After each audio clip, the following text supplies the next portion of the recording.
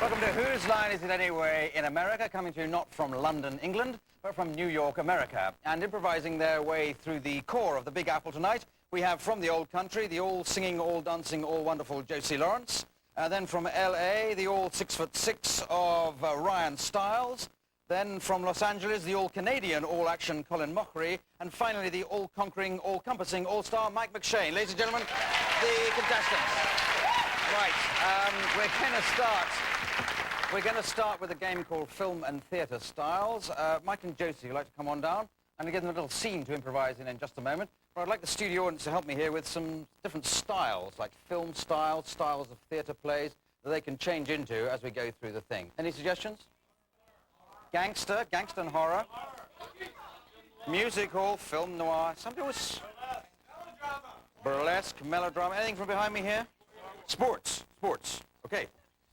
So we're in America, can't we? Now, let's... Oh, yes, it's a nice American situation. One of you is going to try and buy a gun. That's a little situation we'd like you to do. Trying to buy a gun. Yes, ma'am, please. We have a wide display here. Please, help yourself. Yes, well, it's my first time in America, and I'd like to buy a gun, please, but I don't know anything about them, other than they go pop and go ooch and fall over. Don't be shy. Let the first thing come out of your mind. Just shoot right off. Shoot right off. Exactly. You know, a lot of people feel a little touchy when they first come to get a gun. Remember, a gun's your friend. A gun keeps you secure. A gun you can sleep with. A gun will never turn on you unless you point at yourself. Okay, let's do horror. I'd like a really big one, please. Really big. Well, perhaps this amorphic Zorg gun from the planet Questar will be fine for you. Just press the button right there. It's perfect. You are going to pay for... A sports film. I'm not sure it's quite right for me. Okay, I've got the rhino suit on. Yeah?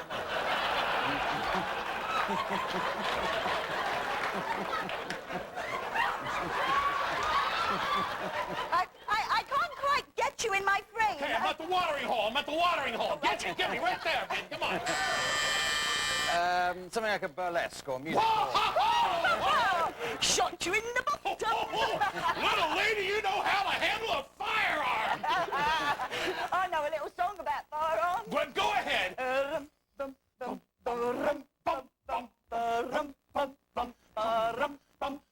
Oh, this man's very funny, he's a very funny one. And ladies, you should see the size of his gun. I got a big gun. My pocket, I will pull it. And if you think the size of gun, just wait till you see the bullet. Okay, let's end there. Thank you very much. That'll do. Thank you. Thank you. Excellent. Yeah. Okay, well, if that isn't worth 500 points, then it's probably worth something else. Now let's have Colin and Ryan down, please. I'll give you a scene as well. But we need some other styles, other film styles, other theatre styles. B-movies? Surreal, Kung Fu. Shakespeare. Home movie from behind me and... Porn. Porn? What's this porn? You're miming it. We're gonna... Home movie. All right, it's the same as a porn movie for some people. Now, let's... for him at home there, anyway. Ooh, okay, welcome home, honey. So, your situation is you're mending a roof. You're two guys mending a roof. I'll give you some styles in a moment. Where you go.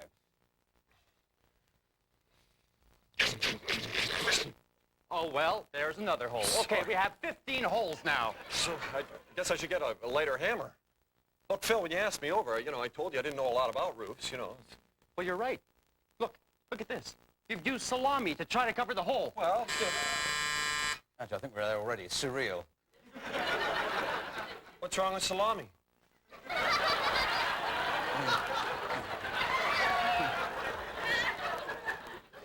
Salami is the breath of life. Salami is my world I live in. I am your bread. Yay for salami. Yay for salami. Yay for salami. Okay, let's have Kung Fu.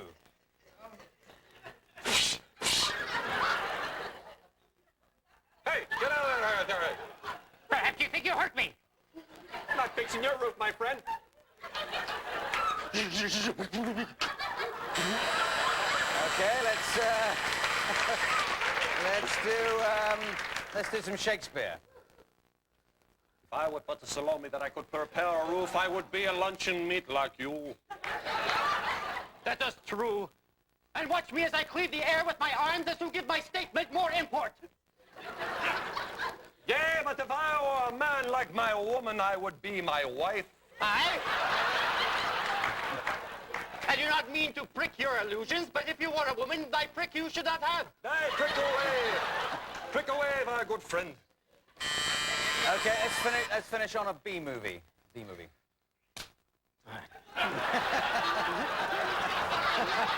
Okay, thank you very much. Thank you. That's fine. Yeah. Okay. Yeah. Hey, how you doing? I'm Marcus Allen. As you think of examples, could you step forward to the world's worst person to defend you in court? Okay, I'll buzz when I've got the idea of what you're doing. He did it! He did it! I'd like to assure you that I'll do everything humanly possible to get you off this case. Or we'll see how it goes. My client has been a fine, outstanding member of the community. I can't keep this ruse up. He's guilty. He's guilty! Ladies and gentlemen of the jury, it's not like the sheep was underage.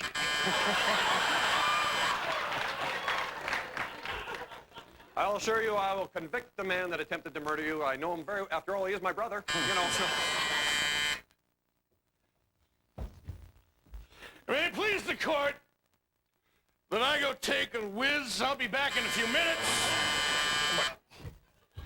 My final summation will be done by Quickie, the hand puppet. Ladies and gentlemen. Okay, let's end there. Thank you very much. Some very good words, Wes.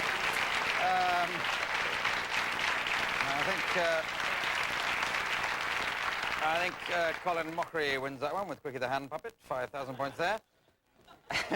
Whatever that is. Now, let's play a game of Helping Hands. This is for Mike McShane. He's going to act away with Ryan Stiles. But to help Ryan, Colin is going to provide him with, well, the pair of hands that he'll be using. You insert your hands in the appropriate place.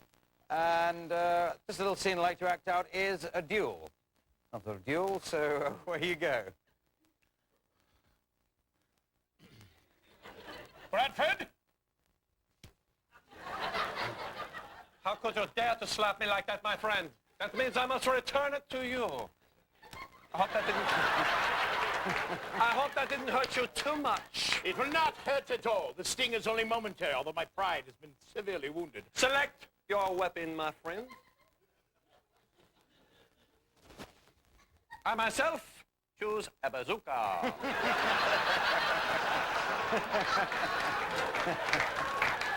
Good luck to you, my friend.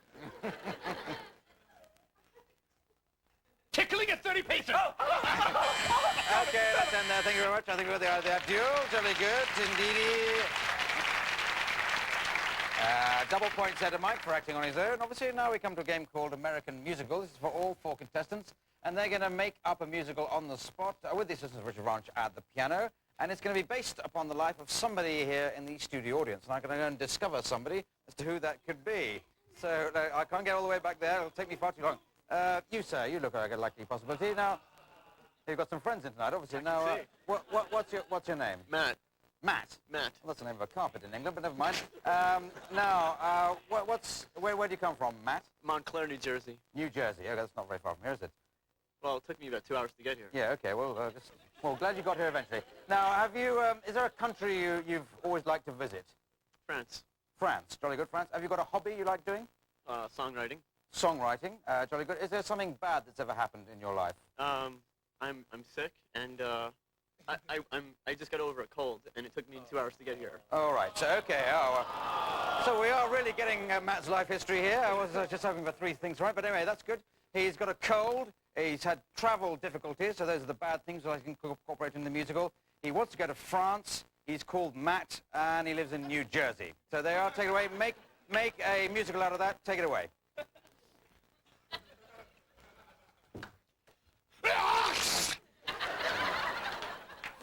Man, I feel lousy. But I'm inspired. All right. I'm dripping. I'm clogged.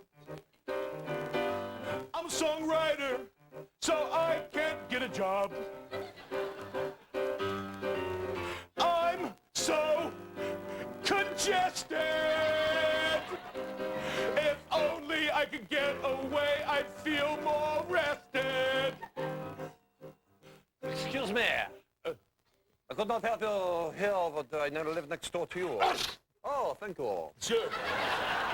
I'm not from this country. I'm from a country far, far away. Okay, good. I would like to... Pardon me? So where are you from? I'm from France. Far, far overseas. God, I'd love to go away to France. Would you? What's it like there? The girls in France are exquisite. All right. They stay with you day after day. Oh, man. Not like New Jersey girls. But the cheese smells bad. So does New Jersey. So I find it's best to throw the cheese away. You know, I'd like to invite you back to France, but I only have 2 hours. I can't think of where to go in that amount of time. Say, if we're in a Concorde, we can get there really quick. Bonjour, je suis un Concorde pilot. Oh, I will translate for you. He said, hello, I'm a Concorde pilot. Oh, Bonjour, it's a fin de matin. Bonjour. Matin has a tableau de Concorde. Oh, très mal, très mal. Eh. Le Concorde est départé et 2 minutes. The Concorde will depart in 2 minutes. all right. Maybe the high pressure will clear my sinuses. It might help. Who knows? Hop on board, my friend. I'll get in the pit the cock. Bonjour. I am your favorite French air hostess. Hello. There's stand over there, and over there. Oh, I see you look rather bully. Oh, I feel a lot better talking to you. Say, that high altitude's really cleared me up. Oh, You're oui, beautiful. oui. If you're feeling that you got a cold, That was me. come to Paris. Even if you're feeling very bold, come to Paris. Quel fromage! Coming to Paris. Yes, that might be the cure. Ah, oui, oui. Get rid of your cold and then say, hey, bonjour. Oh. You two have really shown me. So, I'll go to Paris. Paris, to Paris. Yeah, brilliant. A brilliant musical there.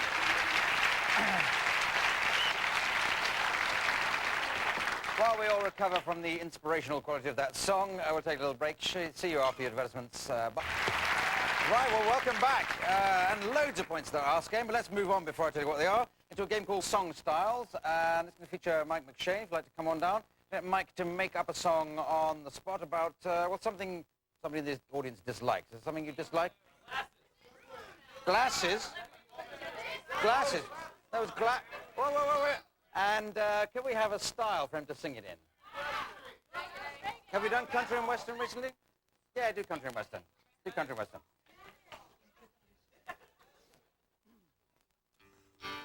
Hello, everybody. I'd like to sing a song about something that's caused me a lot of pain and pleasure in my life.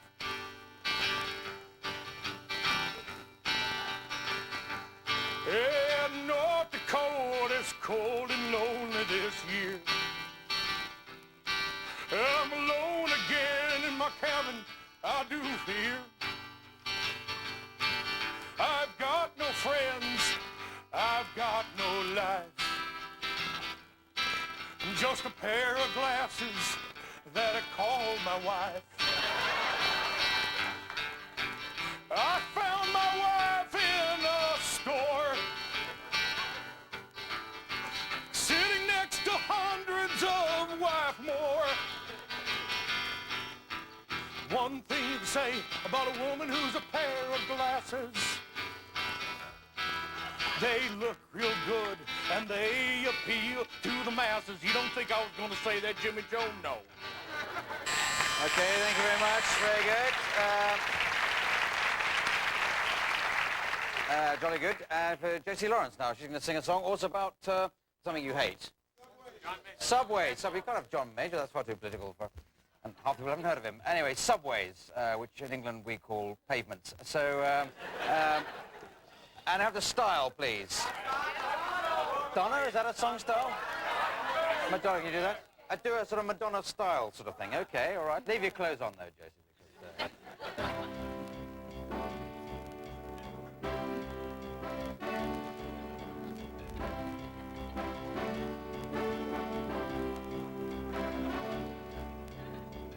I love you, baby, more than any other males. Come be my subway train and I'll send you up the rails. Come on, baby, drive your train through my tunnel. Ooh. Come on, baby, we'll have lots of fun.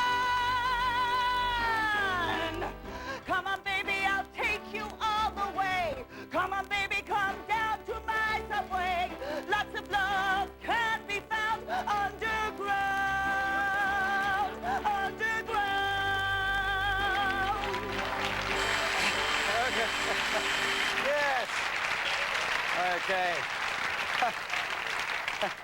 I can't wait to see the video of that. Now, let's move on to a game called Props. This is divided into two pairs of two for this. Mike and Colin, I'll give you this item, and you have to come up with as many different ways of using that as you can in the time available. Well, Josie and Ryan, you have to come up with as many different ways of using that. See how many you can do in the time available. So starting with you, Mike and Colin, away you go. Oh, man, let me get Here it is now, the ship Spock. Dun, dun, dun, dun, dun, dun, dun, dun. All right, this is your last night as a cocktail waitress at Trader Vic's. Take that off. Sorry. Excuse me, hairdresser, I think it's done a little too hot. They don't suspect a thing, Arnold. Harry, we've got your mother down here. Welcome to Great Moments with Mr. Lincoln, the budget version. Hi. Statue of Liberty. Wow. It was horrible. Larry the Leprechaun went right through the shredder. Oh, God.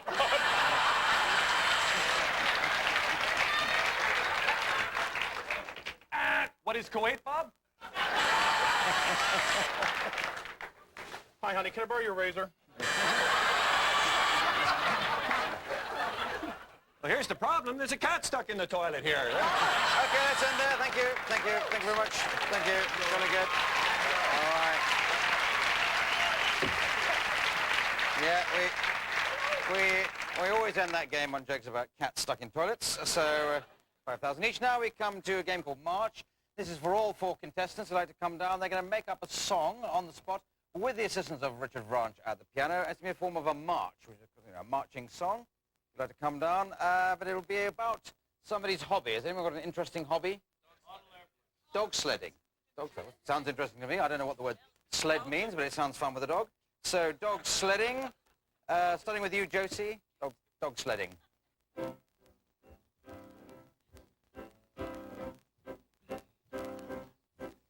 I have a strange hobby, a hobby that's all mine. I like doing things with a particular canine. Yes, that's what I do, and yes, that's what I said. I like to put my doggy in its own little sled. I take him to the hilltop, I make him go right down. My doggy doesn't like it, he starts a nasty frown. But I just say, oh doggy, please shut up, tush tush. Then I put him upon my sled, and then I go, hey mush. People think the way I have dogs, the way I arrange, they think that I'm a weird guy. They think that I am strange. I don't know what it is. I think I'm rather lucky. When you get a dog in the sled, you really have...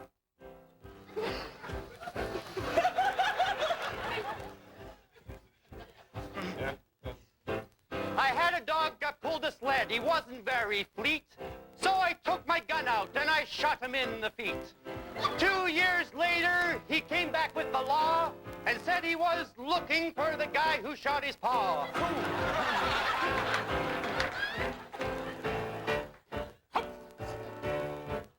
I'm a world-class champion dog sledder. When it comes to dog sledding, there's none better.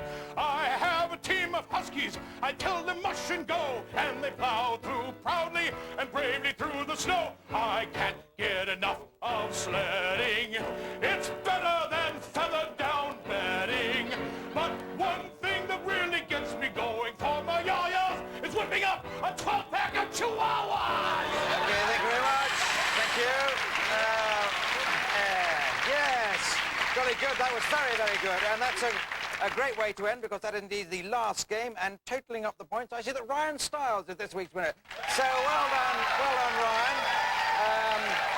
Okay, the prize for winning is to do the credits in a style of my choosing. I like to do it in the style of a model from a fashion magazine, like Vogue or something like that. It just remains for me to thank Josie Lawrence, Ryan Stiles, Colin Mockery, Mike McShane, Richard Branch at the piano, and the other musical instruments, me, Clive Allison, saying good night. Good night.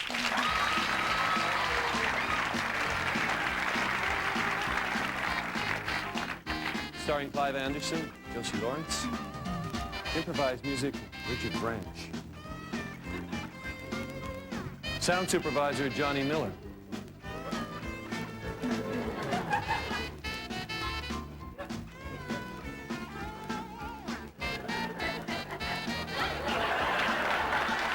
Lighting director was Joe Mayer.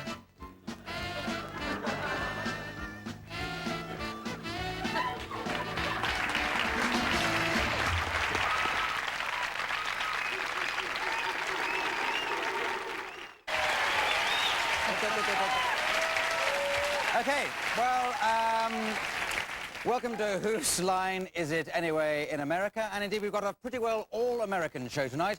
Even I've been going around telling people to have a nice day when I haven't been mugging joggers in Central Park. But the real Americans we've got here, first of all, we've got Greg Proops, the thinking man's Elvis Costello.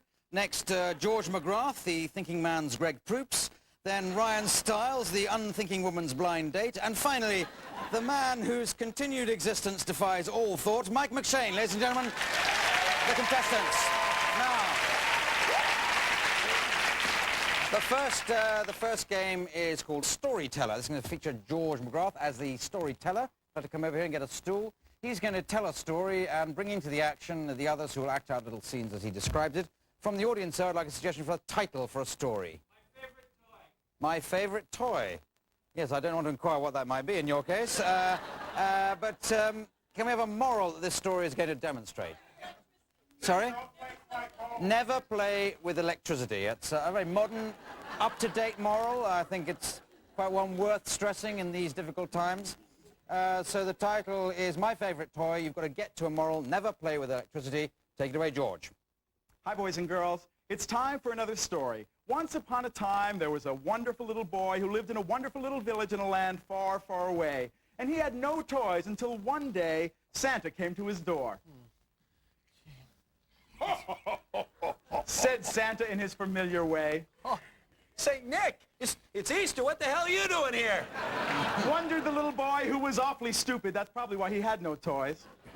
Well, you're so far away in a strange, strange land that I have to start my Christmas deliveries here. Oh, wow. Said the boy, and then Santa presented him with a toy so wondrous that the boy couldn't believe it. Oh, an osterizer. Now, you're going to find lots of uses for that, aren't you? You bet. Said Santa mysteriously, and the boy agreed, and off Santa went, and in came the boy's new friend in the neighborhood. Hi, Delbert. What up? He said, and then suggested they both take a bath together. Why don't we both take a bath together, I suggest. Okay. But Delbert wanted his favorite toy in the tub with them. We can play with my new toy, the osterizer. Great. Bring it in the tub. And so they went in the bath and turned on the osterizer. Whoa. And were both electrocuted and pureed. Oh, wow. And just as they were about to die, they remembered a moral that meant so much to them now. I think we've learned something from this, Delbert. Said the boy. And then Delbert said what he learned. We sure have. Number one, never take a bath with another man. One. And number two, never play with electricity. See you next time, boys and girls. Jolly good. Well done. Well done. That's the... That is undoubtedly the best round of Storyteller we've ever done, and I give a full quarter point to everybody on that one. Now we come to film and theatre stars. I'd like to bring Brian and George down to do this. What they have to do is to improvise a little scene, which I'll give them in just a moment. But first of all, the audience, if you'd be so kind, can you supply some film styles or some theatre styles they can break into in the course of the improvisation? John Wayne, okay, hang on. Musical comedy. Stephen who? Sam Peckinpah. Yeah. Sorry? Cartoons, Disney, that's... Clint Eastwood. Okay, we've got enough there. We're here all night doing this, with any luck. Now, what are we going to give you? Yeah, I'm going to give you, Ryan, you're a window cleaner, and you eavesdrop on George, who's a corporate boss. He's in his boardroom or something, you're listening to what's going on. Just any old style for the moment, I'll cut in with some of those as we get along. No, I can speak confidentially right now. I'm absolutely certain, Ernie, nobody can hear me. Yeah, we're planning to buy Avon. Well, we think it's going to... For a second there, I thought somebody was listening to me, but it's just a window cleaner. He's not listening. Sam Peckinpah.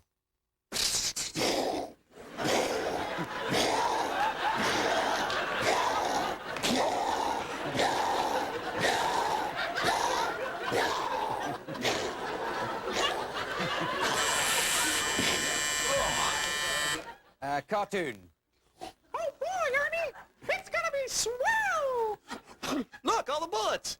They entered my body and came out of my mouth! Wow, that's fantastic! Isn't that neat? Whoa, that's a long drop! Careful, you know! Whoa! Sting! Musical comedy. Oh, boy, that was close. I almost hit bottom. Hey, when you hit bottom, then you know you got 'em. I bouncing up again. I don't know how many times. Maybe 10, I'm not sure. Gotta go, Ernie, there's a guy here I gotta spend some time with. Squeak, squeak, squeak. Okay, thank you very much indeed. That'll end there. Thank you. Excellent. Righty-ho. All right. Okay, so double points there, and we move on to a game called Props. And George and Mike, you pair up for this game, and you have to come up with as many different ways of using this item as you can. In the same time as the other pairing of Ryan and Greg, you come up with as many different ways of using that. Starting with you, George and Mike, and I'll buzz when I got the idea of each of your suggestions. No! I am the richest Rastafarian in the land. Now, if you'll notice, Jimmy, if I am the sun, then Earth and the moon are following in. You ever notice when you're tripping that octopuses look like they're made of crystal? Jama! George and Mike present great toys of the 70s that never worked. Notice the fly has more than one eye. All right, budget hysterectomy, you get to take them home. How would I smuggle diamonds through customs? Thank you very much indeed. Thank you. Excellent. You destroyed the plot. Yeah. And so? A game called Alphabet. Ryan and Greg, if you'd like to come down, all they have to do is improvise a little scene, but they have to observe one basic rule. Each sentence must start with a successive letter of the alphabet. So if it started with A, the next sentence will be B, the next thing will be C, and so on through the alphabet. We don't have to start with A there. Anyone got a favorite letter? Q! You were saying Q, weren't you? Right, okay, so starting with letter Q, and the scene is showing somebody around the zoo. That's the scene for you. Take it away, Ryan and Greg. Quickly, we've only got 5 minutes before it closes. Really? 5 minutes, that's all, huh? Salamanders, a small lizard that live in Brazil, I believe. Tasty. Usually people don't eat the animals in the zoo here. Very, very bad mistake, sorry. Well, a lot of people make that mistake. If you're going to eat one, try the giraffes. Certainly. Yes, it is fun to explore the wonders of the zoo, isn't it? Zoo. Gosh, what a great word. There's a big Z and then 2 vowels. Absolutely, and it's fine young men like you that make the animals want more. Baby, do they want more? Cautiously, let's walk past the mighty boa constrictor. Damn, that's big. Every bit of this snake is made of blubber. Fun? Golly, you bet it's fun. Hey, I have an idea. Inform me what it is. Just hold your horses and I will. Kindly put down my snake if you're going to get arrogant about it. Let's make up and be buddies again. Maybe I will, maybe I won't. No, but positively, you're a wonderful man. You really are. Quite am. That's me. Okay, SSM there.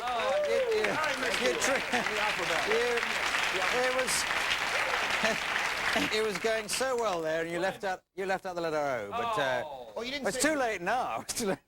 But very good. I'll give you no points. Now we come to which is O in another form. Now let's do a game for all four competitors who'd like to come on down.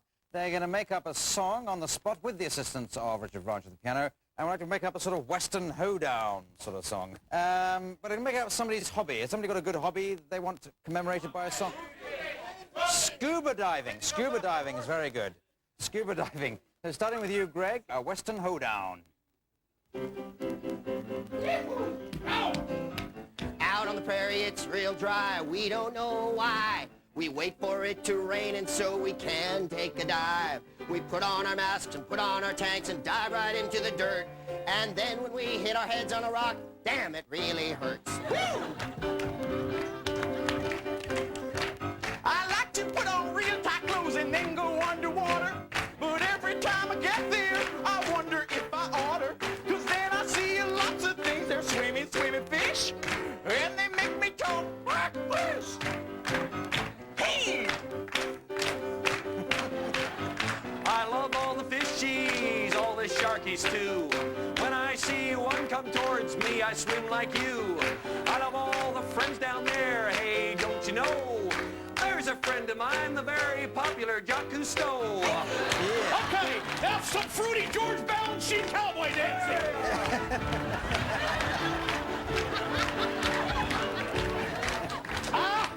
I'm a scuba diver, boy.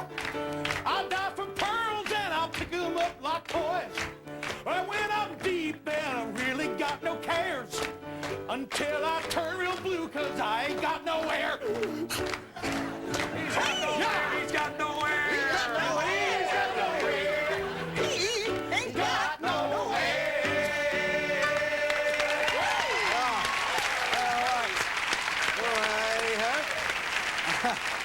Well, I've got no air either, or no hair, and while we work out the points of that game, we'll take a break. See you after that. Bye. All right. Yes. Well, welcome back. That was such a good commercial break, I can't remember what happened just before it. But let's move on to another game. This is called Audition. Let's bring on down Ryan Stiles for this. He's going to be auditioning the other competitors for a part in a new film or a new musical production. And they'll be coming in the order of Greg, Mike, and then George. Of this musical, we can't be able to think of a name for this production. We're able to combine two existing names. So have you got a favourite musical you'd like to suggest? Oklahoma. Okay, Oklahoma. And now another one which I'm going to combine with it. West Side Story. The West Side of Oklahoma. That's the title of the musical. Fairly basic and straightforward. Where you go for the audition? Yes, the wagons are small. It's a small stage. Just put them on there, will you? First actor, please. Hello. What's your name, please? Hello? Dabney Giblet. Dabney. Dabney, Yes. And have done any other productions around New York here? Yes, I was in the all-deaf version of King Lear. I see. Dabney, you realize the play involves a lot of dancing. A lot of dancing. I don't know if you're aware of that. Man, am I ready. I've just finished at top school and stuff. Have you? No. All right, Dabney, Yeah. I'd like you to do the dance of the shark wagon train, if you will do that for us. All right. This is very evocative, so please hold on to your emotional hat. You bet I will.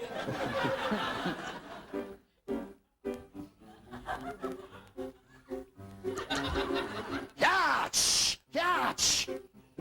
Thank you, Dabney. Thank you, Dabney. That'll be quite enough. Thank you. Was I in the send light? rest- Could you see me? You were very much so in the light. Thank you, Dabney.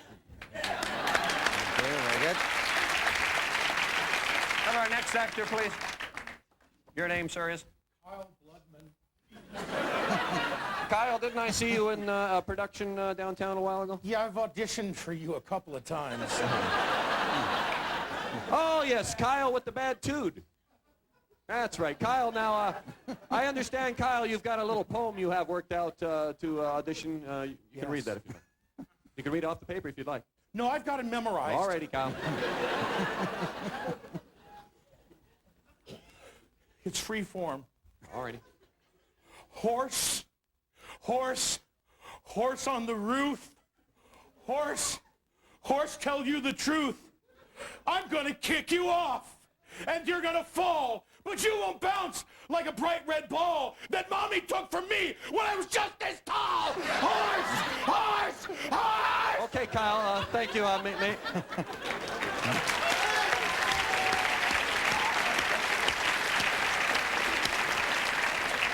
I might suggest a Valium next time you come in, Kyle. Thank you. Our next, you, sir, are? I'm Anthony Newley, and I'm here to make my comeback. Anthony. We haven't seen you in quite a few years. What have you been doing with yourself? Well, I've been looking over my glossies. Have you? All righty.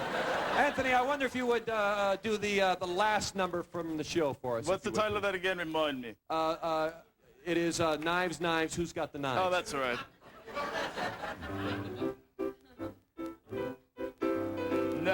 Knives, who's got the knives? Who's got those pointy little knives I used to know? On the west side of Oklahoma, it's like the east side of Oklahoma, but nobody knows who's got the knives. You've got the job, Anthony. Yeah, Thank you very well much. done, Anthony Newley. Hey. All right, yes. Yeah, I think 15 points for George MacArthur and 500 for Anthony Newley. Now let's go on to another game called Helping Hands.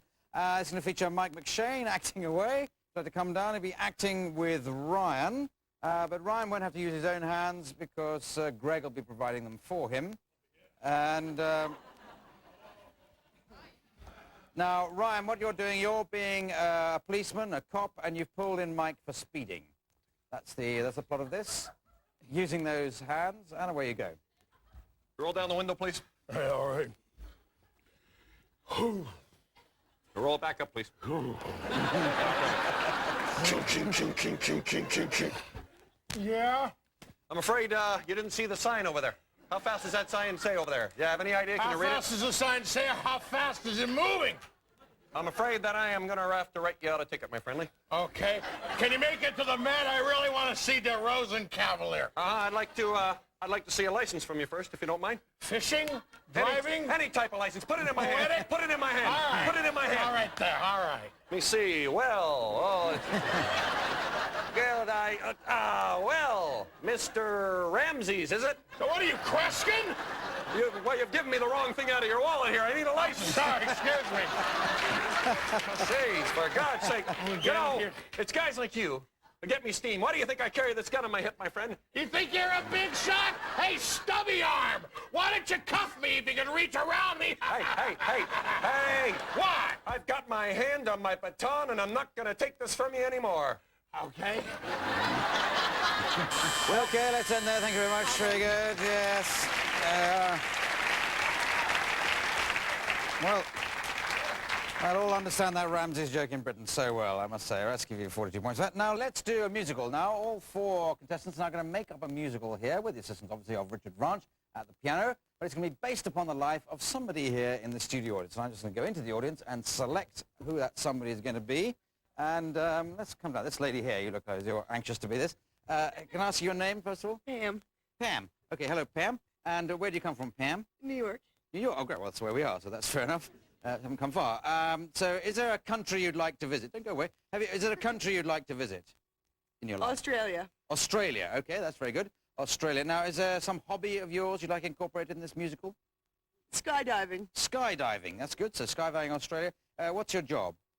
I work in television. You work in television? That's okay. And is there anything nasty that's happened to you in the last year or so that you can think of? Unpleasant incident? Having my car broken into. Having your car broken into. That's great. Nice New York story. So you're going to incorporate Pam, New York, going to Australia, working in television, having your car broken into. You could meld that into a great musical. Take it away, everybody. Yo, look at this one. Oh, man, a Subaru. Well, what are we going to do with this? I don't know. We can strip it down and sell it to some idiot art guy, you know? Keep watch. All right. You're in. I'm in. Have they got a stereo? Blah punk, blah punk, blah punk. Oh yeah, oh yeah. Look in the dash. There's lots of cash. We've scored. We scored. We've scored. Hey, wait a minute, you two. That car belongs to Pam. And while she's in Australia, I'm going to take care of it.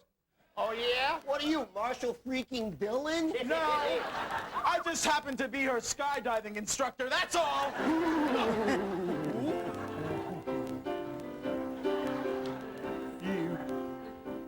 You think you're cute.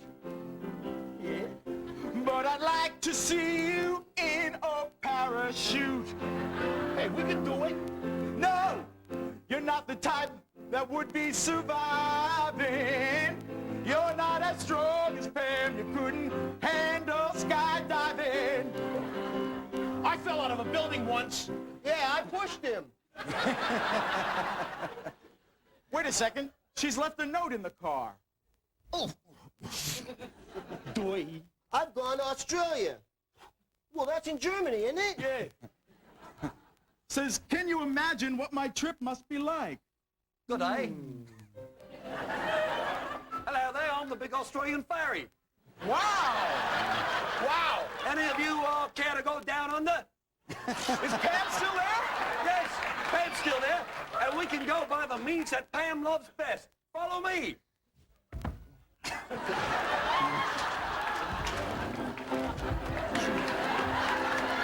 Everyone!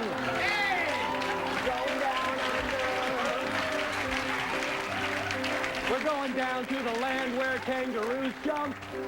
We're gonna go down, have a big fun. We're gonna go where everything has a pouch. Yeah! Ouch! But we better do it with precision. Let's not forget she works in television. That's the way Pam would like it done. I think you can guess. Yes! You don't have to say duh. Duh. Let's all skydive and go to Australia. Yeah.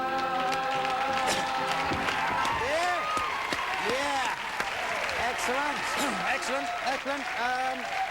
Excellent, but sadly, I'm afraid that is the very last game we're playing this evening, and totaling up the points of this all-American show, I see that, oh, good Lord, it's an equal tie with all four people, so well done, all four of you.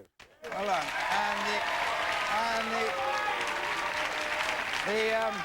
The prize of winning is to read the credits in the style of my choosing. I like all four of you do it in the style of a group of tourists to this fine city of New York. So it just remains for me to thank Greg Proops, George McGrath, Ryan Stiles, Mike McShane, Richard Branch at the piano. This is me, Clive Anderson, saying good night. Good night. No, over there. Get that. Very good. This place was originally built in 1979. Can I touch it? Get it. Please get back from it. Please get back from it. It's very fragile because it's made by Macaulay Pollock. Go ahead, please take the picture. Yes, Mr. Yanamahasi. Yes, you can get a reproduction of one of these made from rubber. Here's a great story. The letters are going so fast. Yes. Now, I want to take you down here where you can talk to a live naked producer named Denise O'Donoghue. Let's go.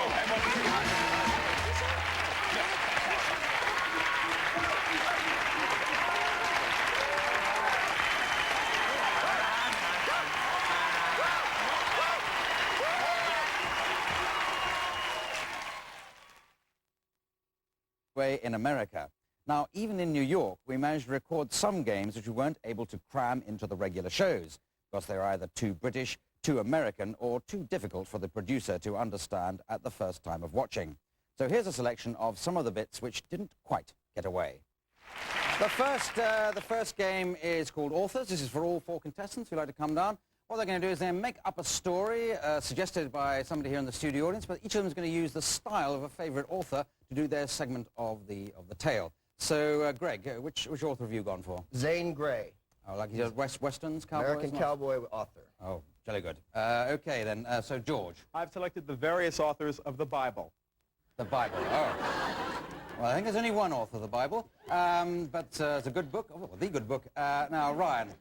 Tony Esposito, who writes for the National Geographic. Oh, well, who doesn't? And Mike McShane, who have you gone for? An American greeting cards author. All right. Right, so high up on the intellectual scale there. Now, what was it? Can somebody suggest the title for this story? No, you can't. That's a shame. How about somebody around here? 3 Men and a Duck. 3 Men and a Duck. Oh, dear.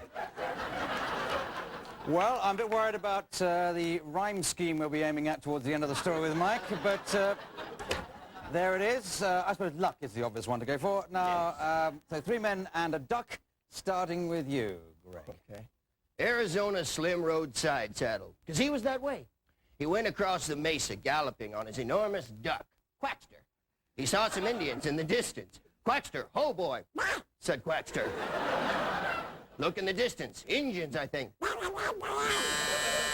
And they prayed unto the Lord, bring us more ducks.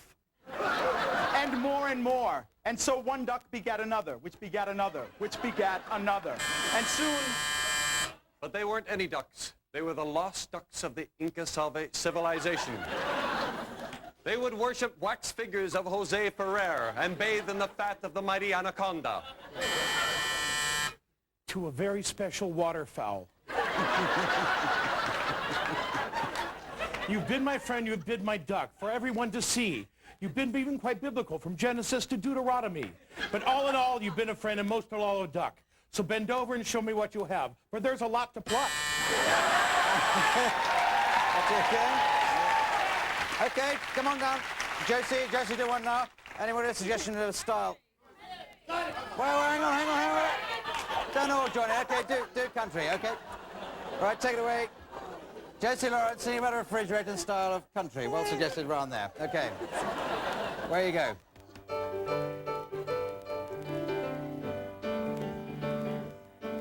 If you're feeling hot and tired and you start to wear a frown, then step inside me, baby, I'm your Frigidaire, and I'll sure cool you down. Oh, baby, I love you so, you're the one that I adore. But if you step inside this Frigidaire, baby, then you won't get out no more. Baby, I love you, don't you see? Yes, baby, I'll spell out the word I see. Very good. Righty-ho. Okay, now we come to the news report, and this is going to feature Greg as the anchorman at TV studio, with Mike as the expert in the studio, whereas George will be a reporter out in the field, which is over there, and Ryan will be playing all the characters that he bumps into. This is a news report program, but it won't be about the news as such. It'll be more like a fairy tale or something like that, or a nursery rhyme. Anyone got a favourite they'd like to? Little Bo Peep. Have we done Little Bo Peep? Jack and Jill, I know we haven't done, so let's go with Jack and Jill. Jack and Jill, excuse me, when the news report music comes in, that's when the program will begin. Here it comes now.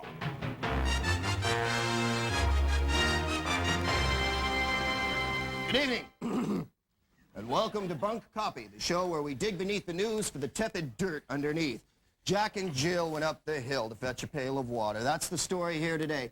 Kids, water, it's tragic and it happens. We have with us the expert, Dr. Omar Hamster Cheeks. Doctor? Hello. These are just one of the many innocent children that have fallen prey to the hill climbing, the water dipping, the crown falling. It's an ugly thing, and it's been happening all over Europe. You're absolutely right, Doctor. We have George McGrath out in the field now with the keeper of the well.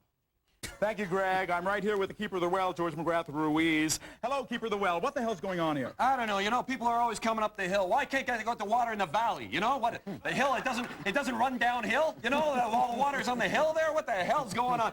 Jack is always up with Jill. They're running after each other with frowns on their faces. I don't know what the hell's going on. You know what I'm saying? Yeah, we've got an irate well keeper here, Greg. Back to you in the studio. Thank you, George McGrath Ruiz. Broken crowns and girls. Is it a problem? It's a male phobia that once the crown is broken, that soon the woman will come tumbling after. That's often how it's perceived. Let's see. We have to go back out to the field with George McGrath Ruiz. He's with Skippy, Jill's cousin. Yes, we tried to get a hold of somebody more pertinent to the story, but Skippy's the only one around. Skippy, did you get to see any of this? No, I actually didn't. You know, I know the fascination Jill has with water, though. You know, I mean, when we were kids, she was always retaining it, you know, so going up the hill, I don't think it's a big thing, you know what I'm saying? Yeah, Skippy didn't see a thing. Back to you, Greg. Thanks so much, George. Any final comments on women tumbling after? I think that it's important for men to understand that tumbling after is very important, but the rest of the relationship may pale by comparison. Thanks so much. We'll be back next week on Bunk Copy. Tune in then when we do Tomatoes, the scandal underneath the vine.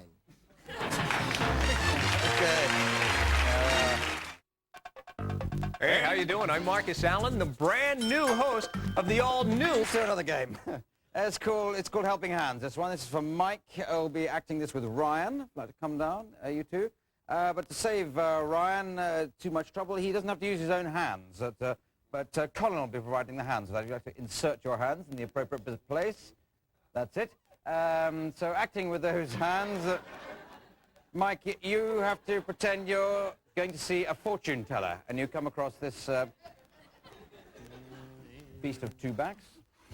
Arcana, Mystic Master of the Orient? Hello, just a moment. Just a moment.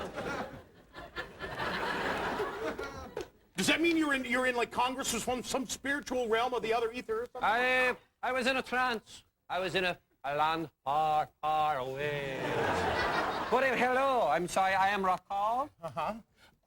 Ooh, I see things myself. I feel in your hands a perspiration. You have run here today, my have you money not? clip in there. Where the hell is it? Oh, your money click, I have no idea what it could be. That was your fee anyway. Go ahead, tell me my fortune. I see many things, my friend. Far off in the distance, I see a plane. A plane not unlike a 747. Yes, that means I'll be going on a journey, right? Yes. I'll be going on a journey. Yes, you will be going to... But first, let me read your mind. A woman, a big-breasted woman, has left you recently. Yes. She has run away. Yes. She had long flowing hair. Yes. And she liked to box. She loved to box, but not any boxer. She liked to box with one hand. Grandmother! Your grandmother. Yes. She's coming to me now. She hasn't taken over my body. No. Grandma. I feel awesome. My grandchild, my big puffy cheek grandchild. I see many things in store for you. Many things. Where did you hide the money, you old trout? The money. I put the money in a place where you'll never find it. Great help. That's why I killed you in the first place. Okay, let's end there. Thank you very much. Thank you. Very good. Okay, right. Ryan's problem is he's obsessed with something. He really loves something. What do you think that would be? With what? What? Men? Men. You're obsessed with men. Okay?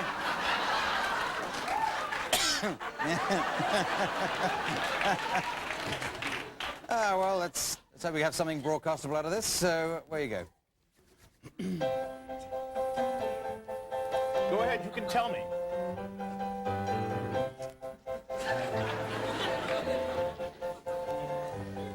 I hate women. They always think they're the bosses. It's their fault. Having no penises are their losses.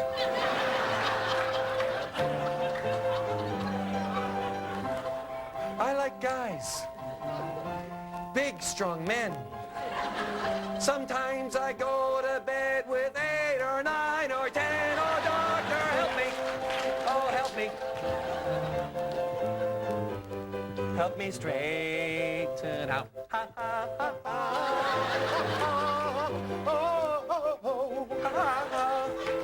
It's not a problem loving men.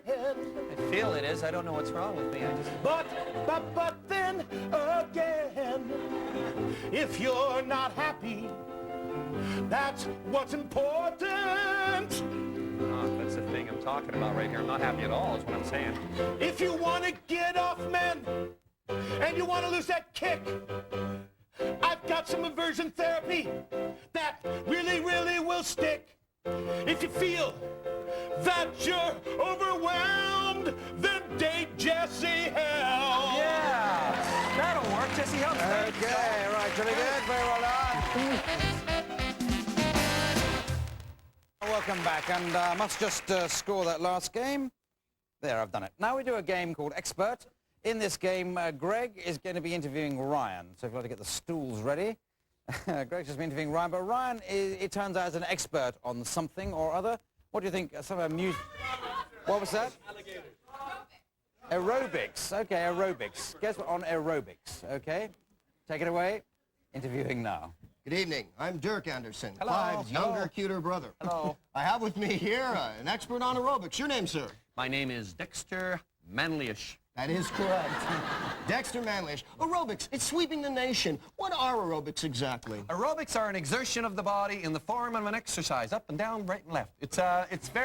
It's good for the cardiovascular system is what it's good for. Well, and it it can be reminds- done by men or women, I should point out. Ah. Is it important to do aerobics with someone else, or can you just do it by yourself and have a nifty good time? Well, it makes it more fun if you're with someone else. But, you know, aerobics can be done anywhere. It can be done in a field, on a plane, perhaps, in the trunk of a car. It doesn't really matter, as long as you have enough room to move. That's interesting. Now, who do you think, what is your particular program? I was reading your book beforehand, and I noticed that you had a thing where you jump over hurdles and then small animals come running at you. How does that enter? It's a run away from the animal aerobic thing, is what it is. We went to the much smaller animals because a lot of our aerobics people weren't making it away from the lions and that sort of thing, so we were losing a lot of instructors that way. But we have field mice, things like that, that run around and just cause havoc. Now, you have a new video out. It's called Get Away from Those Hamsters. And I was wondering, could you demonstrate one of the short exercises here just in your seat for us? Something Surely the I kids might could. do at home? It'd make it much better if I had someone to play the hamster for me. All right. I guess I'll play the hamster. All right. So what we start off first with a quick breathing exercise. Okay. That's all there is to that. Okay, now what we do, it's a wide stretching motion. So chase me like a hamster and I'll show you what I mean. I can't. I feel like I'm on a wheel. I'm not really getting anywhere. Precisely. You see what I mean? But that doesn't matter because it's all part of aerobics. Fabulous. Okay, thank you very much. Let's end there.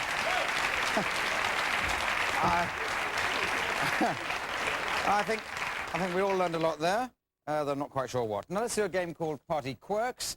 This is going to feature Ryan Stiles as the host of a party, and all the others are guests arriving at the party. Each of them has been like a strange way of behaving, or quirk, as suggested by the studio audience. Ryan is already ready down, getting the party on the go. And the others, if you'd like to come in the order George, Mike, then Greg, I'll bring you in with a doorbell noise, with my doorbell.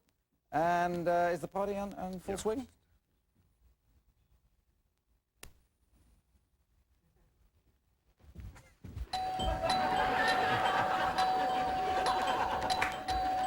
Hi.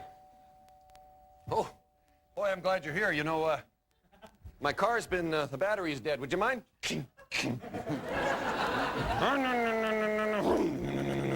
Thanks, Frank. That's awful kind of you. Welcome back, you know, anytime. Anytime. You on your way here? Oh, excuse me. Come on in. Oh, I am hungry. Are you? Have something to eat. Watch the zombie. Okay, thank Watch you. the zombie. Ooh. Or zombie-ish type person is what I meant to say. Well, I think you're nearly there on that one. What's he doing? What's he doing? He's just walking around kind of... He's sleepwalking, He's a yes, sleepwalker come is on, what he yeah, is, Michael. sleepwalk. Help yourself Couldn't to the have made it more food. obvious Yeah, now. Bobby. Have you seen this? I've seen that. Is that Get Away from Those Hamsters? Yes, let's get away from those hamsters. Listen, there's nothing on the table that's really thrilling me. I was wondering if I could whip something up in your kitchen. You want to slaughter a pig or something like Oh, that? no. I like long pig. Oh, long pig. Oh, and somebody's at Might the be door. long pig now. Hang on, we'll see. Hi. Youngster, Rita Labonte, MBA, who's an underachiever, goes to party a friend. All around, crudités, canapes, and hors d'oeuvres. You Get bet. them while they're hot. And wieners as well. Would you like one? Wieners, the you Pope's have got any a lady wiener. fingers? Read all about it. Look, Can I take a look we at don't this? need any newsboys here, okay? Maybe you Boy, can just he's leave the done that. party. Very good. Yes. Leave your party on the way out. Okay, if you don't well, mind. Ryan. I'll get some Mike. You and I have been friends for a long time. I know we have, I know. And there's something that I've never told you. I was wondering, would you mind... Hey! My God! You're a damn cannibal. Yes, we got I just that. want to be respected. Oh, that's it. He switched his particular problem, I think. But now, Jim, we have something that he's obsessed by or he's really in love with. What was that, Brown? James Brown. All right, you... I don't... I'm a stranger around here. James Brown could just be a local character for all I know. So, okay, so you're obsessed with, you're in love with James Brown. Take it away.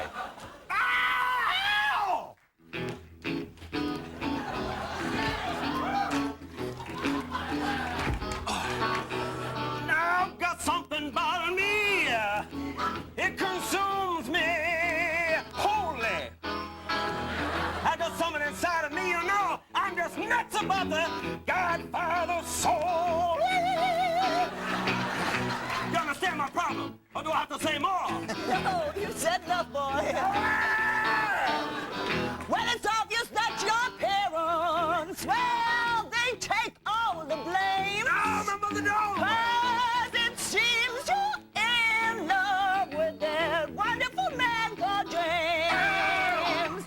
Oh, we'll treat you so mean, so come on, get the Percocet machine. Very good, yeah.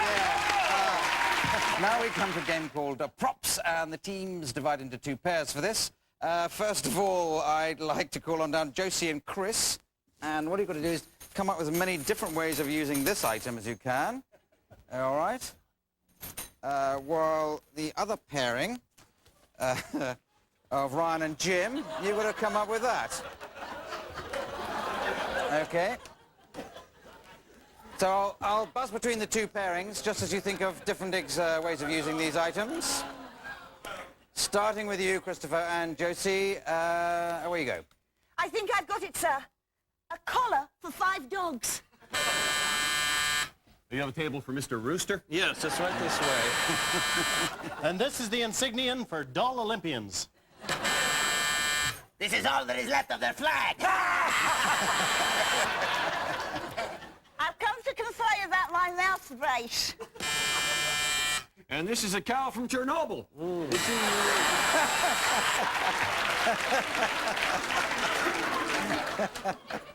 Hello, it is me, the metallic flyman. So I do it? Is that what you're trying to say? Oh dear, I've lost the baby.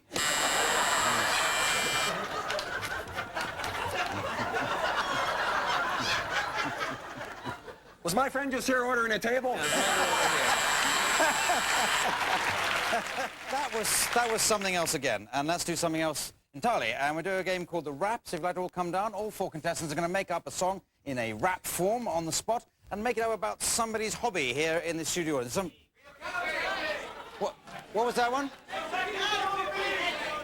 Oh, come on, any sensible hobbies? Mexican bean jump. What was that? Whoa. Stamp collecting. We've finally got to a rather dull suggestion, and that's no insult. I mean, it's better than Mexican bean climbing, or whatever that one was. Murder and vampirism we had there. Okay, so it's, okay, we'll do a stamp collecting rap. And we're starting with Mike. Starting with Mike, if that's what you're asking there. Starting with Mike, and it's the stamp collecting rap when the drummer joins us. Oh.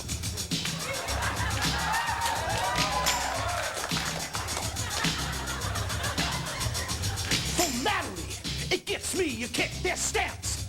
I like them to lick, they're tasty. When I put them on the page, I know it's a hobby, but let me have my age, they're good. And I got the original, the best. The one and only original, the Babe Ruth. That's upside down when he's swinging the bat, and he looks like a clown. Lick it. I like the stamps, I like them all. I'd like to see the Pope. I'd lick that thing and stick it right on that big white envelope. Any kind of stamp, oh, any kind of stamp, or any kind of stamp you've seen. My favorite is when I get to bev a big lick on the Queen. Let me hear you now. I like the stamps, steam them off a letter. Soon as I got them, then I feel better. I put them in a book and I give them a look. And then I find that I need to cook. And it seems to me that it's always surprising. The price of my stamps keep on rising, Co-filling, cause I dig philately. I'm at home getting it on with Natalie. It's okay if the stamps are thin, cause you know when I lick them, they go right in. I may be white, but that's alright, cause I be licking stamps all through the night. Okay, very good, yes, okay.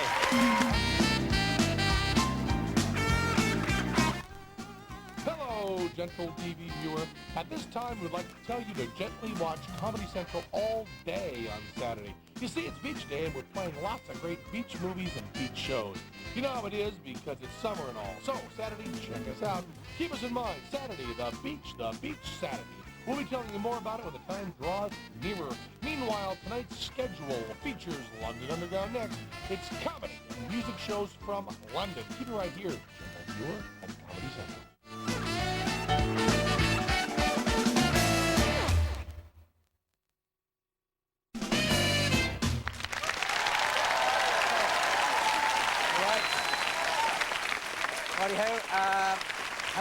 Hello, and welcome to Whose Line Is It Anyway? And improvising their way through the fun and games tonight, we have, first of all, from the Comedy Store Players, the quick-thinking man's crumpet, Josie Lawrence.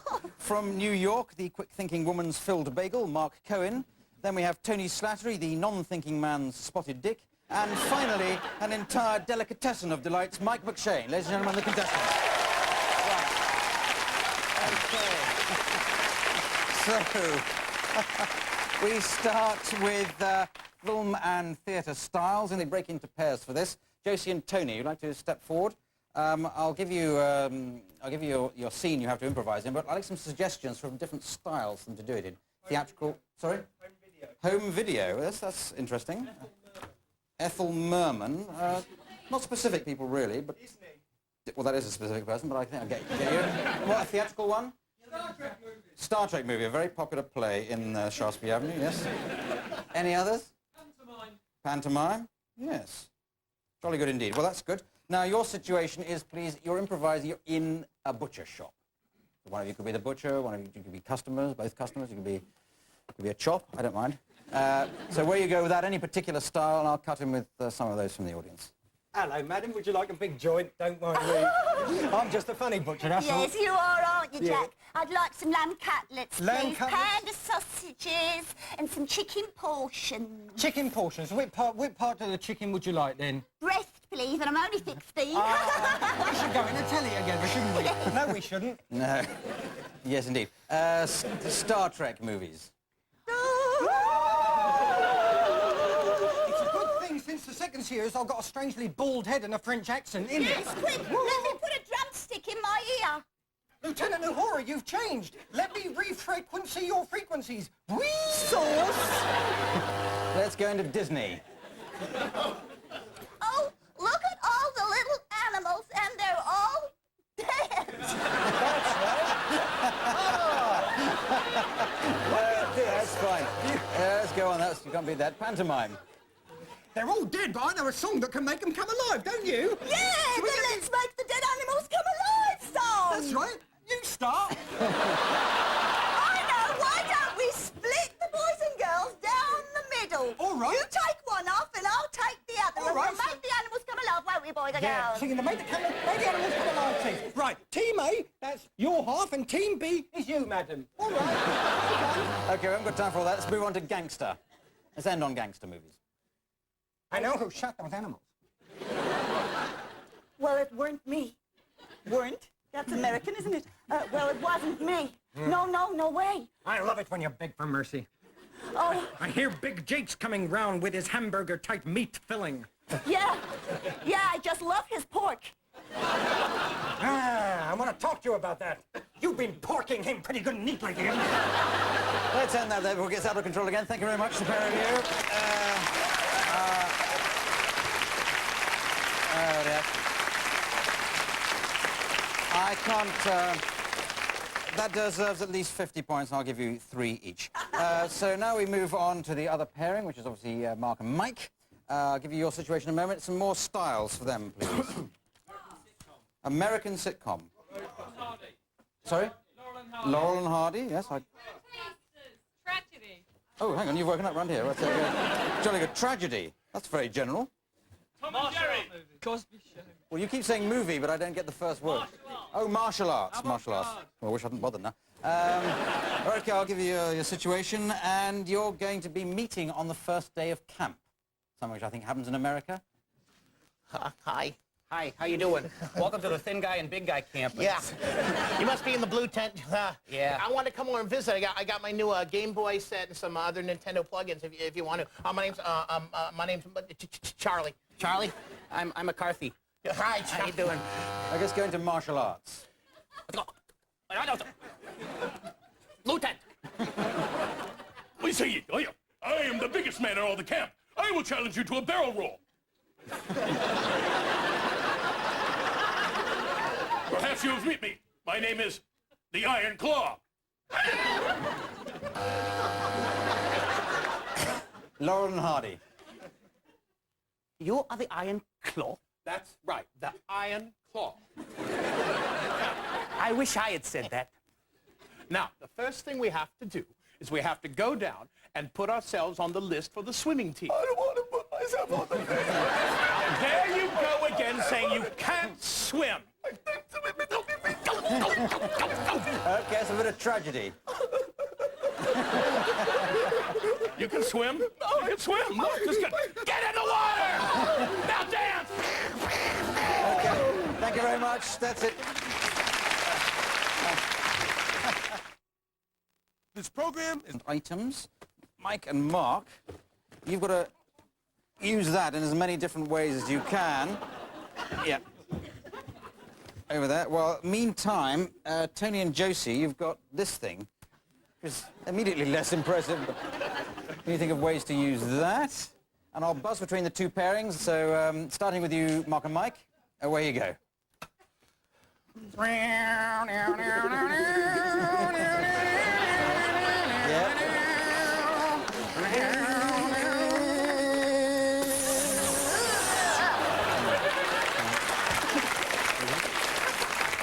Hello, it's me, Freddy the Foreskin. How you doing?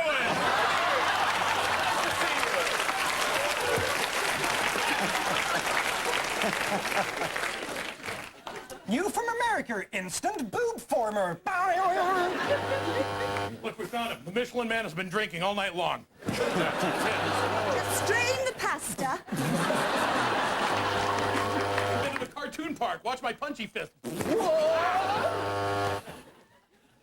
Do you like our windmills in Dutchland? We are the weirdest Siamese twins in the world.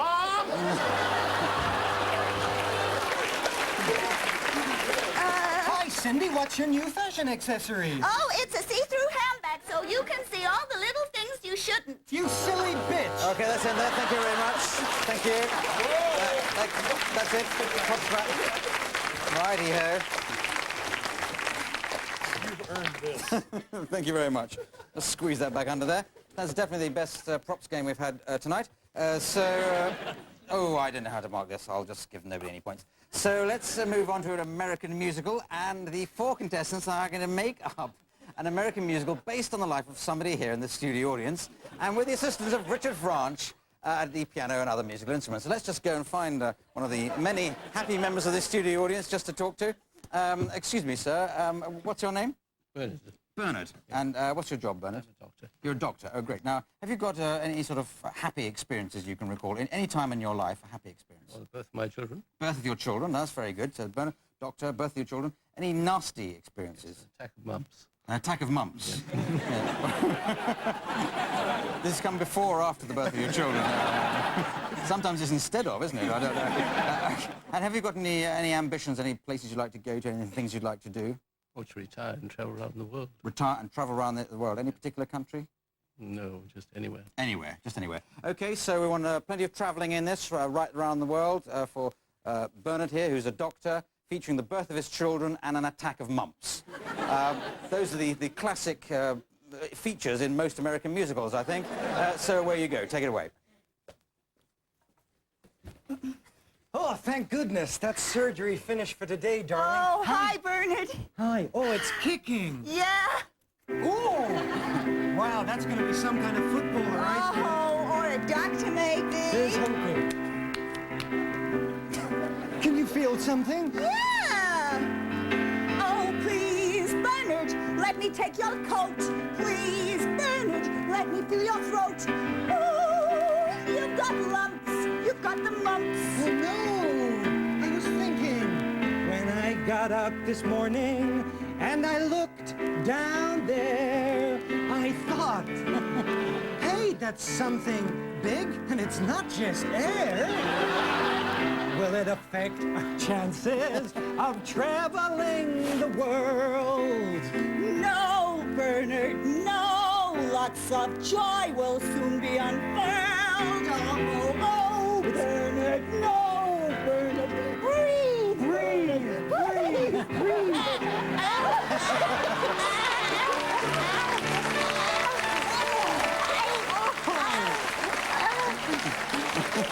Oh, Bernard, what are we going to call him?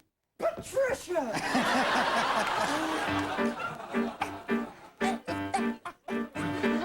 I'm Patricia, I'm the mixed-up boy girl. You're my mom and you're my dad. Take me round the world.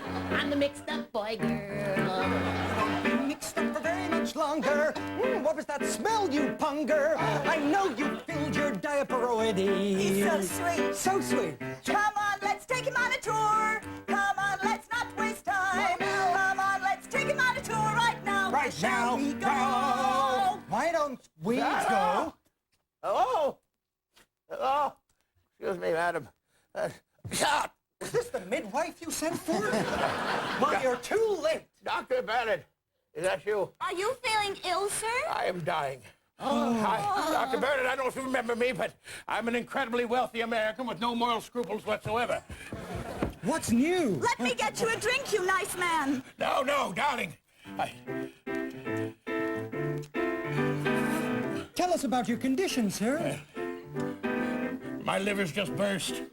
My kidneys are swollen. They're swollen. Swollen. My lymph nodes are as big as sponge cake. And my brain's turned to stolen. But with my last dying wish, I'm going to give you a check. $50 million. Use it on the road. Enjoy yourselves. What the heck? Oh, this is just what we could use, sir. I think we'll go on a cruise, sir. We'll set up our own gynecology unit in Thailand. And then you can fix me up and make me one sex or another. Oh, mother! Like my mother. Like your mother! Or some other.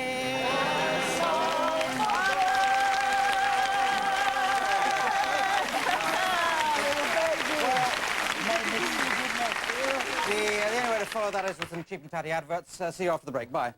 Right. Well, welcome back. Oh, glad you could join us late. I'll just give 45 points over for that last round. And we now come to a game called the World's Worst. So if you'd like to all come down to the World's Worst step. And each of you has got to think of as many examples of the world's worst entertainment act. And just as you think of them, step forward and do it, and I'll buzz you when I've got the idea. And away you go. I'm going to juggle my boogers.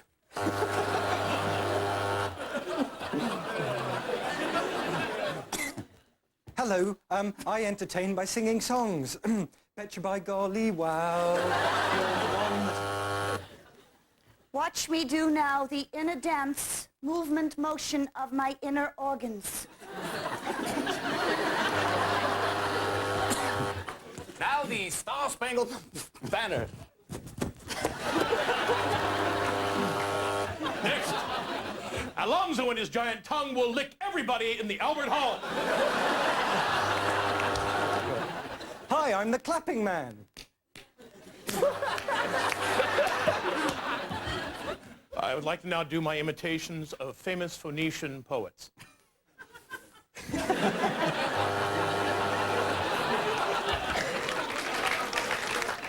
This poem is a little more light-hearted.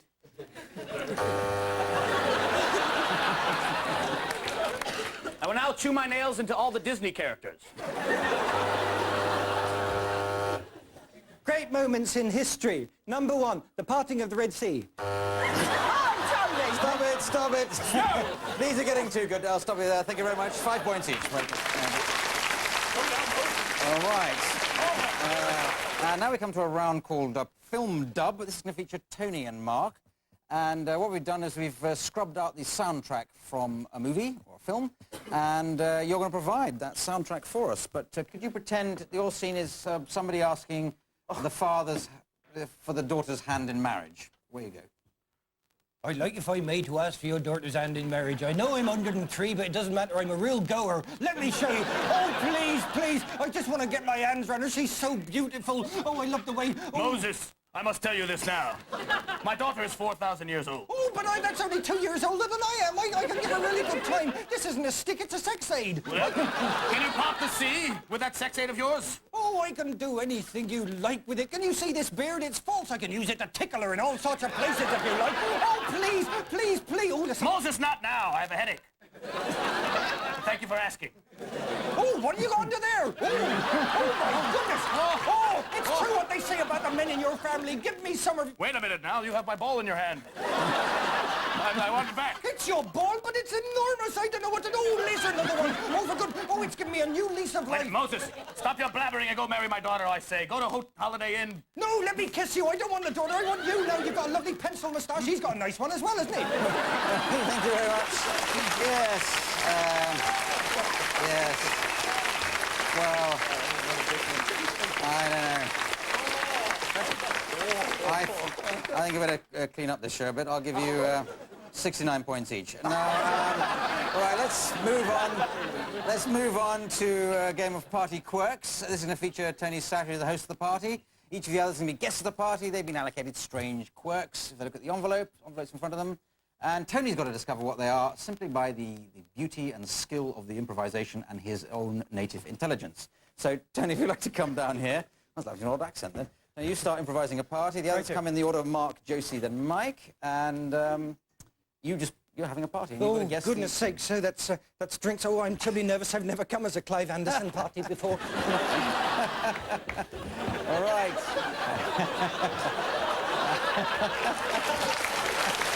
Well, now... When's the first guest arriving? That dramatically changes your chances of winning tonight. First guest... Oh, there's my doorbell first guest. noise. Hello, Mark. Come on in. Who's Mark? Well, I thought you were. That's what it said on the invitation. What invitation? God, this is going to be a great party. Look, help yourself to some drinks, for goodness sake. All right. Oh, here's another guest. Hello, Josie. Hello. Hello. Do you mind if I stop here? I've bought some food, but I've got lost. I better not say where I'm lost, had I? Else I'll give it away. Oh, look! What big teeth you have, Tony. Big what? Teeth! Oh, dear. What was I doing here? Oh, difficult to say. You were so boring. I lost interest in you. Well, you just help yourself to some food and you as well. Gobble, gobble, gobble, gobble. No, that happens upstairs.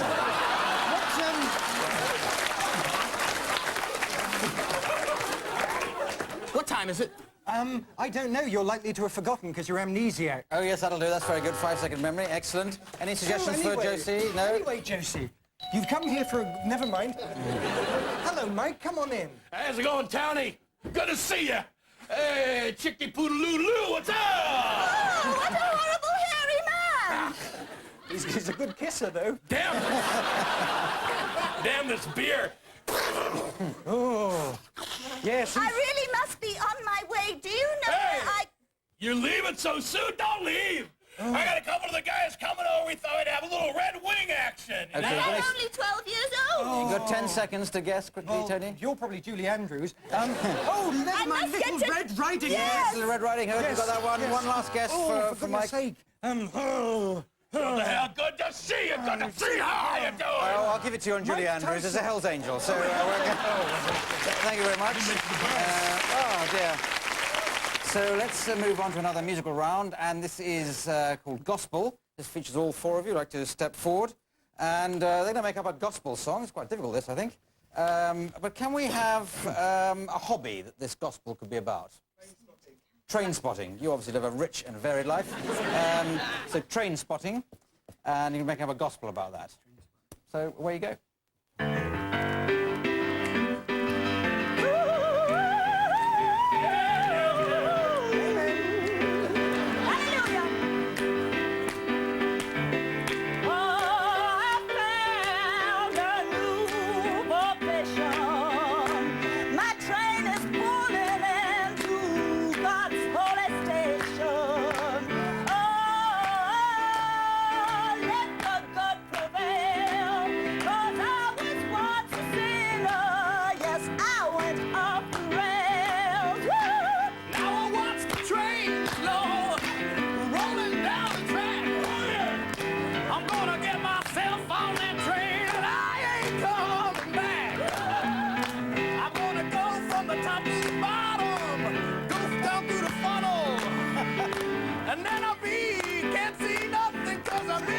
Train tunnel.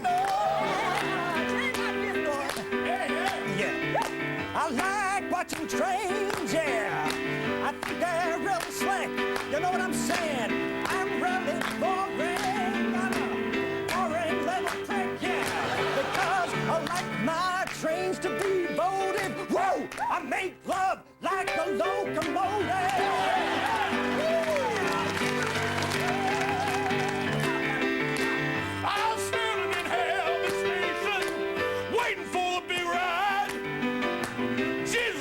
Conductor, he pulled up, said, hop on in, my friend Clyde. I was riding the train. Don't you know it's a pity that the train to heaven isn't in the city? Oh no! Oh no! Oh The train is intercity.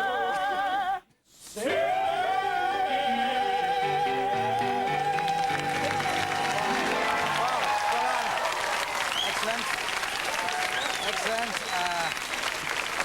Right, and on that rousing note, we come to the end of the programme. It's just time for me to tot up the points, and I see that Josie Lawrence is this week's winner. So, well done, Josie.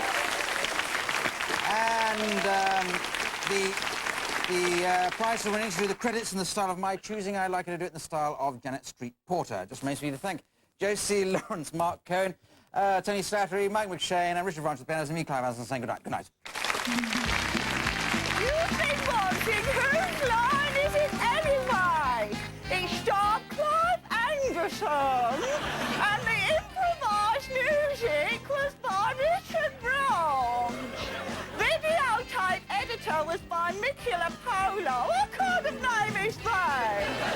Costume designer Joe Thompson. Lots of other people. I wonder if they'd like to work for me. Director Chris Ball, producer Dan Patterson. Bye.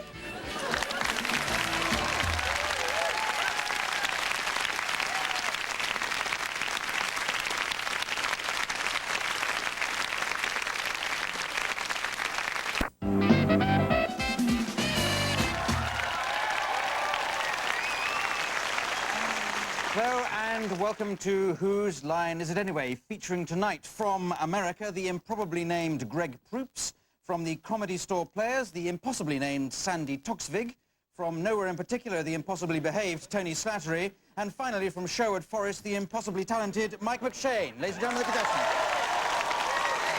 Okay.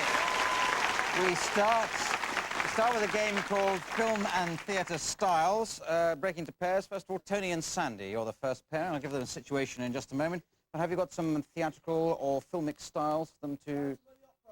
Phantom of the Opera. So, yeah, that sort of... David Lynch horror. Yellow Pages advert.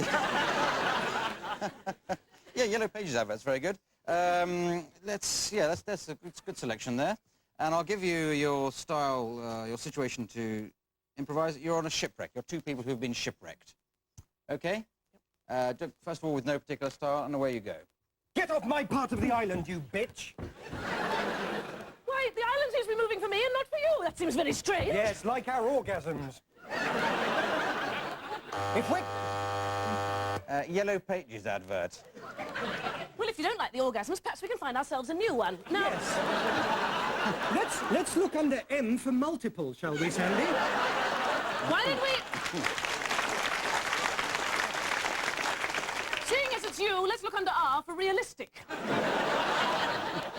Oh, yes, here we are. Single, not very good, but does happen very occasionally. That's the sort of thing.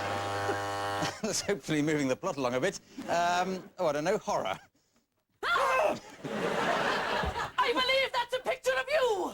Yes, and it's coming alive. What are we going to do? If I die on this island, there'll be no one to procreate. I know, it's true, and yet somehow when you do that, you're so much better looking. Western. You think this is good looking, huh? So, you've come all this way. Have I? Hand in the face, boy. Hand in the face, boy. What about you, woman of restricted birth type, woman height person? This island is getting to my sense of linguistics. We're just gonna have to... Sorry to interrupt this gibberish, but try a whodunit to end with. So, who did it? You're pregnant? I don't know. There was an orgasm. It was some time ago, but it certainly wasn't you. Now, let's think this through together. Who was there? There was a candlestick and a butler. Yes, I see. Yes, that's in there. Thank you very much. I can't compute with that. Well, anyhow, oh, I don't know. I'll give you 26 each. It would have been more if you'd ever mentioned a shipwreck. Let's do Mike and Greg now. So we need some more styles for them. American commercial. Do they have commercials in America? Woody Allen. Blue movie. Woody Allen, yes. Go on. Restoration comedy. Okay, washing powder commentary, yes. How about French? Let's bring a French one as well. I don't know if you do French, but let's try that. Your situation is a driving test. Hi. Hi, come on in. Thanks. Is this the door? This is the door. Okay. Handle, right. Remember, use the mnemonic though. Handle for happy. Handle for happy. Seat for sit. Okay. Clunk close. Exactly. Belt for bottom. Belt for bottom. Oh, that's fun. All right. Now, you have the key. Okay, let's go into an American sitcom. The key? Humana humana. I think I left it out there inside the watermelon, unlikely as it may seem. You dopey gap. We're the two kookiest buddies that ever lived. Oops, I dropped the watermelon. Don't slip when you pick it up. Whoa! Okay, let's do, Say, let's go visit that black family with the big sweaters. let's do a restoration comedy. Restoration. The black family? I happen to like their sweaters. Crookshank, I would like those sweaters so much, would that? Yes. You are a silly daft bugger. Now, into this vehicle. Let me mount the car, shall I? Right through the window. We shall drive to Lady Throckmorton's, and there shall have such a time of her that you will enjoy yourself longly. Let's switch into a French film. Vram, vram, vram, vram. Vram, vram, vram, vram. Merde! Et c'est que dire votre option, votre C'est dans votre confiant. Si ça a été compté. Oh, God, not so. Well, let's end there then. Oh, dear. This program is brought to you. 3-5 each. Now let's do a round called props. They break into pairings for this again. Mike and Sandy, will you take this? That's your item. You have to come up. I think you'll find that's Mike's. I'm sure he'll share it with you. Now, Sony and Greg, that's your item. And we sort of oscillate between the two pairings as I buzz and get the idea, and the more things you do, the longer it'll take. So away you go, Mike and Sandy. By the light of this large banana, may I declare my love for you. Hello, I won the Douglas Hurd look-alike competition.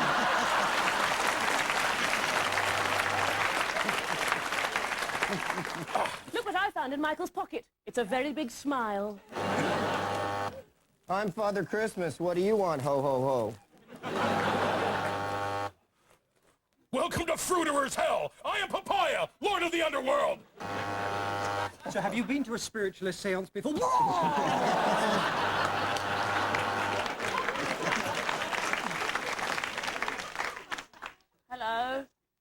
jester come to give you a jolly time.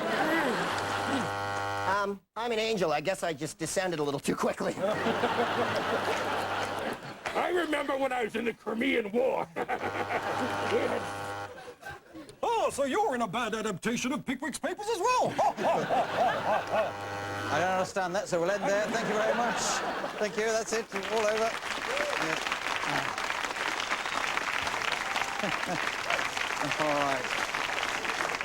All right, so Tony and Greg get a bonus 90 points there for mentioning Douglas Hurd. That was the surprise item tonight. Now we go on to, what's the next game? It's called That'll Be Charlie Now. So this is Greg, Sandy and Mike, if you'd like to come down ready. They're discussing a workmate called Charlie and describing what he's like. And when he arrives, he'll be played by Tony, who will have to work in those various characteristics that have been described. But we want a sort of situation for where these workmates could be working, a place of work where three... Building site. A building site, okay, building site. So when Charlie actually arrives, he's got to, I don't know, pick up a pickaxe or something and actually he's set to work, so we know when you've got to an end. But away you go. Right, I think we'll have the rest of the wall right across here, like that, okay, boys? That's a great idea, Foreman. No problem. Yeah, now, look, when Charlie comes in, okay, please don't, you know, laugh at him or anything, all right? Why? Because his head's small like an ocelot and he barks? Yeah. And he plays hopscotch whenever he walks? There is that, but also that speech impediment of his, the way his tongue lolls out on every other word. Right. That's a bit unpleasant. Plus, he's always hopping up and down all the time and flapping his arms like an idiot. That's true. And every time you say the word "and," he jams his finger right up his nose. Yeah, but there's nobody can break into a Schubert love song like he can. Nobody. You're absolutely right. Marvellous, You isn't do it? it in a moment's Oh, notice. hang on. That must be Charlie now. Hello, how you doing? Ow, ow, oh! Oh, ow, ow! I'll just get a pickaxe, shall I? Yeah, all right then. And after that, can you take care of the wall and do a little dancing? Do a little dancing? Yeah, and do it. Oh, no. Do us a bit of Schubert then, Charlie. Come on. Oh, my dear! Okay, thank you very much. I think we've got the idea of that. Thank you.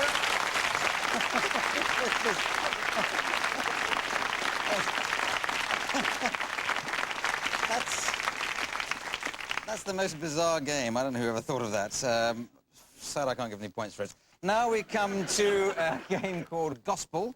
And what we're going to do here is the four contestants are going to make up a gospel on the spot. So you'd like to come forward. And with the help here of Richard Ranch at the piano. And so have we got any countries? You've got a country like a gospel made up about? Venezuela. America. America. Let's stick to America. Is America okay for a gospel? America, right. Where is that? Starting, I think, with you, Greg. So take it away.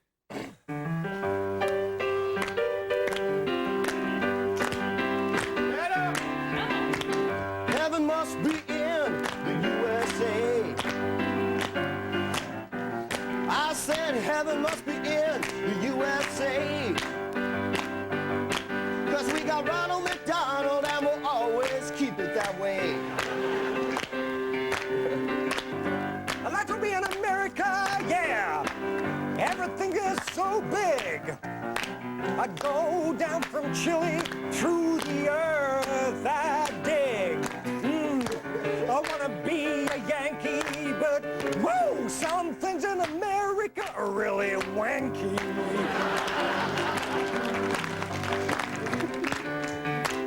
Ah, brothers and sisters! I have heard the voice of the Lord!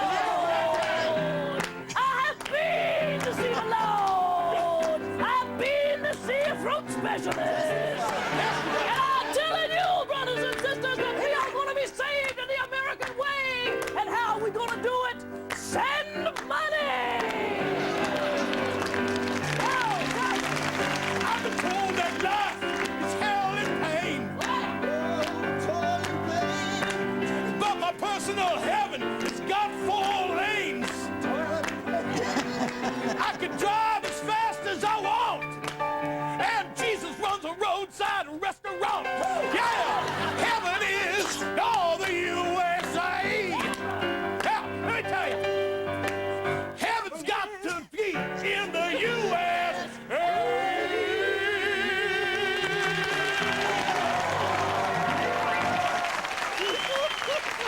Okay, very good, very That's pretty good, very good. While I work out some way of scoring that one, we'll take a break. See you after some tatty adverts. Bye. That's everything for that last game. Now we move on to a game called World's Worst. It's going to feature all 4 contestants. Like to come down to the world's worst step. And can you step forward as you think of good examples of the world's worst person to captain a submarine? Okay, I'll buzz when I've got the idea. Away you go. I hope no one else has claustrophobia. Where are they? Where are my glasses? Come on, everyone, don't get depressed because we're 8,000 feet under. We're in the long, big, metal, pointy thing. We're going down the road. Well, it's not a problem, you see. You just pull down the periscope. You just pull...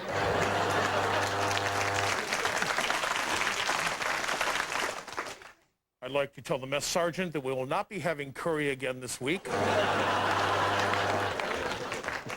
No, I don't mind that the bunks are so close. Hello, I'm your new captain. I'm Clive Anderson. Now, Oh, let's end on that. That was perfectly good. Yes. Yes, thank you very much. Righty-ho. Years of study there. So 95 points, everyone apart from Tony Slattery. Now, what should we move on to? Yes, a 1-minute alphabet, this game is called, and it features Tony and Sandy. And they're going to do, sort of improvise a scene. And you're going to do it, though, by starting each sentence by the subsequent letter of the alphabet. So you start with A, B, so on. So can you do a chat up, a scene, somebody chatting up somebody else?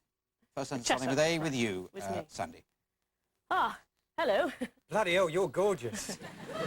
Corey's not bad. Dearie me, funny legs. Ever thought of going to a proper tailor? Frankly, no. Good, because I quite like your suit. Hurrah! I was just passing and wondered if you'd like to go for a coffee. Joffy? Did you say Roland Joffy? Coffee! Only it's Turkish, they spell it with a K. Oh, lummy. My! You're a nice-looking boy.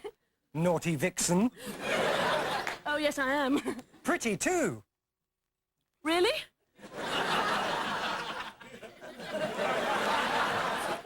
Queer, I am. Never mind. So are all the boys I meet. Tony. You. Ah! Venereal disease. Well, wouldn't you know? You? Xylophone? Yes, for many years now.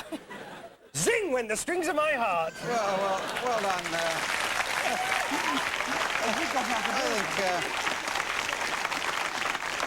I think 25 points each for excitement and 2 extra points for Tony for knowing some of his alphabet. They're not in the right order. Now, right, let's move on to another game, Party Quirks. This is going to feature Sandy Toksvig as the host or hostess of a party. The others are guests of the party, but each of them is displaying some weird quirk of behaviour, which they are now learning from looking at the envelopes in front of them.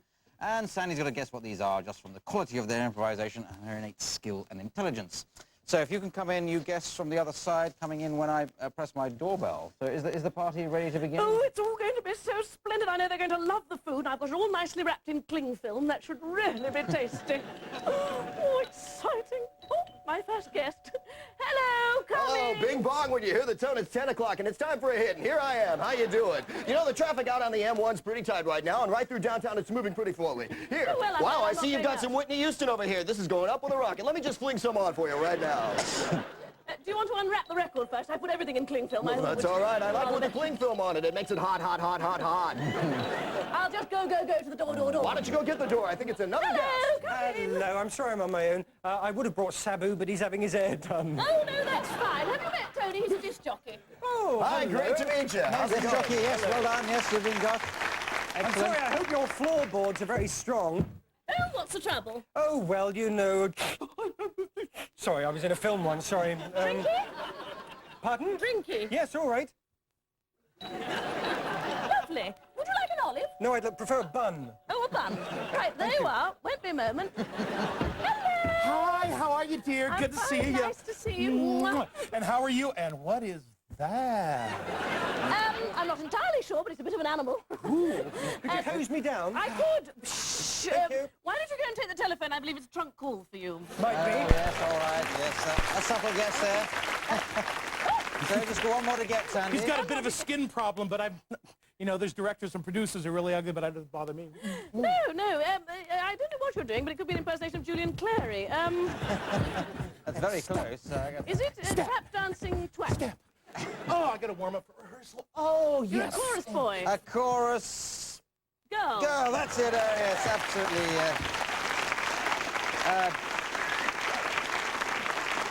Double points there for being American. Now we come on to musical film review.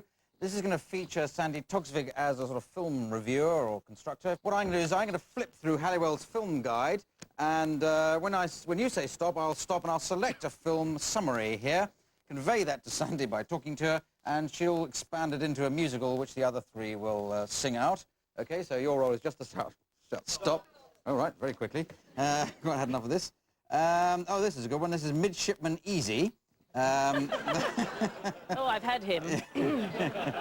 That's quite easy. Now, in the plot of this, in 1790, young naval officers rescue a girl from Spanish bandits. Okay? Right. Okay. Got that? Yes. So lovely. you expand that into the first I'll scene, try. and away we go. I've been looking through the film archives, and what a jolly lot of dusty old films I've found. But here, a fabulous B-movie. A dusky maiden sits alone on a Mediterranean island and croons about her long-lost love.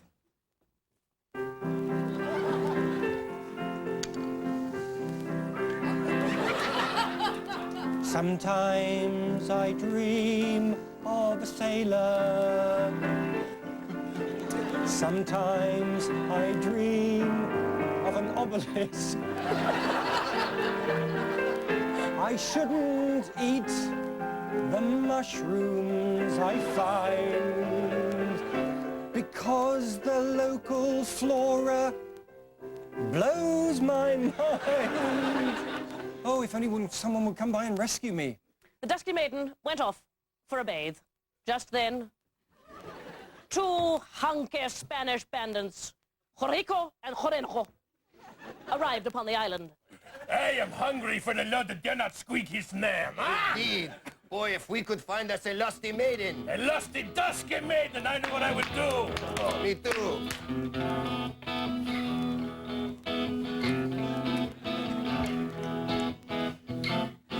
I'm so horny, so very, very horny. When I woke up this morning, I knew I was horny. My cojones are swollen with pride. Like balones. Like a bull, I've inside. Do not gore me. We will find a senorita and have her eat our way. Oh. We'll plunder and loot and harach the day away.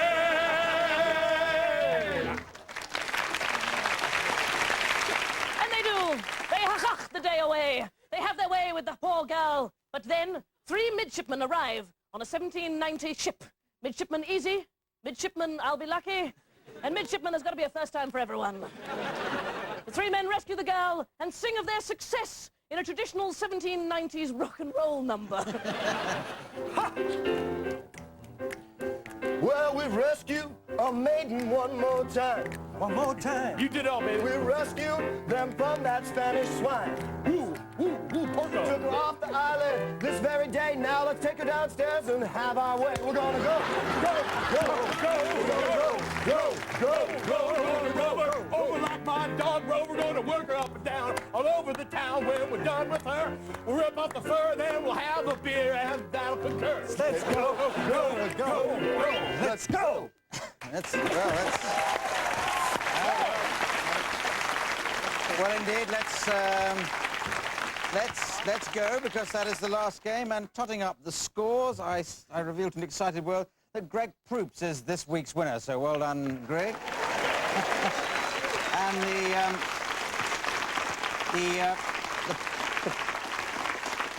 the prize for winning is to read the credits in a style of my choosing, and the style I'll choose for Greg is to do it in the style of Woody Allen. So it just remains for me to thank Greg Proops, Sandy Toksvig, Tony Slattery, Mike with Shane, Richard Rogers, the pianist, and me, Clive Allison, saying good night. Good night.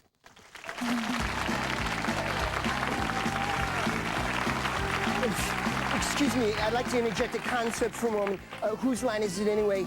Dan Patterson, he's a complete mess, and Sandy Toksvig, an anti-Semitic woman, if I've ever seen one in my life. Clive Hall, he makes these Nazi dishes, and it's very disturbing to me. And Tony Watts, it reminds me of, had a huge rash all over my body, and Tony was swabbing Nikki Cockcroft. That name is so Freudian. There's so much Cockcroft. And Chris Bulb is an awful person. He smashed my wife with a gefilte fish, and I'm just...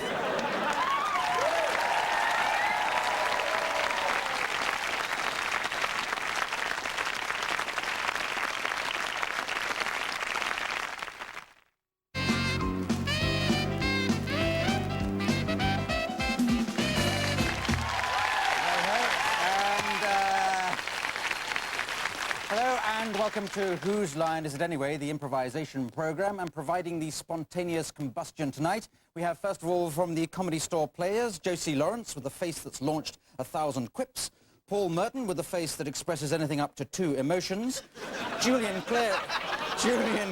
Clary, whose face is so beautiful it could almost be painted, and Mike McShane, whose face is now home to Basil Brush. Ladies and gentlemen, the contestants. Right. Yeah, the first game that we're playing, or they're playing, is called Film and Theatre Styles. I'll break into pairs for this. First of all, Julian and Paul would like to come down. They're going to improvise a little scene we're going to live in a moment, but can we have some film or theatre styles you'd like to crack into? Walt Disney. Walt Disney? Oh, we've had that every week, but... Sorry, which tragedy? Greek tragedy, great.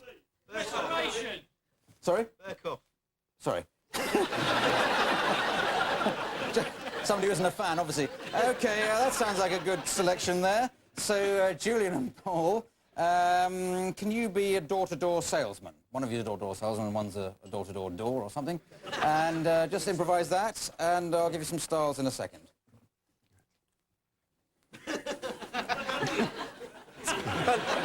Hello. I had a sense there was somebody knocking at my door. Yes, you don't sell door knockers by any chance, do you? I'll do with one on this one. I've come to try and speak to you in the first place. Oh, okay. And to see if I could interest you in any soap powder or some brushes or something to clean yourself and your house up with. Well, it's funny you should say that, because I could do with some brushes, actually. I thought perhaps you could. Greek tragedy. Why? Why have we never met before? That's the chorus. Because I've only just moved into the area. I've come to sleep with your mother and then kill her. In that order. I'm afraid I've done it already. How about your father? Is he around? All right. Well, keeping in that mood, Disney. Yeah. How's about a nice little brush for you? What Disney film's that? I'm just being Hang on, there's some chipmunks in my hallway. Go on, clear off. I'm just being generally frisky. You haven't got anything to clear up chipmunk droppings, have you? Hang on, Berkoff, Stephen Berkoff. Oh, God. It's a lot of swearing. Yeah. Mum didn't understand me. I'm not surprised. She was Yugoslavian. Not a word of English. Go on, sick. Don't worry about it. What is it now? Cheer yourself up with a few brushes. All right, let's... Cheer yourself up with a few brushes? Yeah, it's very early period Berkoff, I think. No wonder he moved out of that into swearing. Let's end with some pirate movie. Pirates? Pirates. All right. Well, if you're not interested in my brushes, young man. Do you fancy a Jolly Roger? Yes. All right, let's end there. Thank you very much. Thank you. Thank you.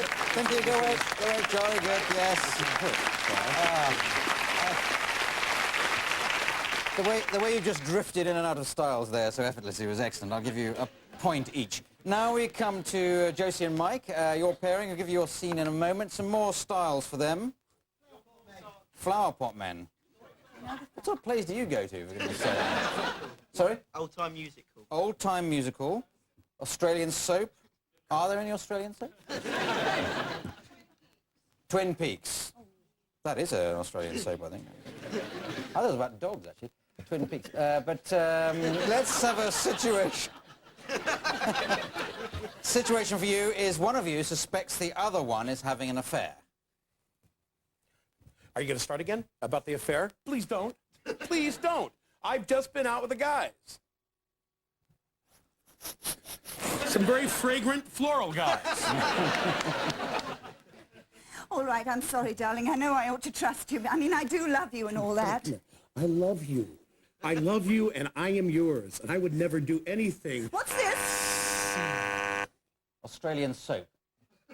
Oh, wreck off, you! I love you, Susan! Who's she when she's at home? She's just some girl I met down at the shrimp bar. She's attractive. She wears those corks on her nipples, and she's just hot, man. She's hot. She's got passion. Oh, a very convincing accent there. Let's move nearer to home to Twin Peaks. She's dead. I'm sorry. I know you're having an affair.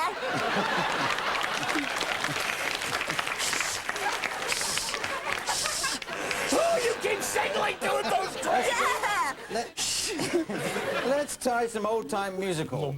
I say, what we gonna do? Somebody's been and gone and shut the piano player. We're gonna have to sing our little song unaccompanied and no mistake. All right.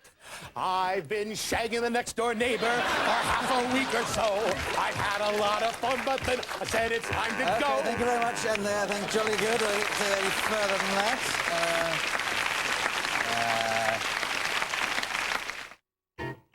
July 4th weekend, Comedy Central liberates you from the I need more.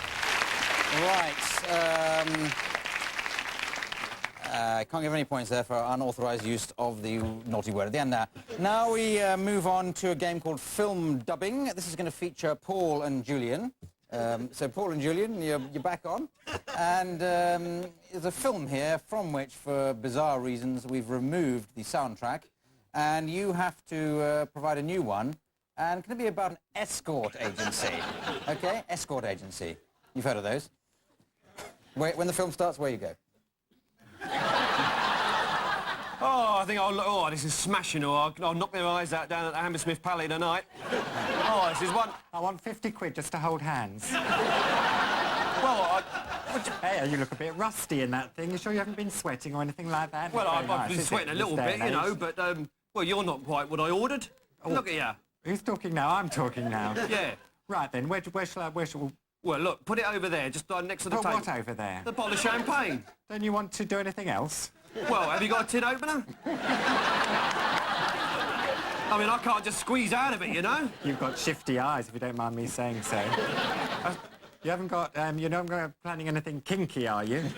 Just straightforward, you know, hand relief, that's all I do. Well, yeah, I mean, that sounds all right to me, but, Where's the access point? Right, okay. I think that, I thought, yes, I thought you brought that scene to a natural climax, so we'll give you 47 points each. Now we come to a game called Interview. This will feature Julian and Mike. So if Julian and Mike like to come down and get the interviewing stools, which they have to sit on. Now Mike is not going to be playing Mike, he's going to be playing some historical, mythical, or even fairy tale character. So can you think of a character to give him? Julius Caesar. I don't wonder if we've ever done him before, but never mind. But Julius Caesar. Now, Julian, can you interview him, Julius Caesar, but you are from a fanzine. You know what a fanzine is? Yep, I don't. Yeah, a fanzine, so where you go. Excuse me, my wounds are still a little sore. Julius, a lot of our readers write in about the wounds, and they'd like to know exactly how you got them. Well, on the Senate steps, I just came out and I was minding my own business, and boom, Brutus, everyone, you know, all of them on me like flies on a log roll, I'll tell you. It was wild. Could you tell us your 3 favorite ways of killing people? I usually like to cover them with honey and have fire ants crawl over them and devour them slowly. That's a nice one. And often I like to bury them up to their head in sand and then run over them with a garden blower. My best way is that old Roman way, which I know you've loved so much. The parties you've been to, you're great with them. It's stuffing live animals down your throat with a tube. Yep, that's very interesting. And what about all this aggression that you seem to exude? You don't think that's a little bit too strong for this day and age for all the young people that might be reading this? Hey, I'm Caesar. Get it while you can, kids. Could I ask you now about romance, Caesar? Yes. Is there a special person in your life that you go home to at the end of a hard day's battling? There's a little slave boy. Perhaps there was. Last question. Last question. Thank you very much. Yes. How old is he exactly, this young slip of a boy? X-I-V-I-I-V-I-X. Okay, thank you very much. Let's end there. Thank you. Thank you. Take the stools away. Yes, stools away down there. Right. Well done. Yes, I think I'll give XII points to both of them there. Now let's move on to a game called Song Styles, and this is going to be done with the assistance of the ever-resourceful, ever-talented Richard Vranch, the most talented person on the scene since the Monkees split up. And now we're going to, we have Mike. So step forward, Mike, and he's going to make up a song on the subject of your choice, really, some sort of DIY object. Electric drill, fair enough. Yes, electric drill, really good. And I'm going to have a style to sing it in, some singing style. Not Jamaican reggae. Have we ever done reggae or Jamaican reggae? Yeah, go on, give it a whirl.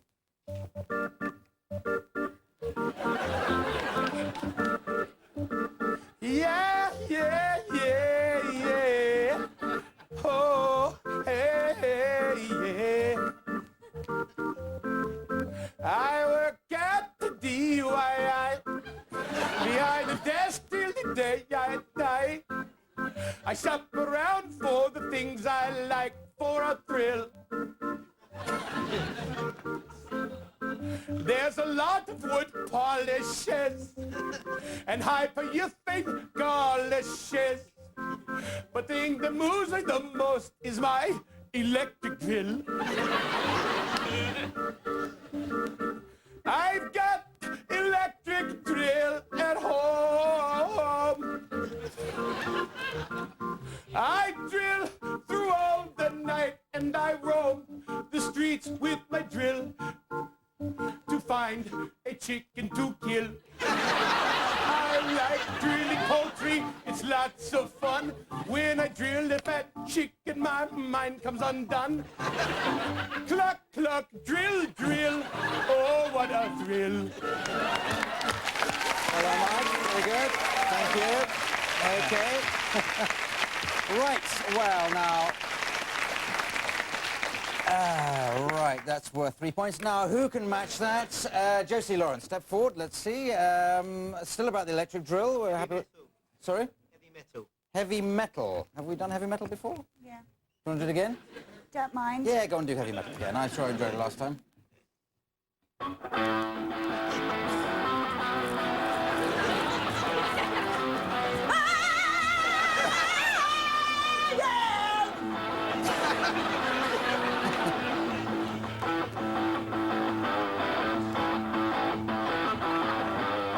Oh, baby, baby, you really tear me apart. Your love is chilling 'cause you've been drilling a hole inside my heart. Oh, baby, with you I have no will. Come on, baby, screw onto this drill. Now, baby, you know how, and there's no confusing. But baby, I'm feeling down about the holes you're putting your screws in. Oh, baby, you're making me feel ill. So come on, baby, keep it just for me. I need your electric drill, yeah.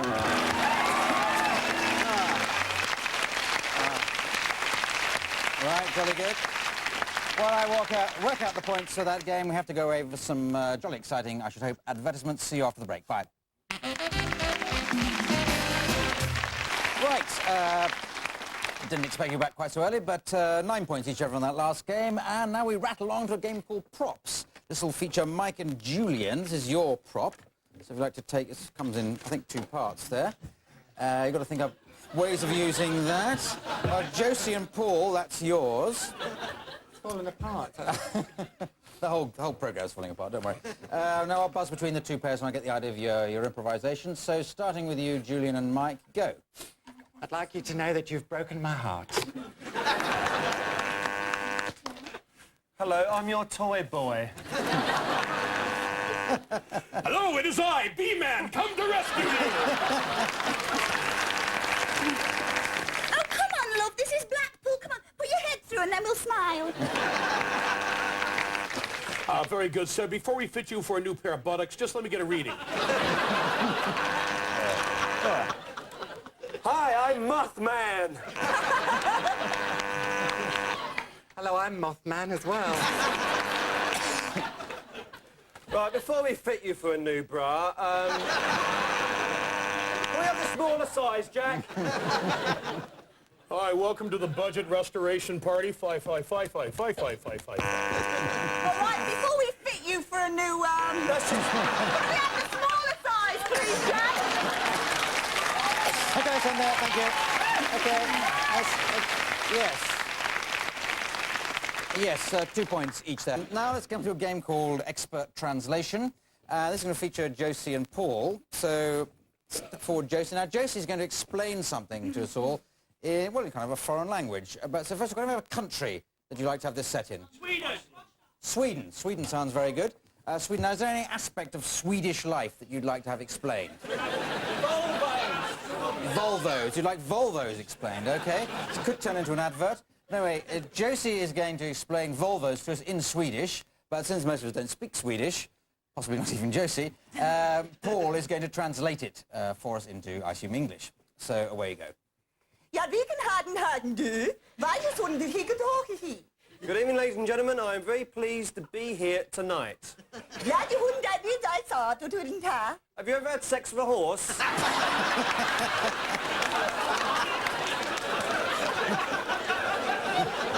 Ah, fladdrat in där var. I have.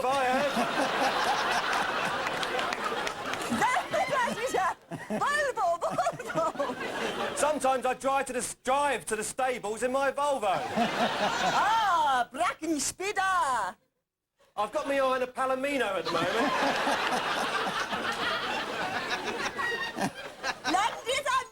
Paul, vad dunja batigna anoitida? I mean, I'm not bothered ponies, Palominos, car horses, it's all the same with me. Jabina burja batida. Ooh, blada burdigo dadla bidara petrol bodida. Oh, my favourite aftershave on a horse is petrol. Bladiga did you not Paul? Anyway, I should be talking about the car. Yeah. Got to go in there, I'm sorry. Thank you very much. Thank you.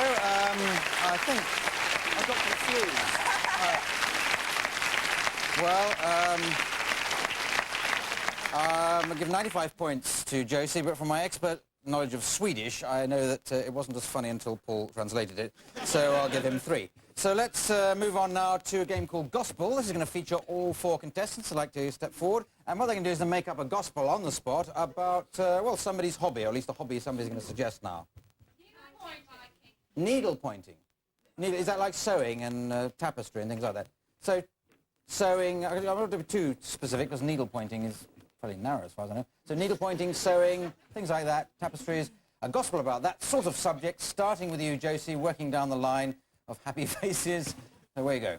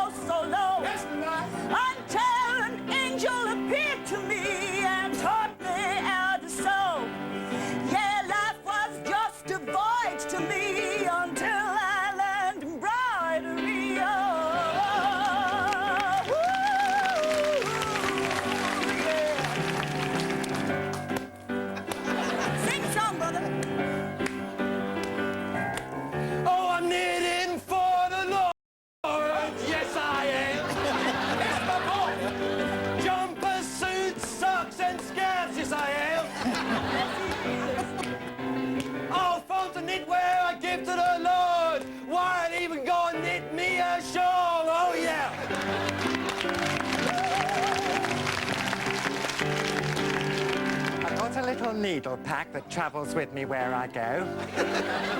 Everywhere that I go. It's got needles, it's got cotton, it's got a little thimble, which is handy. If you lose a button when you're out shopping or something, you can sew it back on. I think it's a boon.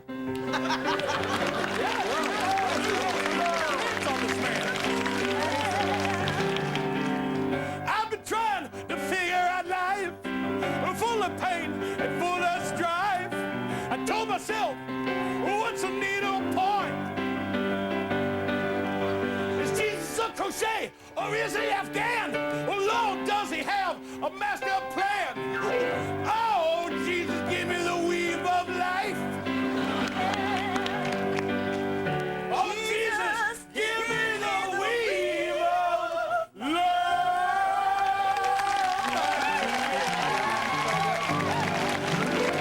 Thank you. Thank you, that's it. And totaling up the points, that's the last game, and totaling up the points, I see that, for I think the very first time, Paul Merton is this week's winner, so well done. Well done, Paul.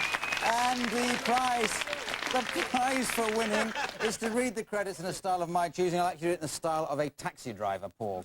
OK, so it just remains for you to thank J.C. Lawrence, Paul Merton, Julian Clary, Mike McShane and Richard Branch, the pianist, and me, Clive Allenson, saying good night. Good night.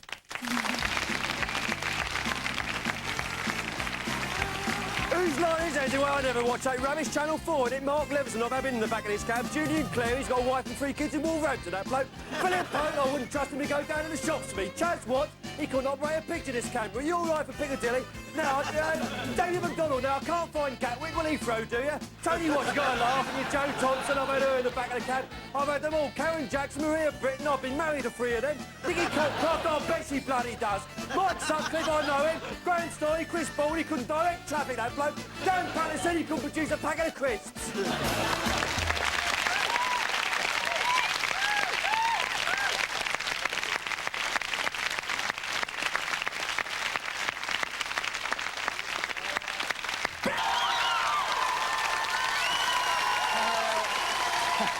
Hello and welcome to Whose Line Is It Anyway? And displaying another extensive rash of on-the-spot improvisation, we have tonight the all-singing, all-dancing, all-conquering J.C. Lawrence, then the all-round, all-knowing, all-American Greg Proops, then the all-new, all-star Jim Sweeney, and finally the all-time, all-wicked, all-over-the-place Tony Sattery. Ladies and gentlemen, the contestants. Right, well now, bit tight for time tonight, so let's crack on with the first game, which is called Authors. If you'd like to all come down. Now, each of them's come along with a style of author in mind, and they're going to use their author style to tell a story. So, Josie, which author have you gone for? I'm going to do the made-up, doesn't exist anyway, Michelin Guide to famous buildings and landmarks in London. I know bugger all about London, so... well, there we are, Michelin Guide. Greg? Jack Kerouac, the king of the American beat writers. Oh, right, yes, on the road, all stuff like that. Okay, Jim? Tolkien. Tolkien, yes, you're talking. Yes, very good. And, Tony? My Little Pony. Yes. Yes, a very prolific author, I think, My Little Tony. My Little Pony, sorry, what did I say? My Little Tony is completely different. And not so little, I shouldn't wonder. Now, let's have a... Can you make up a title of a story for them to tell in these author styles? How I Killed My Fairy Godmother. Right. Almost came into a confession there, I think. But How I Killed My Fairy Godmother. So I'll buzz when we've got the idea of your part of the story. Away you go, Josie. I followed my fairy grandmother one day. I hated her guts. She walked across the famous zebra crossing in Abbey Road, well known for being painted by Michelangelo in 1615. And then... London was cold and foggy, but it was cool because I was in San Francisco. I was tripping down the streets. I pulled a reefer out of my pocket the size of a huge black drummer's leg, lit it up. Easy. Gandalf took the reefer in one and smoked it. Suddenly his voice went all high. So, Frodo, what do you make of this? Frodo was impressed, and a shadow fell upon his face and a chill entered his heart. At that very moment, thousands of people suddenly swarmed on them. They were orcs, and some were ringrats. Some were ringrats, but suddenly they turned into gaily, brightly coloured little ponies. Why is everything so garishly coloured? It's because we all take methyl dexamphetamine sulfate. ponies were making a nice little trip to Big Ben. So called because the first politician ever was big and called Benjamin. Little ponies were crazy cats, man. Little horses with legs that moved to and fro. You couldn't even tell how much, man. They were wild. I saw my fairy godmother there. I broke a wine bottle over her head. She was well cheesed off. At that moment, riding on Pixie Licks was Strider, Aragorn, son of Arathorn, known to the hobbits as Big Tallgit with halitosis. Known to the little ponies as Big Pony. I bet you know why. Thank you, that'll do. Thank you. Oh dear. Right. Well, I think I'll give you 5 points each here, a deduction of 9, though, for too many references to drugs. So let's move on. Let's move on to a game called Alphabet, and this is going to feature Jim and Greg. So Jim and Greg, if you'd like to come down. And what they're going to do is just act out a scene, a little scene I'm going to give them in just a moment, but they've got to do alternate lines, starting first of all with the letter A, next line with letter B, and so on through to the end of the alphabet, which comes around about Z, I think. Now, the scene I'd like you to do is a stick-up. I think you have those in America, don't you? Yeah, we invented it. Right, where you go. All right, stick up your hands. Bloody hell! Can't you see I've got a gun? Duh! There's a gun right in front of me. Ever so slowly, take the money out of your pocket. Fine, fine. I'll do what you say. Greg? Is that you? Harry! How are you? This is a stick-up, too. I didn't realize you were in this business. Jeez, I didn't know you were. Kindly put the gun down, huh? Oh, low problem. I'll just stick it right in there. My mother sends her best. No, not your mom. How is your dad? Old? Very old. Pa, dear old Pa. Old, old, old Pa. Queer fella, isn't he? Yeah. Really, really, really, really queer. So, how have you been? Oh. Terrific. Unusually good, you're looking. Oh, very nice of you to say so. Well, I can't stay around. Yes, I know. You have to go, because you have to go over and see the musical instruments. Xanadu was a really bad film, wasn't it? Okay, thank you very much. Yes. That's it. Cop out. Which one did I don't know. There's 17 points there. I think it's just a bit of misorder in the alphabet just towards the end there, I'm afraid, Greg, but so I'll dock you 9 million. Now we go on to a game called Song Star. This features Josie Lawrence, if you'd like to come forward, and Josie's going to make up a song on the spot with the help of Richard Vranch on the piano or guitar, whatever takes his fancy. But it's got to be about, what's something you might find in your bath, which Josie can make up. Or is duck or loofah there? Let's go for a rubber duck because of the easier rhyme scheme. And what rhymes with loofah? So rubber duck and a style for a style of singing. Calypso. I don't believe we've had calypso, so, and I don't know if you can do it or not, but away you go, calypso. Can you do that? I'll try for you, Clive. No, just do the song. Going to have it on the organ, apparently. Where else? Electric Calypso! Woo, woo, woo, woo! Come on, everybody, we're going to have a laugh. Come on, everybody, come share with me a bath. Oh, we'll be in luck when we bouncing and a splashing with a rubber duck. Oh, when we bouncing and a splashing with a rubber duck. Oh, rub me loofah on me back. See me rubber duck going quack, quack, quack. Oh, get rid of the muck. There's so much you can do with a rubber duck. Excellent. Yeah. Excellent, Josie. Very good. Oh, dear. Beginning next. And 3 points for that. So now we move on to another game, and this one's called Props. This features all four of them. They break into two groups of two. Josie and Greg. Josie and Greg, you...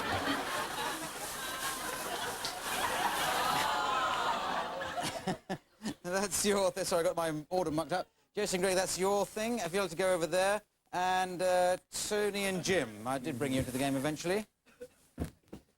Right, so starting with you, Tony and Jim, and I'll buzz between the two pairings. Away you go. You're David Attenborough. I bet you...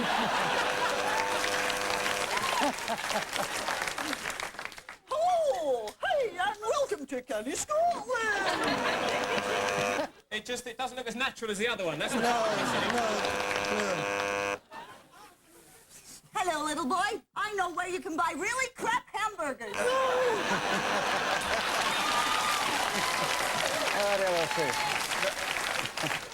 Okay, number one, German destroyer, 25 yards. I don't care. I think the quarterback likes me better, Joe. A cheaper liquid could clean all these flats, but with this, you can clean even more. Yeah, I'm a YTS mop handle.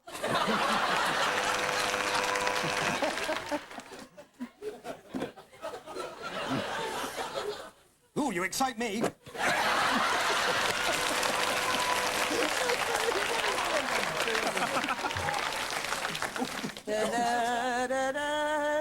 Zimbula-dida.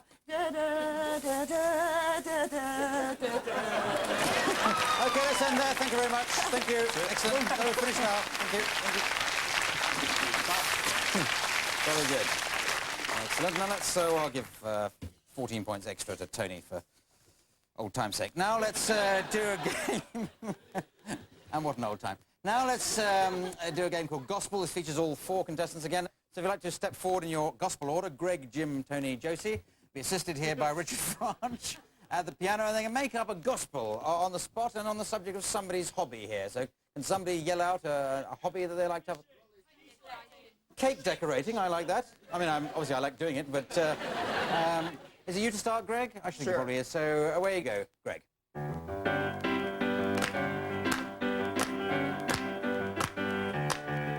Heaven is a biscuit way up above. Heaven is a biscuit way up above.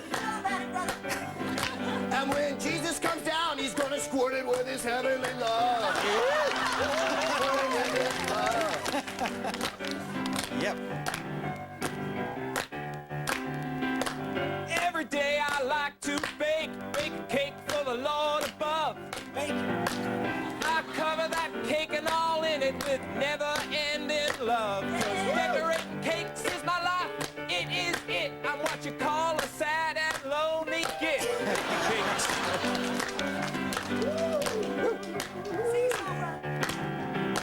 Well, I like cakes, you know, I find them enticing. I like to take my clothes off and cover my body with icing. I do it because, you know, woo, I can, wow, take my body down with marzipan.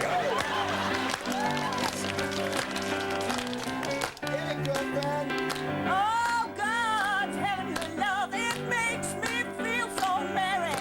'Cause we are all baking in the Lord's cake, and the Lord, He is the cherry. Oh, we'll take your sins and confiscate it, and then He will decorate it. Pretty soon, you will find that He's covered you with hundreds and thousands. Yes, He's covered you.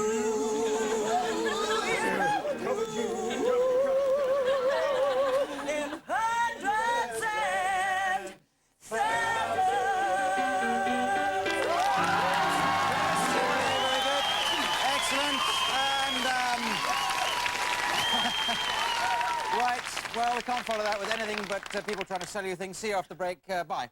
And, oh, well, it's taken me a long time to work out the points of that last game, and unfortunately I'm getting none at all. But welcome back as we play a game called Helping Hand. I think it's called that. Now, what we're going to have is Jim and Josie acting. So I'd like to come down and act. But instead of acting with their own hands, Tony is going to be providing the hands for Jim. So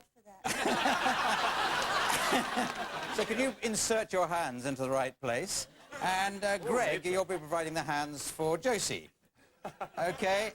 Anyways, the scene I'd like to act out is one of you is complaining to the other about the decorations. The other is a decorator, and you're complaining about the work that's been done. Okay? Look at this! Look at that! What's that supposed to be over there? That wasn't the wallpaper I chose, and it's making my head itch. You don't like the wallpaper? No, I don't! I don't like the wallpaper. Look at that over there! What's that supposed to be? Well, what do you want me to do about the wallpaper? You want a different shade? Don't you wag your finger at me! I'll wag my finger where I want. Thank you very much. Look, I paid you to do this. I gave you a check. I distinctly... Oh, yes, you gave me a check, but the check bounced, didn't it? Bounced all the way out of the bank. How dare you say the check bounced? You painted my fireplace in lime green, and I didn't... Ah, well, yes, lime green first, then puce, then black, then indigo. I thought it looked nice. But I wanted white and magnolia. I think they're very calming colours. Oh, white and magnolia. Oh, sorry. Did you burp? It's my lunch. It's repeating on me. Rude. I'll hit you. Don't get aggressive with me. Don't get aggressive with me. I will. I know Tai Chi. Thank you. Very, very good, yes. Okay, 5 points each with a bonus of 95 million, because I think I'm trying to make Tony Slattery win. Okay, so let's move on to another game, which is called Party Quirks, which features the very exciting Tony Slattery as the host of the party. All the others are guests arriving at the party. If they look at the envelopes, they're looking at the envelopes in front of them, they'll find a strange quirk or way of behaving as allocated by members of the studio audience. And by their improvising, the guests will have to convey what's written on those cards to Tony Slattery, who will guess them, unless he plays his game as normal and doesn't guess them. But anyway, the guests will come in as they make the doorbell noise. Tony, have you got the party going? Yes, yes, it's lovely. It's a theme party. It's come as a Torval and Dean routine. Yes. No. Very good. Was that Torval or was that Dean? Anyway, let's get the first guest arriving. Hello, come Goodbye, on. do pop round again. Sorry, hello. How are you doing? I'm fine, thank you. Are you sure you don't want the mental hospital? No, just pop round for the funeral. Well, I can kill someone. Party, sorry, yes, party. Yes, Oh, do peanuts, great. I could drink them for hours. Eat them for hours. Yes. Lovely. Absolutely. Wow. Should be a wild old time we're going to have tonight? Not with you here, no. Probably not. I think you'll find. Oh, hang on a sec. Hello, Josie, come on in. Hi, I think I've got my invitation somewhere. Oh, yes, there it is. I didn't invite that sort of strippergram. No. Is Wally going to be here? Because somebody said that Wally be here. Let me just get my diary. Tony! Oh, Skippy, you old trout. Skippy, yes, that's a good one, yes, right. Hello, how are things with you? Fine, absolutely perfect. Just figuring to get top off the bottle and then into the glass. That's how it goes, isn't it? Whoops, I just can't get the hang of it. Oh, dear me, you're accident prone. Not quite accident prone. No, I'm terribly sorry. Greg, come in. I have a doorbell just like that. I had to put it in so totally bitchin'. What a great coach at Kill King Edward. That's cool. Hey, how you doing there? Nice to see you. Hi. These drinks look great drinks at the bar. They are, thank you very much. Yeah. Yes. You don't mind if I pour myself No, one, right? pour yourself a drink, quickly. What a great carpet. Where did you get that carpet? Oh. You know where I got this suit? I got it at Coles and Covent Garden. It's so totally bitchin' there. You know, they were so nice to me in every way. Oh, God. Thank God. God, yeah. I was just talking to God the other day. You know, it's so funny. On the way over on the tube, have you met the inveterate bullshitter? Inveterate bullshitter, compulsive talker, we say in polite language. Yes. One last guess on Jim. I could drink these peanuts till the sheep come back. Sorry, the cows come home. You're a man who makes no sense. Well, no, not exactly like that. Ask me a question, any question at all. How old are you? 72. You're a Sorry, liar. no, 35. Liar, yes, a compulsive... Compulsive liar. Yes, gets everything wrong, Yes, sorry, I was mixing up two guests there. But anyway, very good, yes, and let's move on to a game called Psychiatrist. This is going to feature Josie Lawrence as a singing psychiatrist. If you'd like to get set up there, Josie, with your stool and one for your patients. Yes. And what's going to happen is each patient's going to come on, and he's going to sing his symptoms to Josie, and Josie's going to sing back a cure or some sort of advice, okay? So I think we're going to start with, I've forgotten who started. Yes, Greg. So Greg is going to start first. So can you think of something for him? Maybe he thinks he's something. An Eskimo. An Eskimo. You think you're an Eskimo. I think that's good. But I really do think I'm an Eskimo. Yeah. Okay, so Eskimo, away you go. Tell me about your problem. I will. Up in the frozen north, there's a lot of schlubbers. All day long I spend my time just eating blubber. When I ride the bus each day, everyone looks at me funny, 'cause I'm wearing mucklucks and my nose is always running. This problem always goes back to your mama. Mama? She never kissed you, she only rubbed your nose. And when you were small, although it was hot, she always wrapped you up in furry clothes. So this is what I need for you to do. Tell me. Don't ever live in an igloo. Right, very good, very good. Now, okay, now,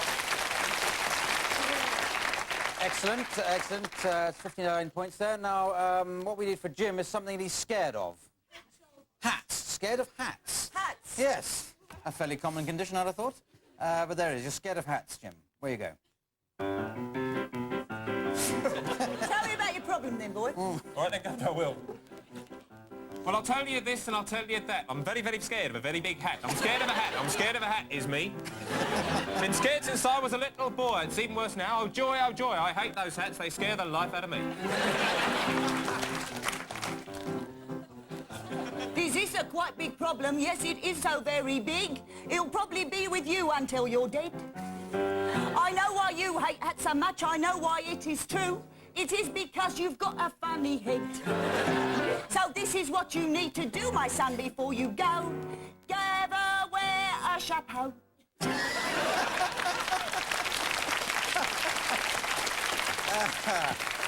Yes, at least 500 points there. So now we've got Tony Slattery, and he's in love with something. He's in love with Teenage Mutant Ninja Turtles. Easily the easiest rhyme of the evening, so, but a clear sign of madness, I'd say. So where you go? I've got a problem, Doc. Yes, I can see. Tell me about your other one. I want to tell you about this one, shall I? Yeah, go on. I think sometimes I drink too much. I think I drink too much gin. Then I find myself falling in love with a shiny terrapin. I like to call it Josie or Myrtle, but really I want to mount a turtle. Tell me what I do before I go mad.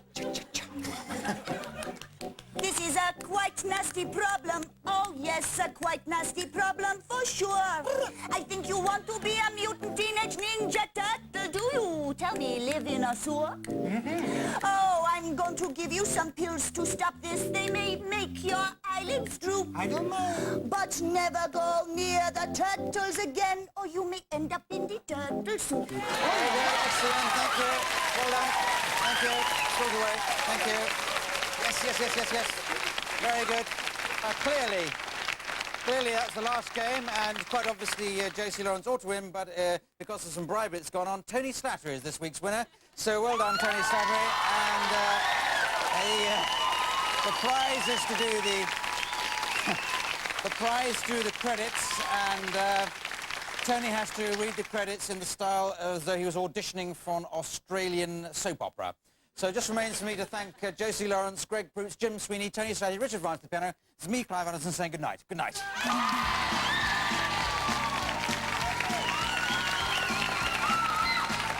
So I just stand here and say it, do I? Okay, Bonza. Anyway, improvised music by Richard Vance. That's a hell of a macho name there.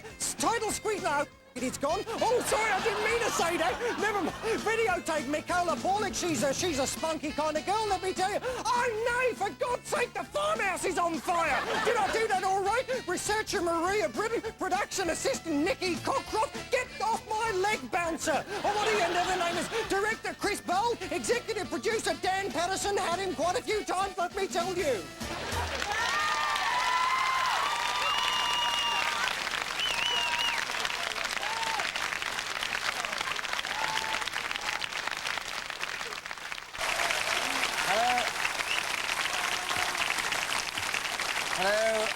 Hello and welcome to Whose Line Is It Anyway? And the expert extemporizers tonight are Man Mountain Mike McShane and Wonder Woman Josie Lawrence. Joining them, we have all the way from the exotic Welsh quarter of Vancouver, Denelda Williams, and from the rather less exotic Danish quarter of the home counties, Sandy Toksvig. Ladies and gentlemen, the contestants.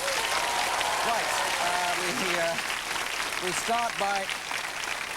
start by breaking them down into two pairs. The first pairing is Denny and Josie. If you'd like to come forward, play a game called Film and Theatre Styles and a motion option. I'm going to give you a situation to improvise in a moment, but we want a sort of range of, well, some emotions. Can you think of some emotions to chuck in here? Paranoia, that's paranoia and guilt. I suppose they're much the same thing, really. Panic's a good one, and embarrassment. I think you're picking this up from us up here, but boredom, that's one of your own. Now, something... Ecstasy, great. It's getting me excited just to talk about it. I think we've got enough there. So the situation we'd like you to do is a traffic warden giving a ticket to a car, and presumably the car owner. You have traffic wardens in Canada, I dare say? Oh, yeah, but we don't have cars. Well improvised. So make it a horse and cart or whatever you have at the same. Okay. So where you go? Excuse me, madam. Do you realise this is the double yellow line? Oh, No parking on double... Oh, you're foreign, are you? Oh, yes, I'm sorry. We don't have yellow lines in Canada. What do you... Make it panic. Oh, my God. You're from Canada? right. Sorry, I didn't realise. My grandfather came from Canada. I didn't mean to insult you. I'm so sorry. Oh, I can't understand you. oh, I'm sorry. Did you go... Why did you understand me? Oh. Don't touch my car! Let's ease into paranoia. Why don't you want me to touch your car?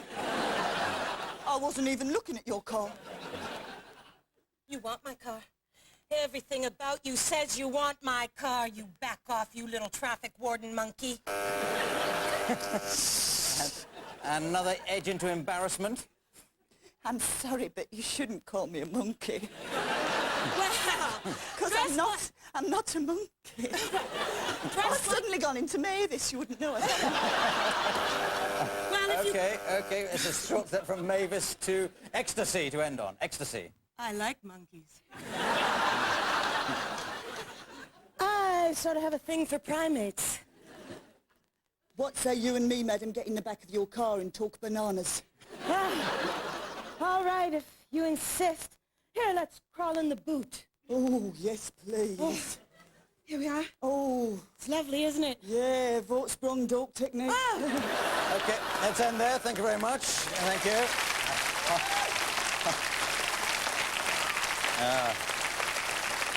I'm sorry to interrupt there. It's just getting interesting, but there it is. I think 15 points. Now, Sandy and Mike, come on down. I'll give you a situation in just a moment. But let's have some film or theatre styles for this pair. Biblical epic. How did you think of that? Cookery show. Yes, that's good. Prisoner of Cell Block H. Yes, that's a very popular... Oh, yes, they have done it on the stage, actually.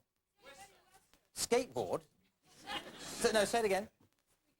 Spaghetti Western, but there was a lady at the back. You look very... School play. Very good, very good. School play. That's lots of enthusiastic suggestions there. So your situation is, please... well, you two are... It's 5 minutes before your daughter's wedding. So... That's what you're improvising. Away you go. Honey, no links. I have no cufflinks. Where are my cufflinks? Never mind about the cufflinks. Why are you not wearing any trousers? Oh, my God! I mean, for goodness sake, I have told you you cannot go buffo up the aisle. Prisoner on Cell Block H. Although, Doreen, I think the beard's rather over the top. I think Warden Joey's gonna like the way I look when I come in for my weekly chat. Oh, you do you? Yes. I like you in that grey chemise. Sarah, I thought that program was like porridge, not like that at all. Let's move on to a biblical epic. What woman, hands off my loins! I take my hands off! Knowest thou that Jebediah did not sit with Ruth? Yea, he walked until the mighty stone fell. He shall walk, and I shall stand at the end of the aisle with my daughter, and verily the congregation shall be parted. Hallelujah! And we shall walk forward, and I shall say to that groom... Oh, whoa. Sorry. Spaghetti. Getting carried away there. I saw the light, and it just kept going. No denying inspiration. How about a spaghetti western? When I walk down that aisle, with all my jewelry on, ka-chink, ka-chink, ka-chink. Come on, the dress isn't that bad.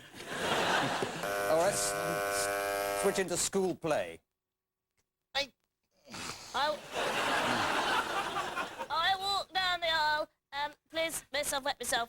And I'm the father, and after the wedding, then I get really drunk, and I snog with my aunt behind the cake. Oops, sorry. About James Bond movie to end on. Moneypenny, I'm afraid I'd like to tell you, I'm the man. The best man. I hardly know what to say, but later on I'll show you my gold finger. Okay, let's end there. Thank you very much. Thank you. Really want to puke, want to see your butterfugo. I don't even want to look, want to see your butterfugo.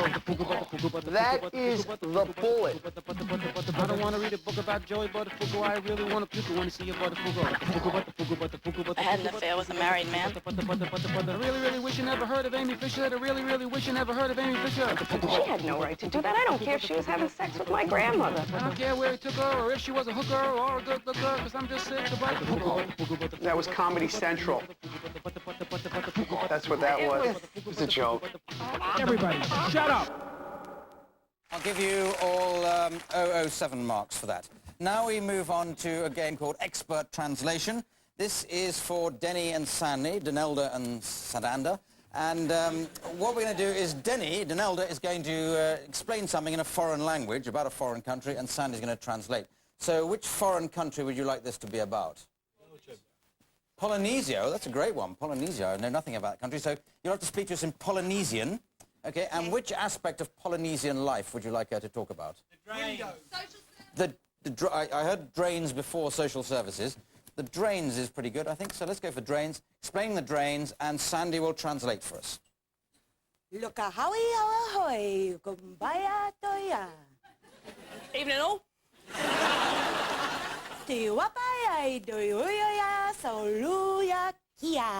Took me forever to get here from Polynesia, and I think it's partly because I swam.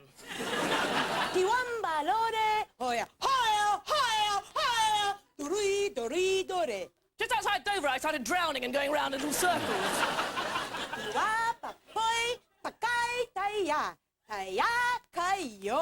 Anyway, this fabulous gentleman came out and saved me.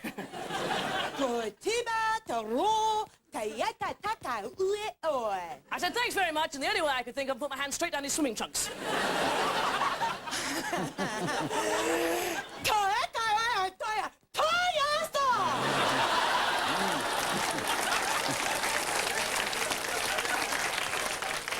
Really, he was too small to have such a big head.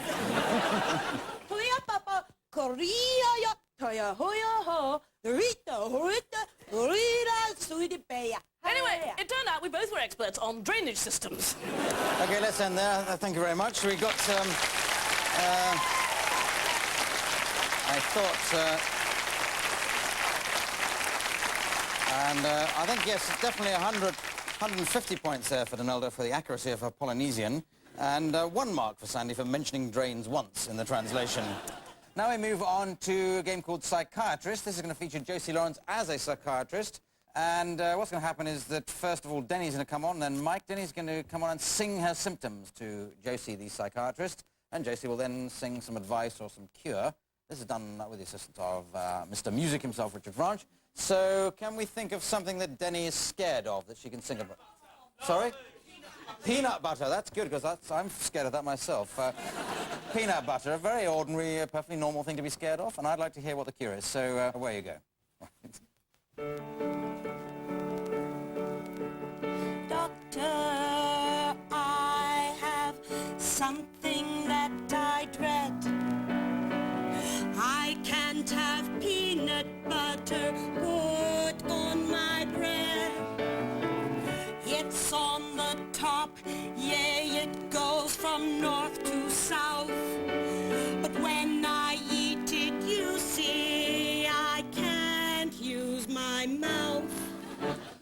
Oh, I understand your problem. Whenever you get the munchies, you always use this smooth peanut butter when you ought to be using the crunchies. Oh, but don't worry. Don't get yourself in a rut.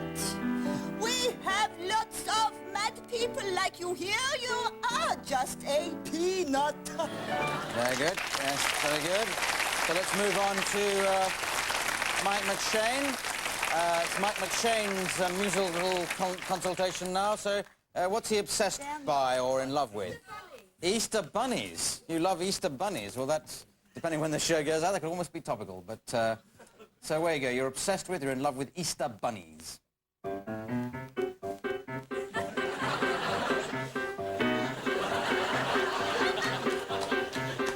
Think about eggs, think about eggs, think about eggs all day. I hop and skip and hop whenever I want to play. I go to bed, I roll over, I look at the back of my tail. It's furry and fuzzy, what can I do? I'm gonna wind up in jail. I think you are definitely going funny. It's because you are in love with all these Easter bunnies. Yeah. What can you do? You feed me all this junk. You know what rabbits do a lot, oh yes, say they're just bunk. So what you need to do is go away and try to break the habit. Never look at an Easter egg and stay away from the rabbit. Very good. Okay. School's away. It's going to take me quite some time of quiet contemplation to work out the scoring for that round. While I do that, you'll take a break. See you after that. Bye. And scoring points that last game based on audience appreciation, 1 point each. Now we come to a game called Props. They break into two pairs for this. Mike and Denny, you're the first pair. And I'm going to give you this item. And you have to come up with as many different ways of using that rather dull-looking prop so far, but I'm sure you'll do something with it. And Sandy and Josie, this is your one. I don't know what that can be. Anyway, away you go, starting with you, Mike and Denilda. Doctor, my tongue is coated. He must have been a very unusual husband. Yes, he was Finnish. Thou shalt not commit adultery. Thou shalt not live next door. Ah, double bubble, toil and trouble. I have made you the ugliest woman in the world. Bar one.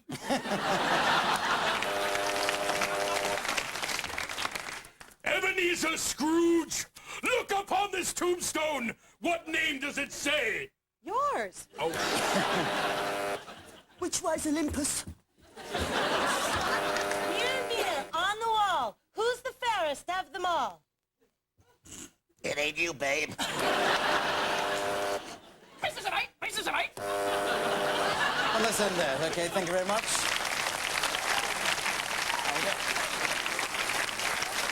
Thank you. Rather bizarre. All right.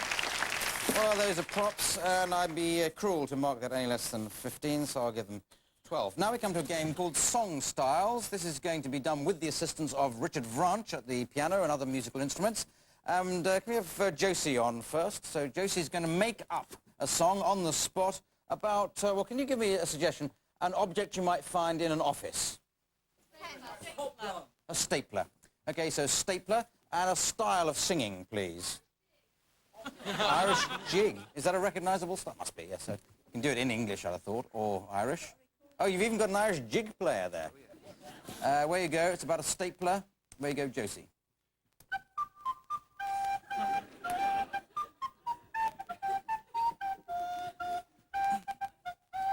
Come listen to my story, I'll tell it now to you. It goes like this and I'll sing it right through. It is about a woman and nothing could placate her unless she was a sitting upon a stapler. With a hey nonny no and a hey nonny no and a niggity niggity ay.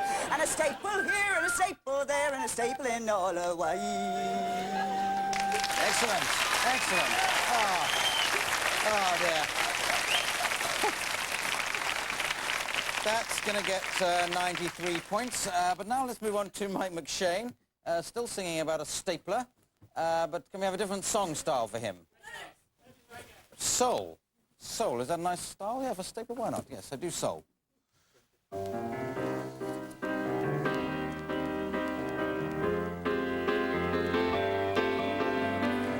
Oh, baby, I work in the office all day. I see you sitting there Working so hard for so little pay.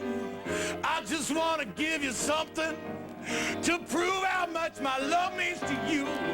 Here's a stapler from me to you. Oh, let me hold all the documents in your hand you work with all the time. Let me give it a squeeze, a clinch, a clamp. All makes me feel fine. When I'm done with this stapler, you may think that I'm a groover, but wait till you see my staple remover. Okay, thank you very much. Excellent. Excellent, yes. Yes. Well, 114 points all round there. Now we come to a game called Alphabet, and this features Sandy and Josie, if you'd like to come down. Going to give them a little scene to improvise in. The only little thing about this, they have to start the first sentence with the letter A, and then the second sentence with the letter B, and so on throughout the alphabet. Okay, so I'll give you a scene now. And the scene is your two people, and one of them is encouraging the other to take a parachute jump. Okay? Starting with the letter A. Okay. All right, are you ready? But there's one thing I haven't told you. Cool, what? Don't want to do it. Every time we go anywhere, you always say you don't want to do it. Flipping heck, don't shout at me. Good grief, we never do anything interesting.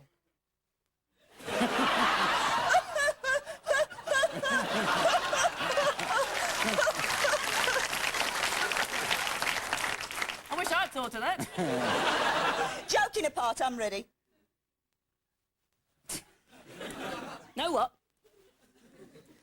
Let me know. What? My parachute's bigger than your parachute. No. Oh, yes. Perhaps that's because you got a big bum. Queen's Regiment are taking us up.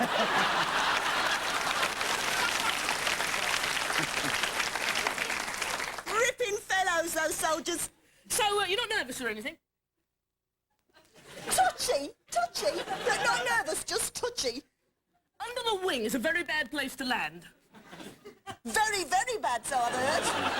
Well, you could end up in hospital. X-rays, X-rays. I'm scared of X-rays. Yes, it could be very serious. Zoo! Zoo! Look, zoo! I hope you don't like Okay, it. thank you very much.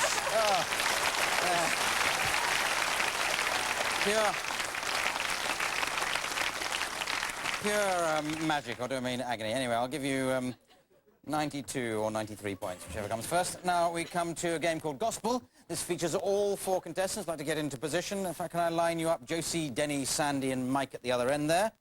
And what they're going to do, with the assistance of Richard Vranch on the piano, they're going to make up a gospel song, but about something that somebody's going to suggest. So can you suggest a hobby that you'd like it about? Woodwork. Woodwork. That's okay? Woodwork, carpentry, that sort of thing? And with the gospel with Richard. Where you go?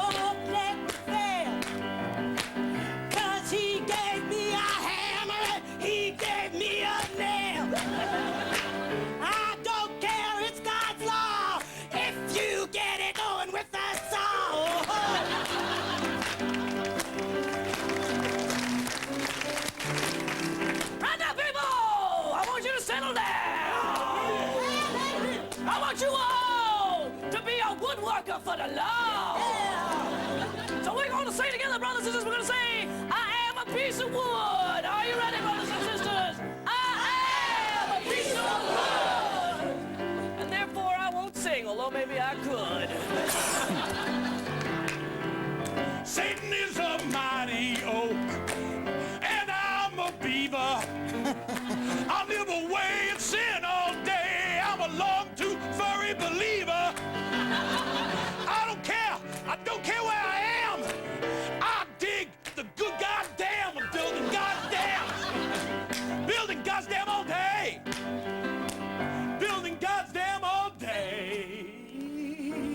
gonna build God's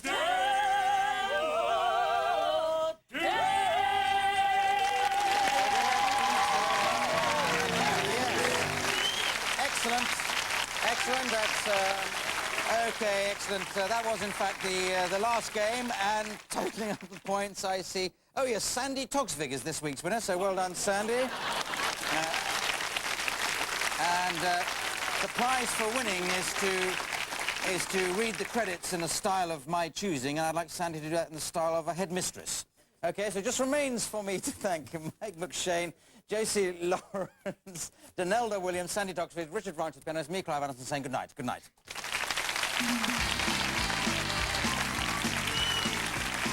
Oh, be quiet, class, please. Don't clap when I'm trying to do the credits. Now, really. Now, it starred Clive Anderson. I thought it was very poor the way he picked his nose during the important bits.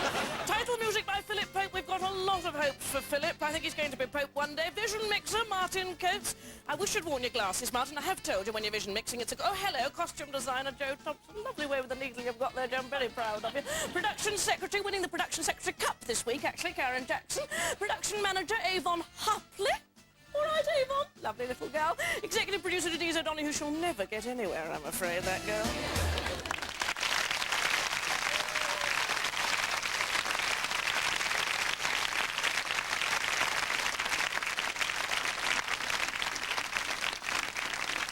Sandy as a pairing. If I can step forward and give you a situation in which to improvise. Just a second, but what we'd like is some film and theatre styles. Let's go for some, imaginative ones this week, off the beaten... Student drama class. Medical drama. What was that? Traditional Japanese, and I heard courtroom drama behind that, so I don't think we've had that before. Brechtian, yes, that should alienate the contestants. Jolly good. So, that's what we have. Yes, your scene is two strangers in adjoining hotel rooms. You don't know each other, you've got two hotel rooms, but they happen to interconnect. And much merriment results. Oh, my goodness. Oh, hello. Are you the waiter, and if so, why have you got nothing on? Wow. I was stepping into the bathroom to get towels. I'm room 225, you're room... 227. How odd. Sorry, No, please don't cover it up, and anyway, your hand doesn't seem to do it.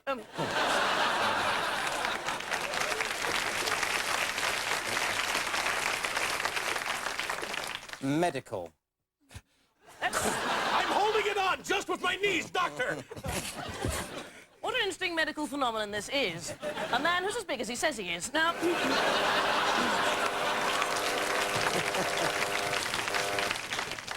Traditional Japanese. Yeah, I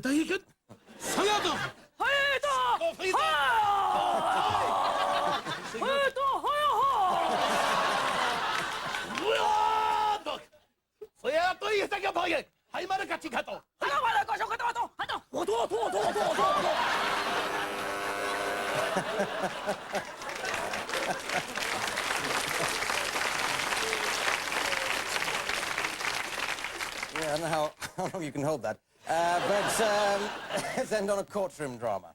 And I put it to you, my lord, that while he stood verily for a moment, it soon sagged. And that this man surely should not have interconnected with my hotel room. Guilty? I say nay. Nay to that. I was a victim of excessive hormones. Let's end there. Thank you very much. Thank you. Right. I'll give you 22 points each there with a bonus of 5 for not using a line about it'll never stand up in court. So let's move on to another game, which is called Alphabet. Straightforward game this. It's going to feature Paul and Jim, and they're going to enact a scene for us. But you start each line with a letter of the alphabet, and then the next line with the next letter of the alphabet, and so on through until we've done all 26. And to make it a bit of fun, let's decide which letter we're going to start with. It doesn't have to be A.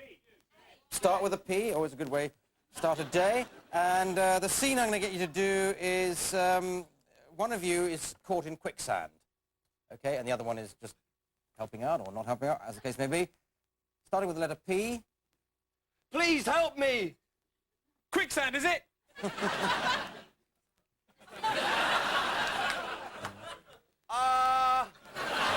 Yes! Say nothing, I'll pull you out. Today, if you could. Undoubtedly. Grab my hand, then. Verily, I will. Well, here we go. Well, pull. The X-rays! I need X-rays! My arm's broken! Yes, it feels like it is! Zorro was my favourite children's... sir. Are you quicksand seeping into my brain? Are you a sad little man? You are, aren't you? Basically, yes. Come on, I'll get you back out of here on dry land. Damn. I nearly died in that quicksand. Everybody does, you know. Finally, yes, they do. Goodbye to the quicksand, then. Hello to a new life. I love you. Just saying that. Kinky little devil. Love me? Much. No. Oh, yes. That's it, that's the end. Well done, you got right away, yes. Very good. Yes, pretty obviously double points for that last game. We now come to a game called Song Stars. This is Mike McShane. He's going to make up a song on the spot here with the assistance of Richard Vranch on the piano or any other musical instrument that comes to hand. Now, it's going to be something you find in a fridge. Can you think of... Maggots, a great fridge... What was that? Mouldy tomato was the exciting suggestion of something we don't want to go and visit, or at least eat with. But we need a style. Sorry, I'm rambling on here. We need Calypso. Have we done a Calypso? I don't think you've done a Calypso, have you? Can you manage that? No. Yeah, you can do anything. I can hardly say it, but you can sing it. It's just... About a mouldy mouldy potato. Tomato. You say potato, I say tomato. Oh. Well, let's... Forget it.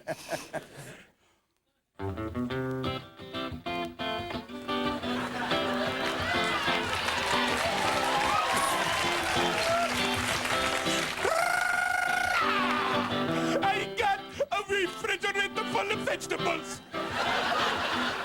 Most of them fresh, but one little baby that's inedible. He's my little tomato. I love it so much. It squeezes and wheezes when I give it a touch. It's so moldy and moldy. Oh, I love the tomato.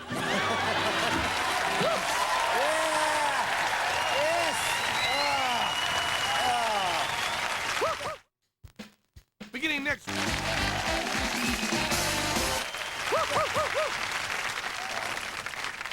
All right. So, well, that must be at least 70 million points for that. So let's move on. Let's move on to a game called Translation. And if my notes are correctly, we're going to have Sandy explaining something in a foreign language. And it'll be translated for us to make it into English by Paul. So they get ready for that. But let's work out which country do you want this set in? Outer Mongolia. I think Venezuela I heard, but I think this is a familiar. Outer Mongolia. So Sandy's going to speak in Outer Mongolian. But which aspect of Outer Mongolian life would you like explained? Yak and lavatory is what I heard there. So it's the sort of physical functions of yaks with particular reference to that unpleasant aspect of life. Where you go then?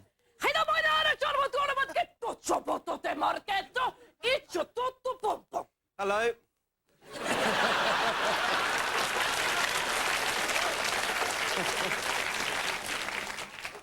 Now calm down.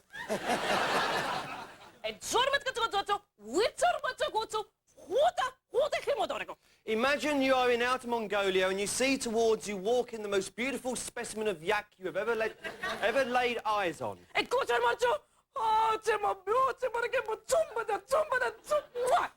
You think, how on earth is it going to go to the toilet?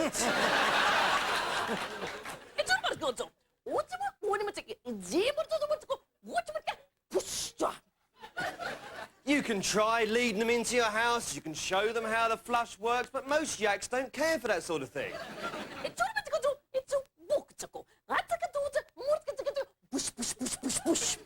Most of them are happy with a cast iron bucket. No, but seriously. Here's a funny one.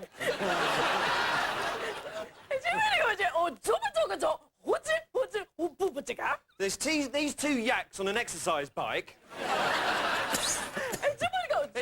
And the other one yak says the other yak,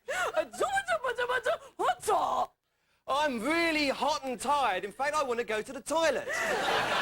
And the other yak says, you're too late, I already have. Thank you very much. That'll do. That's enough of that. Thank you.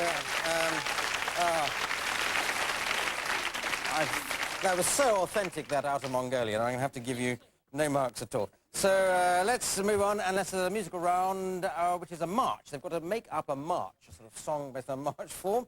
So don't all rush forward, because you're all four are going to do it with the assistance of Richard Branch at the piano. And we'd like to do it about somebody's hobby. So has somebody got a hobby here that would be worth singing about?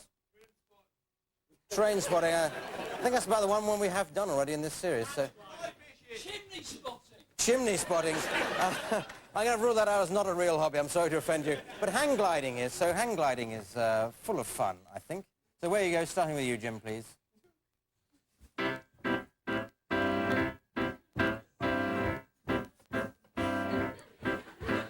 march, march, march, march. That's what we hang gliders do. March, march, march, march. You certainly would too. We glide all day, we have such fun. It's great fun by the pound. Until we forget how to land and hit the bloody ground.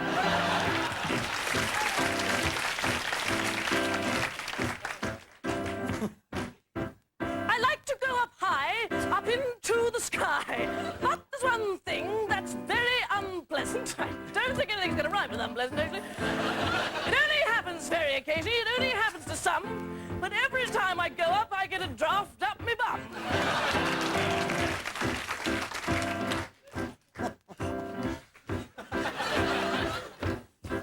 I love hang gliding. I do it every day. I sometimes go up in the air and sometimes I go to Bray, which is near a place I used to live when I was but a boy. Hang gliding's not a hobby. It's more of a sort of big toy. Very good.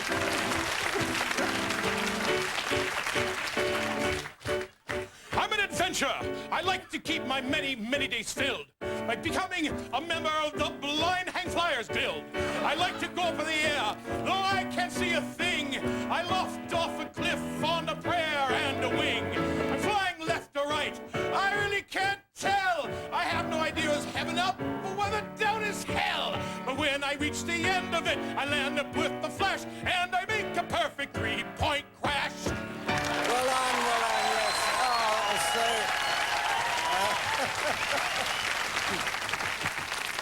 Very good. That was so like a march. I will, I'll have to take a break to work out those points. See you after the advertisements. Bye. Welcome back. Welcome back. That was very good. So 3 points each. Now we come to a game called Props. They divide into two pairs for this. The first pairing is Mike and Paul. Now I'd like to give you that. And you've got to come up with different ways of using that. And meanwhile, Jim and... Oh, here it is. Sorry, I thought that was part of me. But there it is. Trust me, Clive. Yeah. Such bad memories. Now, oh, well, you just have to use different ways of using these things, and I'll buzz between the two pairings, starting with you, Mike and Paul. I don't know what happened. I was just standing here and this torpedo suddenly shot right through my back. I told you it'd work. Look, a zebra mated with a python. You'll never get past super pregnant, man. I'm impenetrable. What do you think? A bit camp for a Newcastle supporter? Could you have a look at my satellite dish? There's something wrong with it. It keeps picking up crap 24 hours a day. You must have Sky.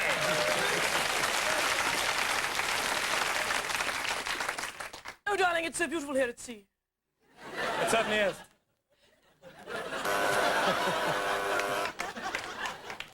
Welcome to the island of the Amazons. Are you a man? Yes, I am, actually. Boy! Well, it's as long as you said, but not terribly useful. Thank you very much. Well done. Jolly good. Yes, thank you. Thank you. Oh, thank you. Thank you. I think that all worked. And let me see. Yes, 72 points there. Now, let's come to a game called News Report. And this is going to feature Sandy Toksvig sitting in the studio as a TV presenter with Paul with her, and they'll each be on a stool as an expert. All right, but out in the field, we'll have Jim playing a reporter, and he'll be interviewing whoever he comes across, and whoever it is, it'll be played by Mike McShane. So that's the setup, rather complicated setup, but what the whole program they're going to be doing is like a news program, but it's going to be about a nursery rhyme, something like Little Bo Peep. But can you suggest Humpty Dumpty? That was a good one there, I think somebody said. So Humpty Dumpty, go for Humpty Dumpty, and away you go after the music brings you in.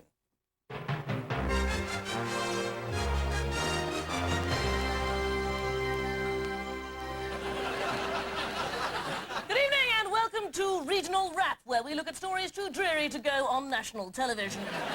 This evening, the story is hot. Humpty Dumpty, we've got an expert on the eggs in the studio. Mr. Paul Merton, what do you think has actually happened here? Well, a lot of people saying he was pushed, a lot of people said he fell accidentally, but I've got a feeling that the King's horses and the King's men know something about this. Well, let's go over into the field where I believe Jim Sweeney has actually got one of the King's horses there. That's right, Tony. I've got one of the King's horses here with me. Do you think there's any chance you'll get together and do something about this? I don't think all the King's horses or all the King's men could give a rat's butt what happens in that last game. I'd like to tell you right now, he's been a big pain in the wavo ever since we had to deal with him. Sorry, Jim, we're going to come back to the studio there. A little bit of a reaction. I mean, maybe a mistake to let the horses have first go. Yes, perhaps, but it's the old saying, you know, never annoy a horse, otherwise you made an enemy for life. Well, thank God you're here as an expert, because what a fabulous old saying that is. Jim, I believe you've got the remains of Humpty there with you? Yes. Can he speak? I got Humpty. I think he can. It's the bits that are left over. Most of them, of course, have gone to 7 different hospitals. Humpty, is this the final crack up for you? That's real funny, man. That's real funny. You know, I was just minding my own business, having a couple of Ramos fizzes, when these big butch boys on horses came up and started poking fun at me, calling me thin shell, Mr. Omelet waiting to happen, all that kind of stuff. Well, I got pretty mad, and I leapt down, and they started poking me, and now look at me. I mean, it's only the top half. What can I do with this? I'm not even good for an 8 cup. There we are, so that's the state of play here with Humpty. I'm afraid the yoke's very much on him. Back to you. Jim, thanks very much. And thank you to Paul there in the studio. Well, it's been a flash news item. It's been a bit of a flash in the pan. We'll be back with more news later on. See you then.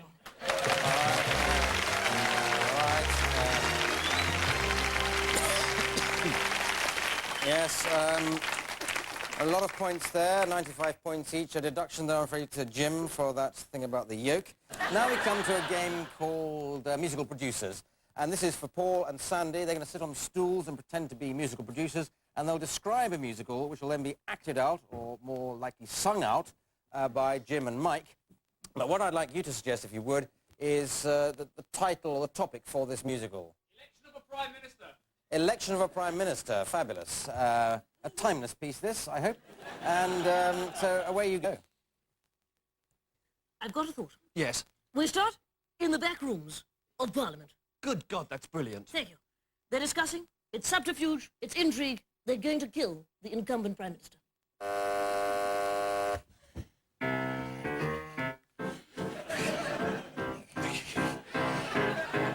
Do you have it? Yes, I do. The secret ballot in my pocket, son. I'll get it myself. Oh, my God. Really him? He must be our new PM, unless he dies. I've got the money, he's in for a big surprise.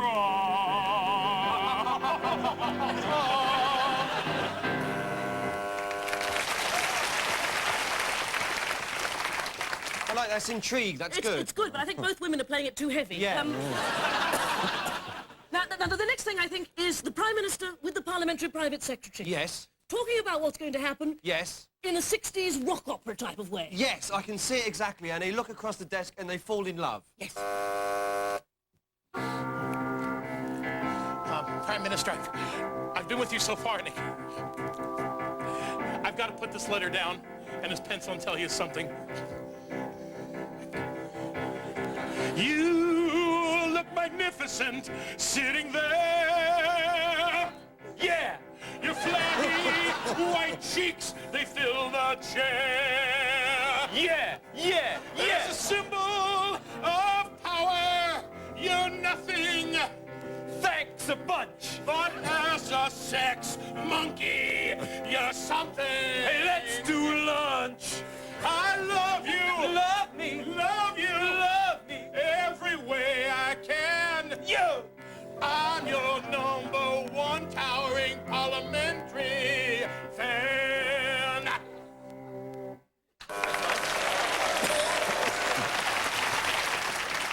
Yes, that's very good. I like that. Sex, intrigue, Yes. and now a little death. Yes. What do you mean? I think the Prime Minister should die, and in the last death throes... He sings a really raunchy reggae number. Yes! Quick! The Prime Minister's dying! I'm going. I won't be here much longer. It's been a good life as a PM. What are we going to do without you? Tell us the plan for the future.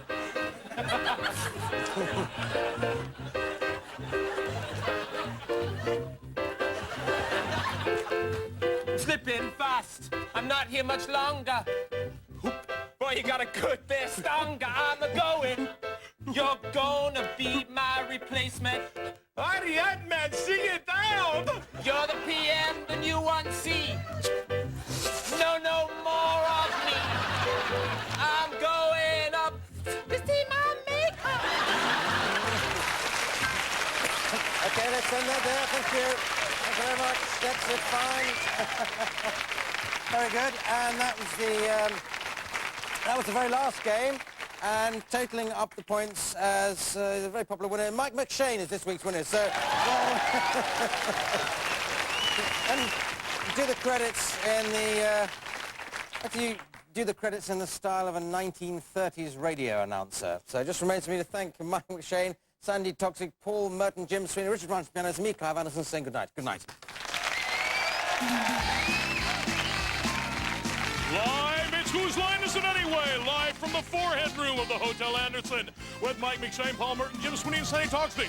Improvised music by Richard Sparky Branch. Title sequence by Steve Bendelak. Camera supervisor Rolly Luker. Vision mixer Martin Coates. Who's a close friend of Walter Winchell's. Floor manager Jim McDonald. Remember, he's open 24 hours a day at the Automat serving soup and sandwiches.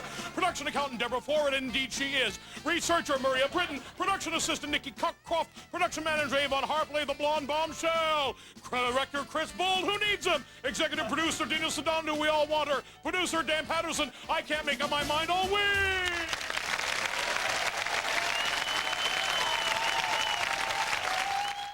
Now, all right, okay, we got a lot to get through tonight. Now, the first game we play is called Film and Theatre Styles. They're breaking you 2 pairs of 2 for this. Steve and Jim, first of all, can you come down? I'll give you a situation to act in just a moment. First of all, can we have some theatrical or filmic styles for them to break into? Gilbert and Sullivan. Oh, yes, that's a good start. Any more? Sorry? TV game show. Well, they're in that. Sorry? Ealing comedy. Yeah, any more from... And there's a satirical one, TV advert there, because you're in most of them. So let's do your situation, which is one of you is interviewing a suspect at the scene of a crime. Okay? No style at first, and then I'll give you some. Come on, crack, George. I know you've done this job. You got blood all over your hands.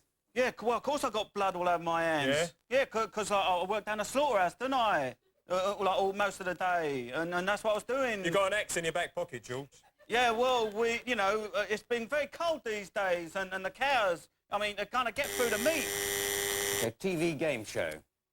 Okay, they get through meat. What else was there? Meat? There was meat, there was bones. There was bones, there was gristle. There was gristle. There was gristle. There was a lot of blood. There was a tail. Giblets. Okay. Let's make it easy for you then. Gilbert and Sullivan. I fully suspect you did this crime. I know you did it, son. Yes, you're the only one. Yes, you are definitely the only one. You killed this man and several others, including 2 of my brothers. I'm taking you down to the Nick because you make me sick. Okay. All right, let's do a... I thought I'd save the voice on that one. Yes. What for, though? It's TV advert. Hello, George. Yes. Oh, look at all that blood on your hands. How are you going to get that off? I don't know, you know. And the worst part of it I've got this blunt axe as well. Just what am I going to do? Well, we can help you with new. Clean the blood off and sharpen up the axo. God! Okay, let's end there. You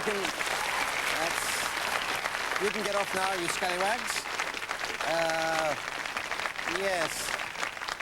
I think that's quite the best film and theatre stars you've done tonight, so that's 52 points each. Now with Mike and Paul, one for you in a second. Any more styles for them, please?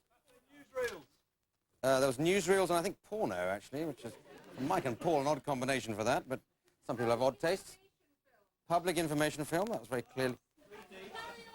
3D, oh, that's a great one. Carry on. Just... Oh, I am carrying on. Just a minute. I'm throwing in one because there's one I'm dying to see Mike do. It's a Roman epic. So, now, what's your situation? You're giving each other presents, and away you go. And this is for you. Oh, man, this is great. Thank you. And this is for you. Oh, you shouldn't have.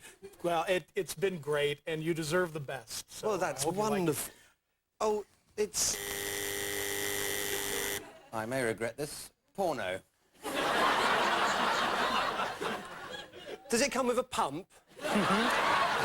Oh, there's one here. Exactly. Let me put a lace teddy. So nice. Oh, she's lovely. You take her from the front? She's huge, isn't Oh, yes, she? she's massive. Yes. Does it come with batteries? I don't want to see that. Let's go into a 3D film. Here, turn her towards the front. Oh, wow! Blimey! They're massive! I'm going to have another look at those, I think. Okay, that's a Roman epic.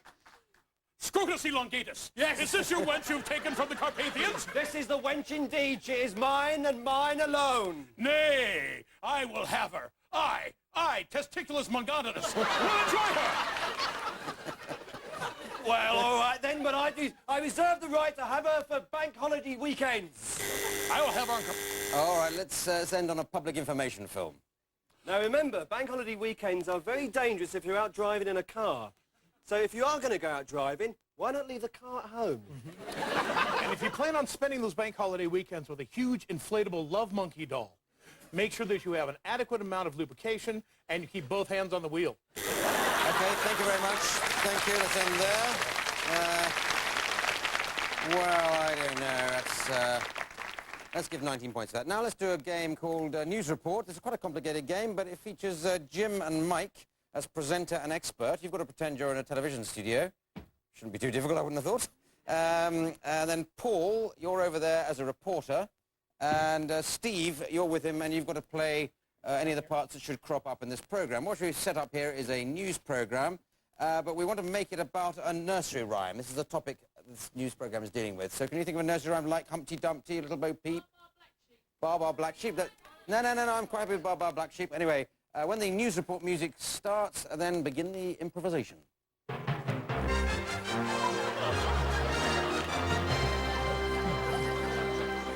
Good evening, Dave Smug with News Report, and a flash item just come through. Apparently, yes, 3 bags of wool, sir. What do you think about this, Dave? They're out there now. You know a lot about sheep. What do you think's going on? I think it's the work of the famous Baa Black Sheep. The black sheep's been terrorizing the counties all over the United Kingdom. He's been leaving 3 bags of wool for people indiscriminately and causing much terror for people who don't like cardigan sweaters. Well, thanks so much. You're lucky enough to have our roving reporter, Paul Merton, out there. Paul, I believe you have the little boy who lives down the lane with you. Little boy, were you surprised to find yourself a recipient of one of these bags of wool? Are you my daddy? Back to you in the studio. Well, interesting turn up there. This has never happened before. Do you think there is going to be more wool in the market? I think there's one for the master, one for the dame, and one for that little squirt who lives down the lane. Fair enough. I'll go back to you now, Paul. I believe you have one of the sheep with you. Yes. What exactly is the reason behind giving this wool to the master, the dame, and a little boy down the lane? Well, quite frankly, we see it as something that we've got to do from time to time. There's obviously a lot of people out there who are shivering in this kind of weather. Let's face it, the black sheep produce far more wool than any other sheep. It's up to them to kind of help the community. That's what we feel. Back to you in the studio. Well, thanks so much, everybody here. Well, there we are then, 3 bags full, sir. Join us tomorrow, Little Miss Muffet, The Spider's Viewpoint. Good night.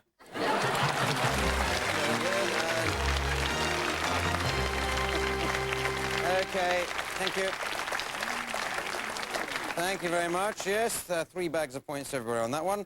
Now we go into a game called Translation. This is going to feature Steve Steen. He's going to lecture us in the language of a foreign country, and to help us out, Paul is going to translate it into English for us. So Which country would you like this to be set in? Albania. Albania. Okay, that's Albania. Always a popular country to have lectures about. And which aspect of Albanian life would we like described? Clive Anderson. There's nobody called Clive Anderson. Television, we had. Television? You happy with television? Just because you happen to know the Albanian for television, you're cheating this one. Okay, so describe Albanian television. Where you go, Steve? Good evening, everybody. I'm very pleased to be here in your wonderful country. How can I best describe to you the wonders of Albanian television?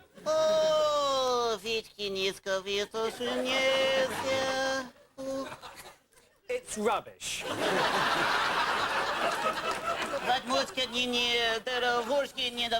But when I say it's rubbish, let me be a bit more specific than that. It's more than rubbish. It's crap. Oh, I can hear you say throwing your arms up in amazement. Surely an Albanian television is as bad as that. Well, let me tell you, we have Postman Pat on every night at 6:30 in the evening. But because of several cutbacks... Postman Pat isn't even in it.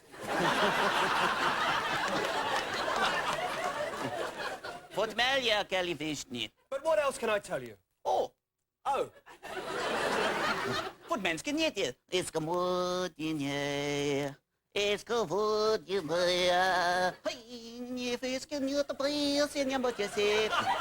We do get quite a lot of Shirley Bassey. Okay, let's end there. Thank you very much. Very good. Yes. Let's do a game called Musical Film Review. And Paul Merton's going to get this stool here and sit on it. And he's going to describe a musical, and the other three are going to act it out, or sing it out, with the assistance of Richard Vranch, our resident Mr. Music. Well, our resident Mr. Vranch. But to give the basic plot of it, I'm going to find the summary of the plot of a film in the very excellent Halliwell Film Guide. But if I'll just flick through here, you say stop, I'll select one from that page. All right, I've stopped already.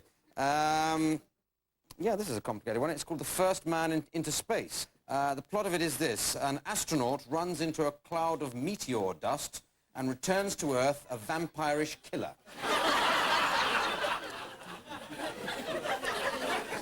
That's sort of plot B, really, isn't it? So away you go. If you describe a couple of scenes, and they'll sing them out. The First Man in Space is a wonderful movie. It begins with a meteorite shower that splashes all the way through this spaceship and turns the man inside into a singing, whirling dervish. I'll go ahead and check the front of the cockpit, guys. Oh, my God. Visors down! Safety visors down! Shields up! We have a meteor shower coming in! Quick! Oh, my God! Oh, my God! They're coming, millions of meteors. They're coming so fast and furious. They're coming. Some are green, some are yellow, some are simply curious. They're ripping through the spaceship. 1, 2, 3. They're breaking apart. And now they've hit me. I'm changing. I feel something strange happening in my heart.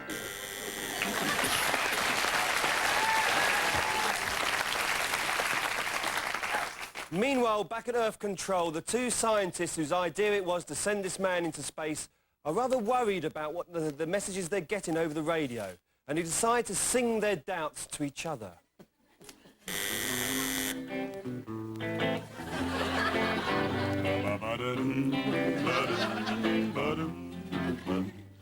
Let me tell you, I'm kind of worried about old George buried. He's up there among those rocks. Hey, did you know he was wearing odd socks? You know that if he gets those strange hunger pangs, I'm kind of worried that he might grow fangs, and some poor guy's gonna get it in the neck. Let's call him back. Oh, what the heck?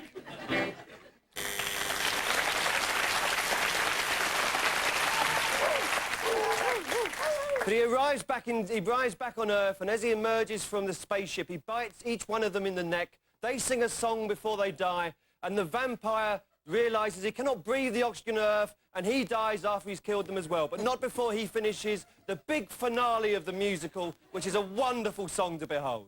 Yes. Bit simple, that, Paul, but... Look, the door's opening. He's coming out. Oh,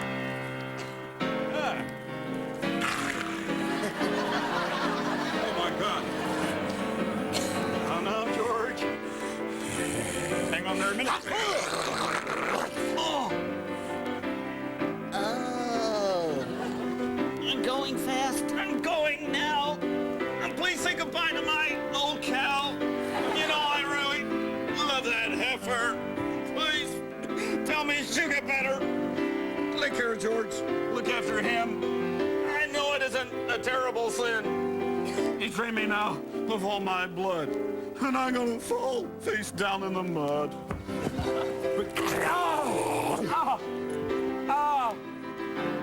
Oh, George, that was so nice. Don't do it once, why don't you do it twice? When you bite me in the neck, it makes me feel so fine. Time for me to die, time for me to die, time for me to die, time for me to die. I killed them all, they are dead. And I've got a funny feeling in my head. I can't stand it here. It really sucks, this atmosphere. So I'll die. Goodbye. Goodbye. Bye. Bye. Okay, right. Thank you very much. Thank you. And while I work out the points, that rather interesting round, we'll take a break. See you after that. Bye. Along with Jim, but to make it easy for Jim, he's not going to have to use his own hands.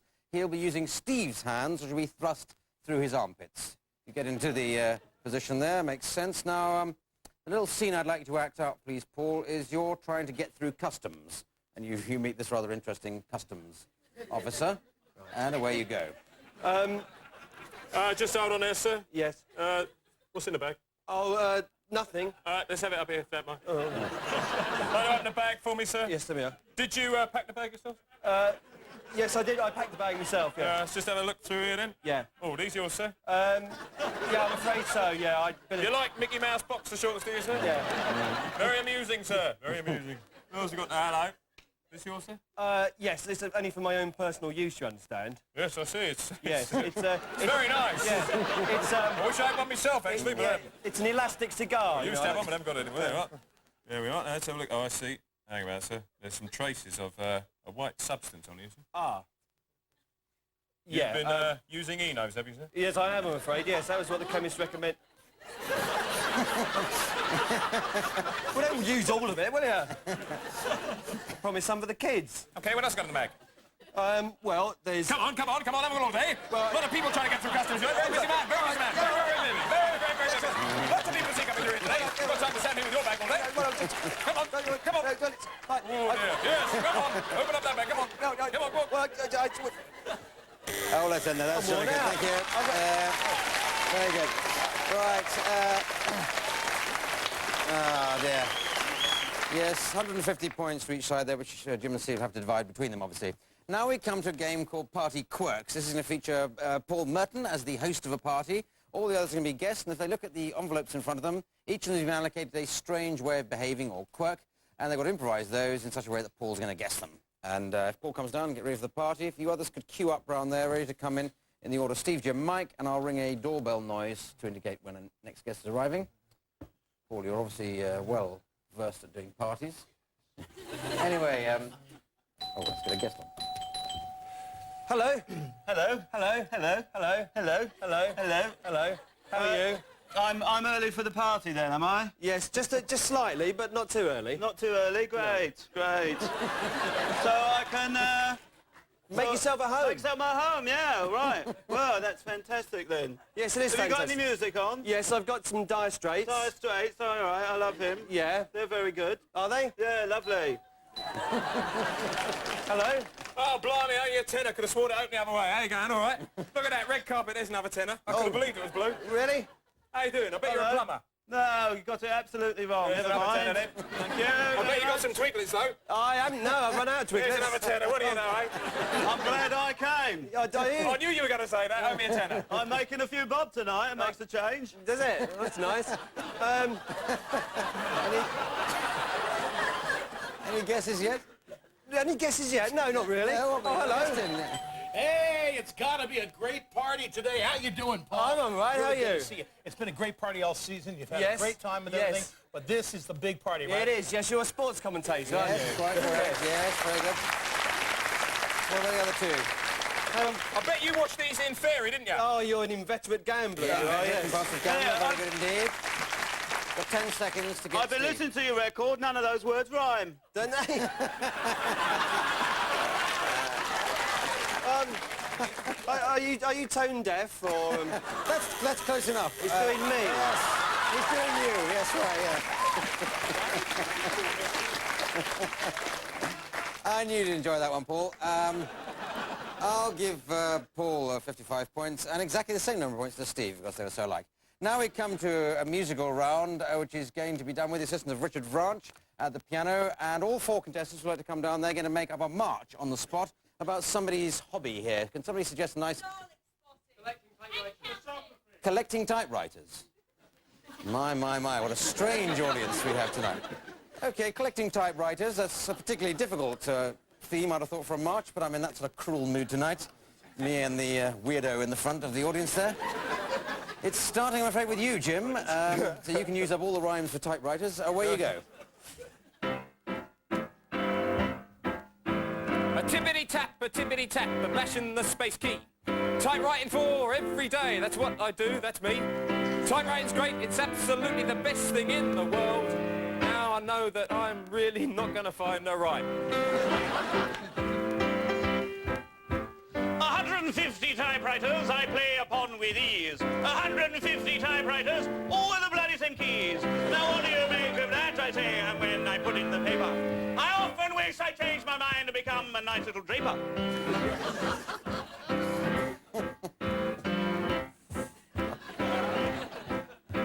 I'm a bit of a lover, I'm not a fighter, that's why I love the old typewriter. I'm a messy eater, I have food, and when I do, I spill it down the front of myself. And that's why, when I'm sort of getting carried away with things, I want a bib on, and my favourite part of the typewriter is the ribbon.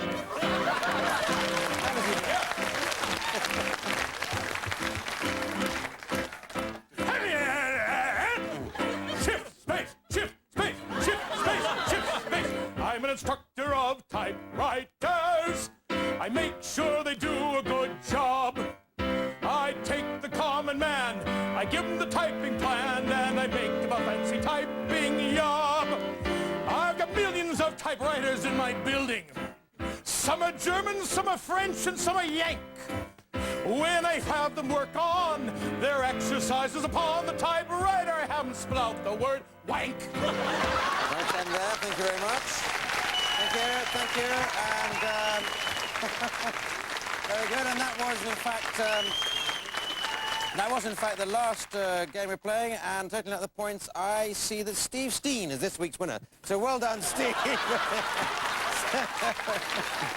The prize for winning is to do the credits in the style of my choosing. I like to do in the style of Jimmy Savile, please. So just remains for me to thank Mike McShane, Paul Merton, Steve Steen, Jim Sweeney, Richard Vranch at the piano, and me, Clive Anderson, saying good night. Good night.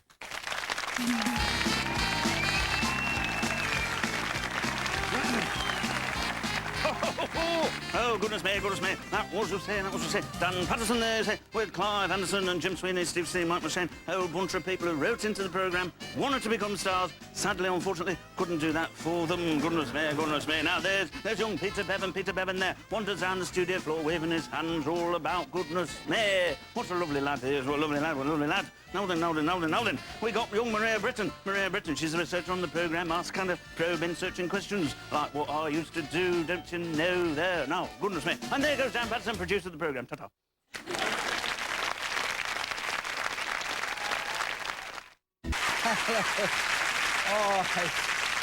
All right, well, welcome to Whose Line Is It Anyway, the improvisation show which does for comedy what Rod Stewart does for matrimony, featuring tonight the all-American Greg Proops, the half-Canadian Ryan Stiles, the all-American but British resident Chip Eston, and finally everybody's favourite homeboy, Tony Slattery. Ladies and gentlemen, Mr. Gaston.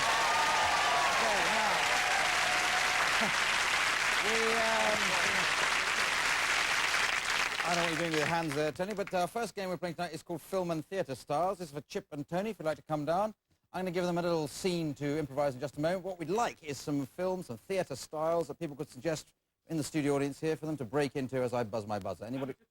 Amateur dramatics? I think that's what we're basically doing anyway, but any others? Any more advanced one? Sorry? Black comedy. Biblical epic? Yes, that's good.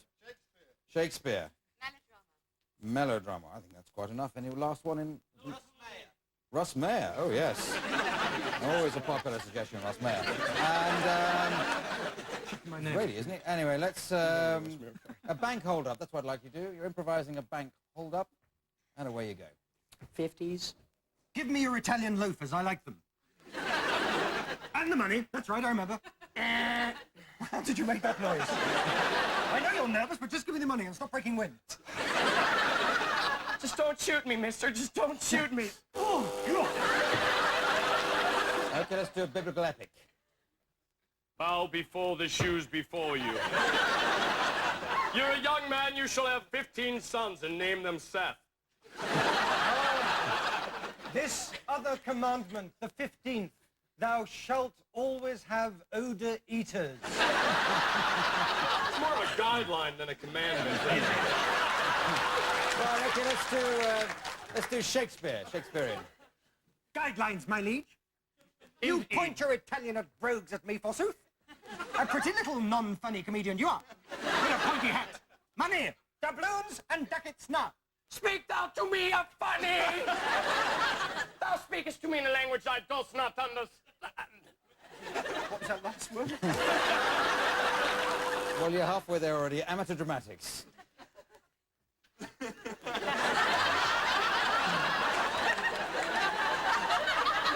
there! I want the money now. Don't shoot. Quick! Quick! The getaway car! Western. End on Western.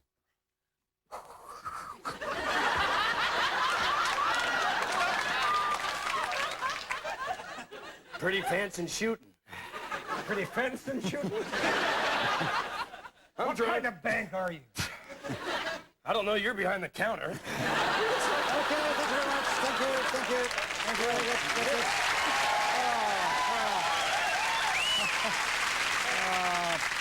Yes. Why not? I'll give all the points to Chip on that one, because he's new to the game. Now let's do a game called Ryan... No, not a game called... Ryan and Greg will now play Film and Theatre Styles. I don't know what's going into me tonight. But first of all, some more theatre or film styles. Disaster movie. Disaster movie? Yes, thank you. Any more? Science fiction. Science fiction, yeah? Any more from... Batman. Batman and Robin, I heard eventually, and Tarzan. Oh, we haven't had Tarzan for a bit, have we? And, No. No. So, let's see, what are you doing? You're two men stuck in a lift. Lift. Elevator. Oh, an elevator. Elevator. Sorry, I meant to say cyborg. Anyway. 4 hours. Oh, sorry.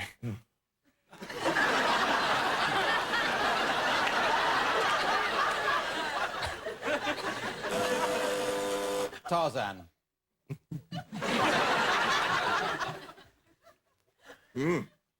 4 hours in lift. Long time. Much smell. Bummer. Yes, Tarzan, it is. Me try open door. Oh, you're so strong.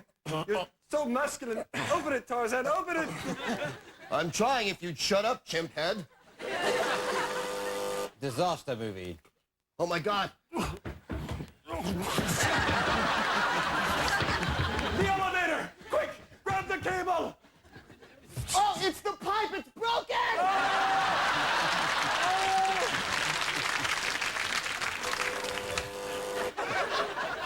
Batman and Robin. Batman, I'd like to tell you something. Quick, Robin! onto the building.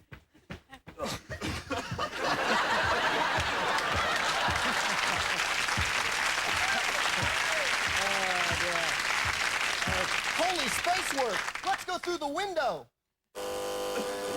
Science fiction. It's incredible. My penis has grown to extreme heights. Here in the elevator.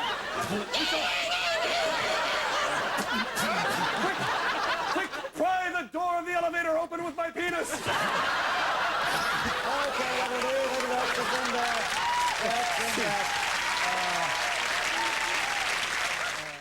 At Comedy Central, there's a new fall. news report, and this is going to feature Greg as a news reporter in the television studio, and Tony is going to be the expert with him. So if you'd like to sit on the stools and pretend you're at a TV studio, here in the TV studio, and Chip, you're out in the field, which is over on that other bit of carpet over there, and you'll be interviewing Ryan, who'll be any of the characters that crop up as the improvisation continues. So this is a news program, but it's be about a fairy tale. Can someone suggest a fairy tale like Little Red Riding Hood or Cinderella? Snow White. Oh, Snow White's fine. So let's go ahead with that. Snow White, when the news music comes in, take it away.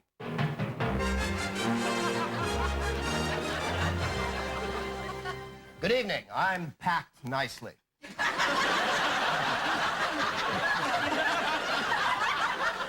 We interrupt your regular broadcast to bring you this important emergency bulletin on Snow White. Snow White. She received a poison apple. A lot of things have gone down. I have a professor here with me who's an expert on Snow White, Professor Omar Weaselhead. Well, it's interesting, very interesting you should use the word go down because she's with 7 very small men. Yes. I don't know how that affects her relationship with Prince Charming. It might be worth finding out now. Ah, yes. We're going out to the field right now. We have a field reporter out with a special report and a special guest. I'm going to throw it over to Chip Stunkley. Chip!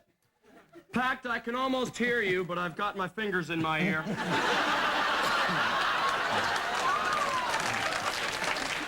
I'm here with Prince Charming. Mr. Charming, you happen to spot these 7 men and this woman in this torrid love scene. Can you tell us anything about it? Yes, I tried the slipper on all of them, and it didn't fit anyone.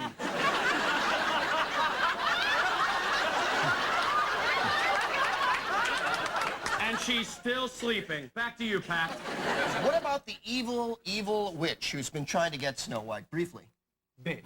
Yes. I'm going to throw it back out into the field. I can hear something in my ear. I think it's Chip Stunkley. Chip. Yes, Packed. I'm here now with a special witness to the whole thing. He's actually the 8th. Yes, we have found an 8th dwarf. It's Gangly.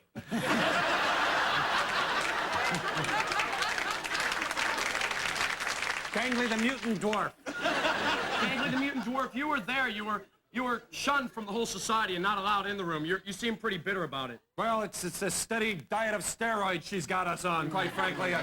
I'm glad she ate the apple. I'm glad she's out, and quite confidently, a few of the dwarves have taken advantage of it, if you know what I mean. A messy, She's messy not white, scene. Snow White anymore, let me tell you that. Does not stand by any of these Dwarfs comments. hanging in her, let me tell you right now. Thank you, Chip. Well, that's interesting. You see, new dwarves are appearing all the time. Apparently, there's Bonky, there's Smelly, and there's Colin Moynihan. That's all the time we have for tonight. Until next time when we bring you back for a special report on Hansel and Gretel and tooth decay. Good night.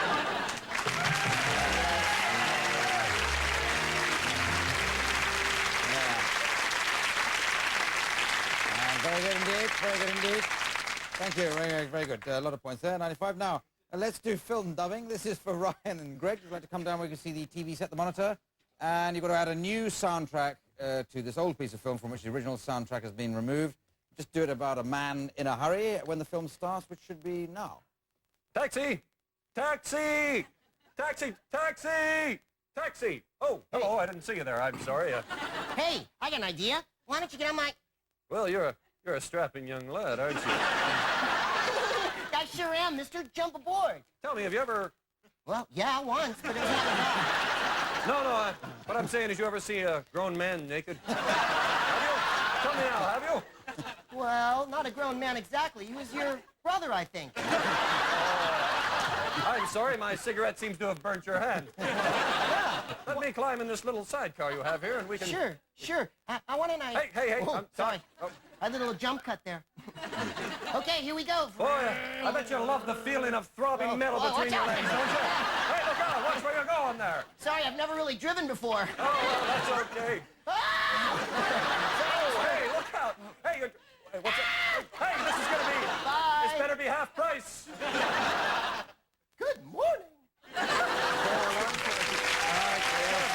Excellent. Well, a complicated game that, and I'll have to take all of a break to work out the points. See you after that. Bye. I'm glad you're still with us, and we're cracking into another game called Props. First of all, Chip and Ryan, I'm going to give you this item. I had to come down for that. You come up with as many different ways of using that in the time available. There's the other pairing of Tony and Greg. Be Tony Greg, the ex-England captain for this game, couldn't you? Right, now as you come with many different ways of using that in the time available. Starting with you, Chip. Away you go. Let them eat cake. Throw me a potato, we'll make really big chips. With this magnet, I'll bring your car to you. Now you are a real boy, Pinocchio.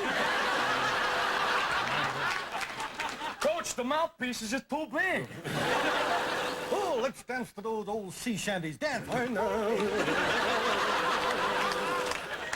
Boy, that plane was flying low, huh, Fred? Fred? Welcome to the portable Easy Gym. And pull and push and pull and push. We've been on this island too long, Fred. We're going to spell out very much help is needed. I'll beat you, Dr. Bannister. Welcome to my igloo, Nanook. Okay, let's end there. Thank you very much. Well done. Well done. Excellent, Eric. All right. A lot of points there. I'll work out how to give them to in a moment. Anyway, let's move on to Party Quirks. And this is a game that's going to feature Tony Slattery in his accustomed role as the host of the party. All the others will be guests of the party. To each of them has been allocated a strange way of behaving or a quirk. They're discovering now as they're looking at envelopes in front of them. I'll bring you in with a doorbell noise. Are you ready, Tony, for all Yes, this? I'm ready for my guest almost immediately. Yes, send them in.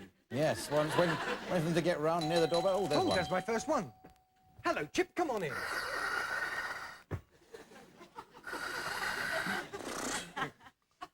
Are you Jacques Cousteau underwater? Yes,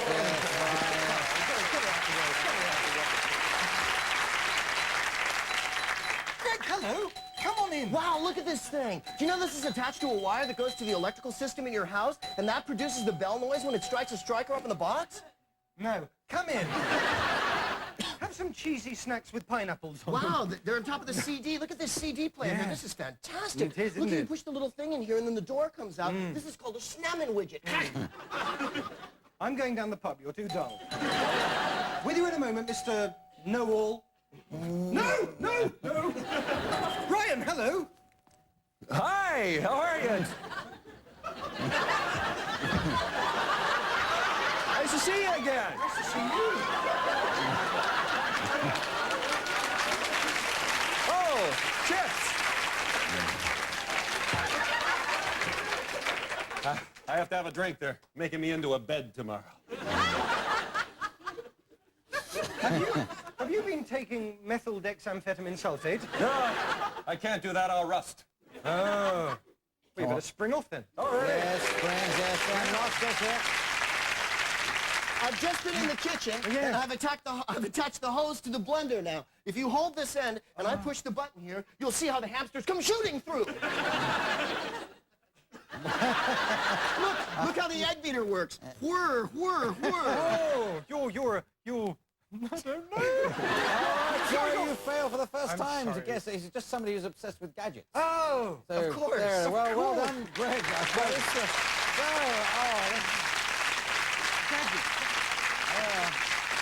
Well, 10 points each for the other three. I'm afraid you lose all the points you've got so far this evening for failing to get that one, Tony. Sorry. And you were fourth already by then. But anyway, now we come to a game called Helping Hands. This is for Tony and Ryan. Tony and Ryan will be improvising a scene, but to help Ryan, Greg will be providing him with his hands, as you'll see as he thrusts his arms into the appropriate place. I think that's the appropriate place. And the scene is, Tony, you're going to have breakfast with Ryan, as you can probably work out. And away you go. Hello, Ryan. Thanks for inviting me over. Hey, how are ya? I'm a morning person. I like to get up with the dew. Yes, never mind that. Just pour me a cup of tea. Cup of tea it is. Cup of tea it is, my friend. We'll put it in a bowl today. How's that? We'll give you lots of tea. There we go. Just there we go. I can't quite get enough of it. I'm gonna tilt it up. There's some tea. Enough? A little more? A little more? Yes. All right, let's more, just fill please. it up. Let's just fill it up. What That's the right. heck? Oh, and some milk, thank you. Milk too? Yes. Milk too already. Just grab that milk over here. No, how about some cereal? Put some yeah, cereal let's put in some it. cereal in that sucker. You bet we will. Hey, what is Pops, Cocoa Puff. Yes, please. Yes. I'm quite hungry. Nothing like tea and cereal, huh? You know, I like mine straight out of the bowl. I can't get enough. Sometimes I like to pick up the box and just eat it right out of the box. Thank you. Just eat it right out of the box. I can't get enough.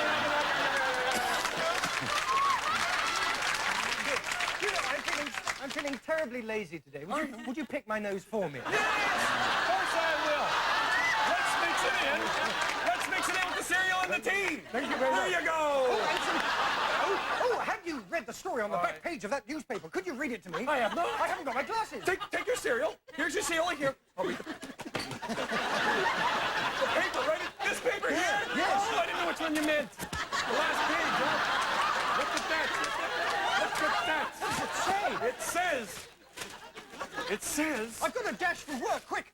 Well, that's something, isn't it? Just some toast and butter, quickly. Toast and butter. Toast and butter. Let's just get some toast here. Butter, you say? Yes, please. That's some sort of wise guy. Rub that in there. No, you have that piece. You have that piece. Alrighty. Don't get enough of it. What was that brilliant tongue twister rhyme? From the back and forth, you did? I love that. I love that. Absolutely lovely. You know, Tony. What? I'm awful glad you came over today. Awful glad. Because I wanted you. Have some cereal as well. Alrighty. This cereal right up here. This cereal here. You bet I will. What's in there? Thank you. Thank you. All right, excellent.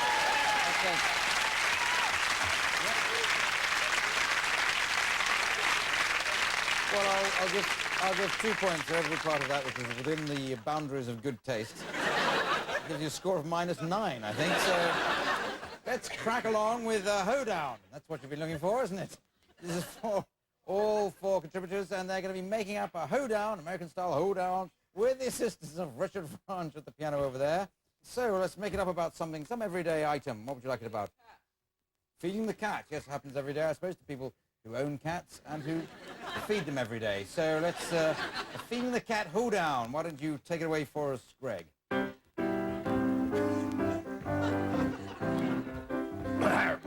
Sing it, Dad. I'm gonna.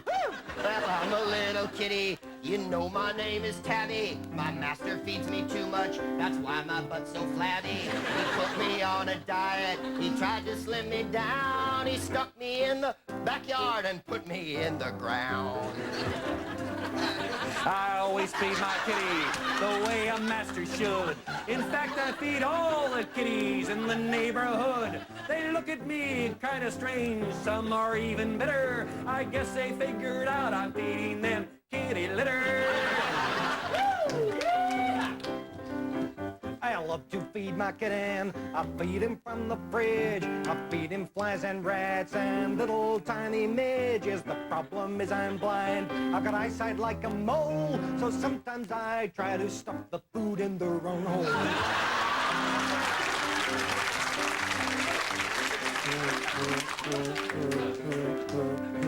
I got a sad story, it really is a pity. I fed some bad poison, I fed it to my kitty. I put it in a bowl, I laid it on his plate, and now my kitty lost his life, he's got another 8.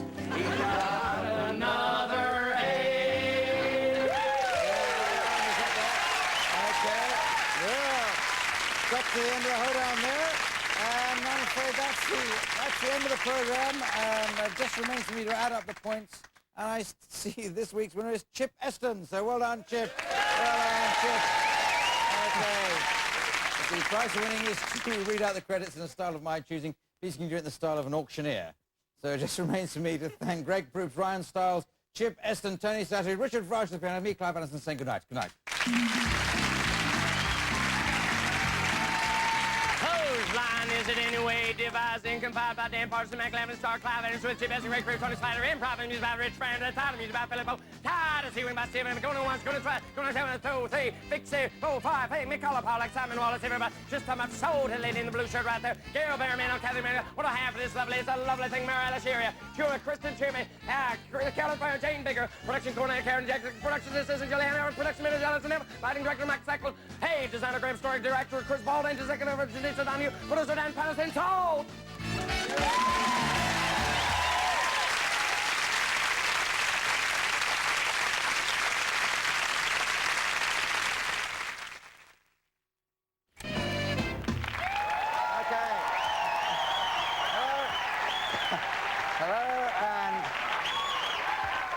Hello and welcome to Whose Line Is It Anyway in America, the show which combines the best in improvised comedy with the worst in improvised comedy. Featuring tonight from San Francisco, Greg Proops, the last happening dude left in captivity. Then from LA, Archie Hahn, the last happening dude left in the wild. Then Ryan Stiles, the man they call Ryan Stiles. And finally, actor, singer and stamp collector Chip Eston. Ladies and gentlemen, the contestants.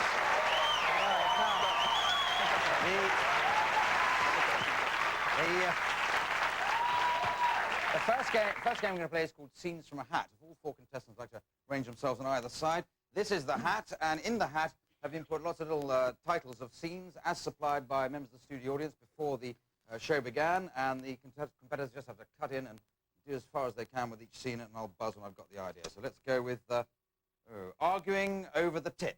Arguing over the tip. I'll get it. Look, I circumcised him. I get to keep it. Oh. Yes, off to a great, tasteful start. There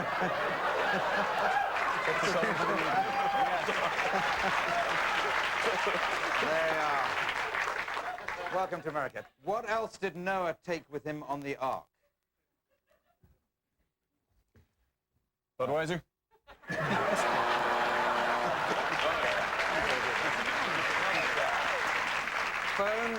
Phone interrupts lovemaking.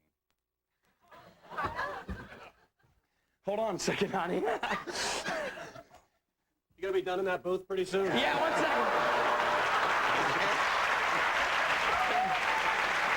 second. A convention of cat lovers.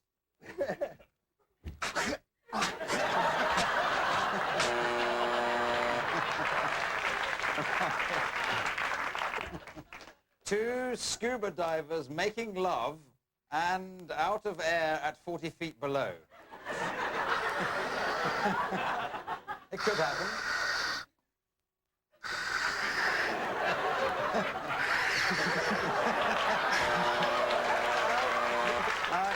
I guess we never got there on that one. The last words of a sewer cleaner. That lid looks a little small.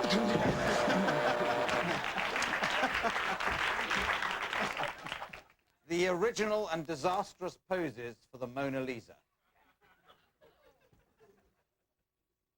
Yes,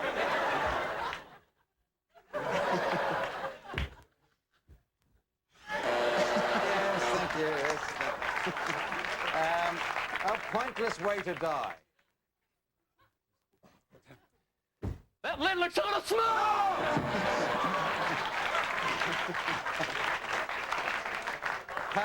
Paranoid football players.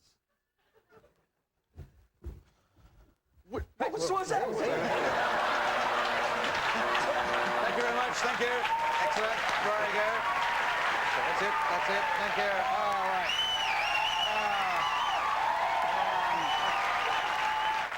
Well, it's a very difficult game to score. I think I'll do it on basis of the best shirt being worn tonight.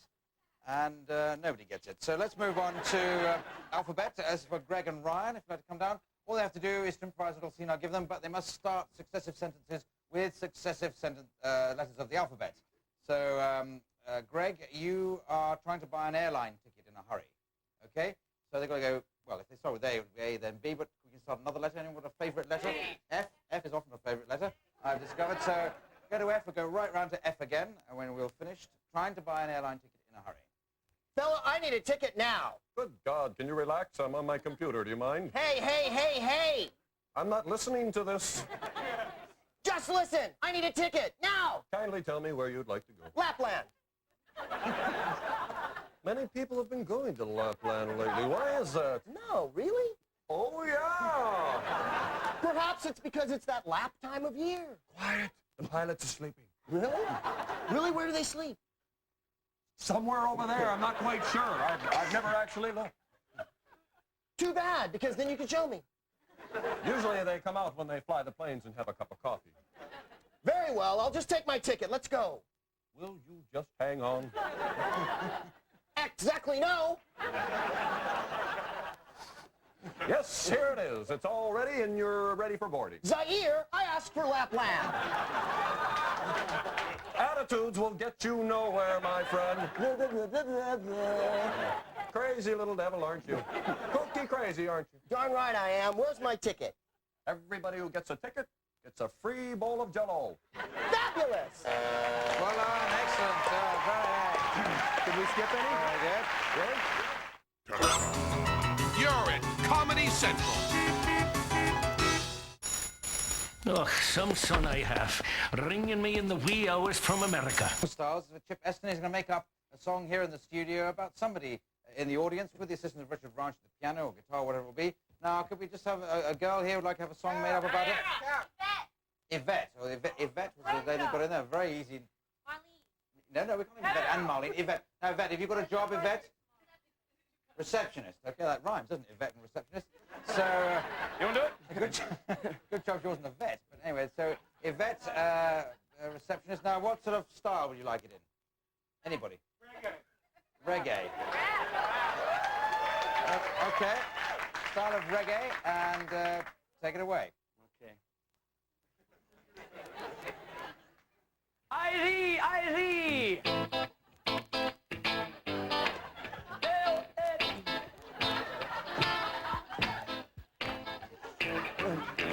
There is a girl, she's the first girl I kissed. Her name's Yvette, she's my favorite receptionist. You got to know it, you got to understand. Sometimes I drop my drawers and she gives me short hand. She's Yvette, she's Yvette, she's Yvette, yo, come on, yo,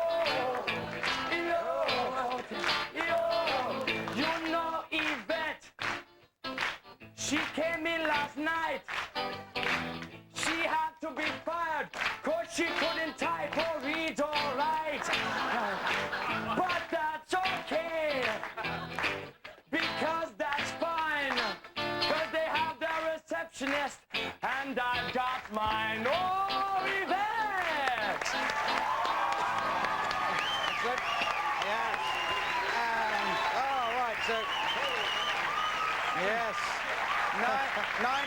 900 points there for you, Chip, and 1,000 to Yvette for putting up with that. So, well done. Now let's do a game called Party Quirks. This is for all 4 contestants, but in particular, Chip, you'll be the host of a party. All the others who are the guests of the party are picking up envelopes in front of them. In the envelopes are suggestions for weird ways of behaving, quirks, and they've got to play those quirks, and Chip has to guess what they are. It couldn't be simpler unless it were simpler. Now, Chip, you're down here preparing the party. Okay. Yes. I gotta go. I'm having a party with lots of people coming over. Okay, bye. Come on in. Ted.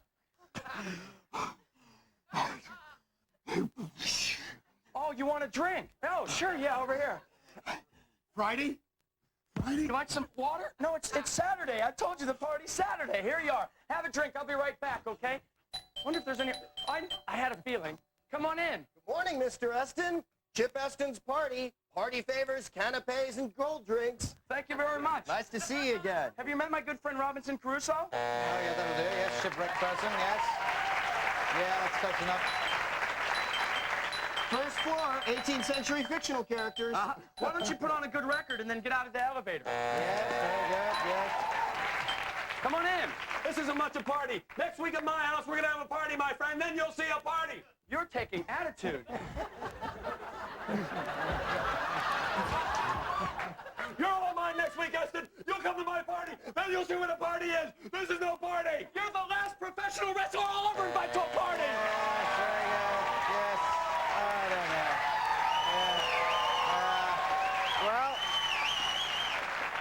Well, you got those quickly enough, Chip, but everyone else played it so well, so it's equal points. Now we go to a game called World's Worst. For all 4 contestants who'd like to come down, they're going to make up or give examples of the world's worst person to be a parent. Just step forward when you think of them. I'll buzz and I've got your idea. Another beer, Jimmy? Now, how many weeks can you leave a baby alone?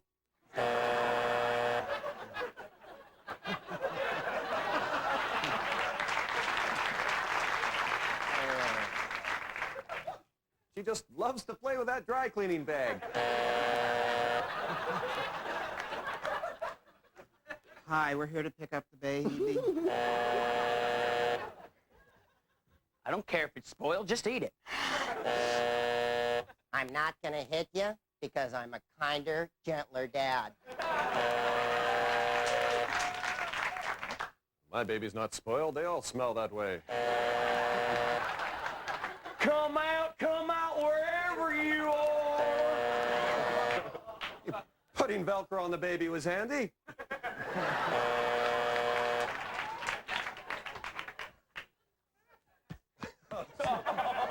Son, please knock before you come in. With triplets, you can juggle.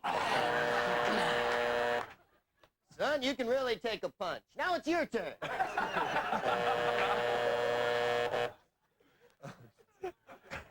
Hi, I'm Clive Anderson. While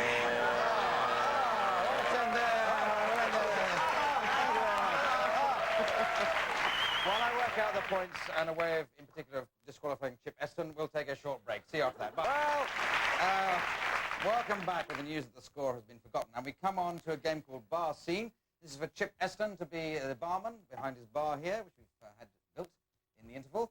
And his customers have come in and generally go on about their problems, but to make it a game, they're going to have to sing them with the assistance of Richard Branch at the piano. So, Greg, you're allowed to come in. Greg is angry about something. Can somebody suggest what he might be angry about? Okay, there's a very insistent voice there about no toilet paper in the bathroom. So we're upping the style of this program straight away. Thank you, sir. What's the matter? I'm T.O.'d, babe. I need an air drink. Let me pour you some air then. Thanks. Hey, go easy. I have to tell you why I'm so mad. You know, life used to be a gay parade. Yeah, life used to be a ball. Yeah. But then just a few minutes ago, something happened to me in the stall. I was just sitting there, kind of reading and having a bang. And then I reached out, and all there was a shiny, empty metal ring. Oh, these kids, they came right in and they stole it. I could have caught them. Me too. But they just ran so fast, and now you can't wipe your bottom off. I heard you in there. Let out that awful howl. Oh. Hey, go on back, and you can use my towel. Thank you very much. Thank you. Well done.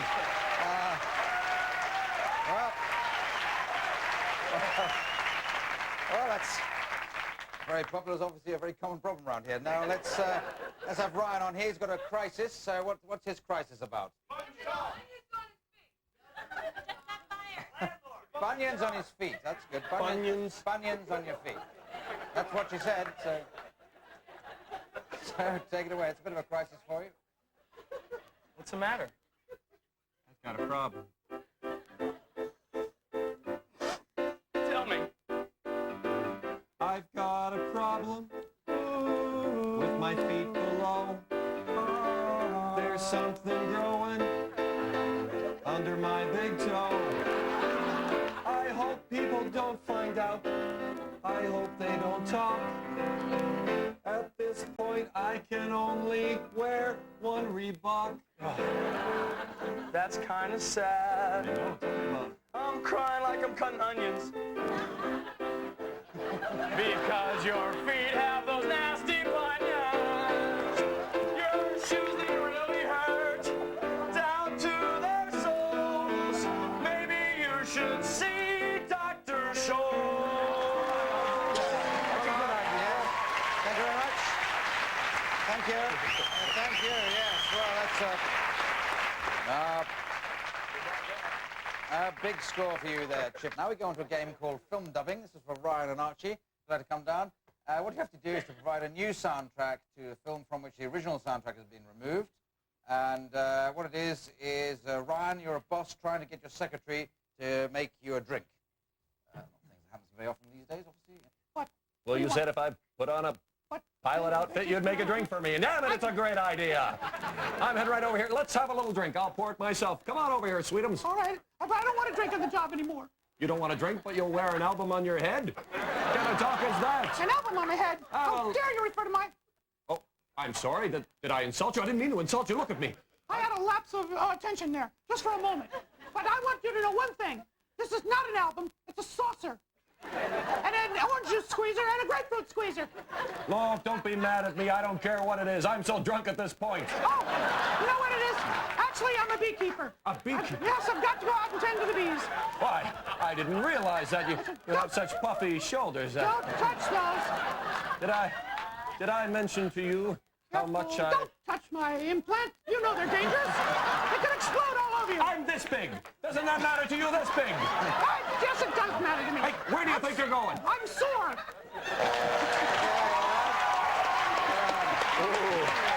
Very good. What's that one out? Very good. Yes.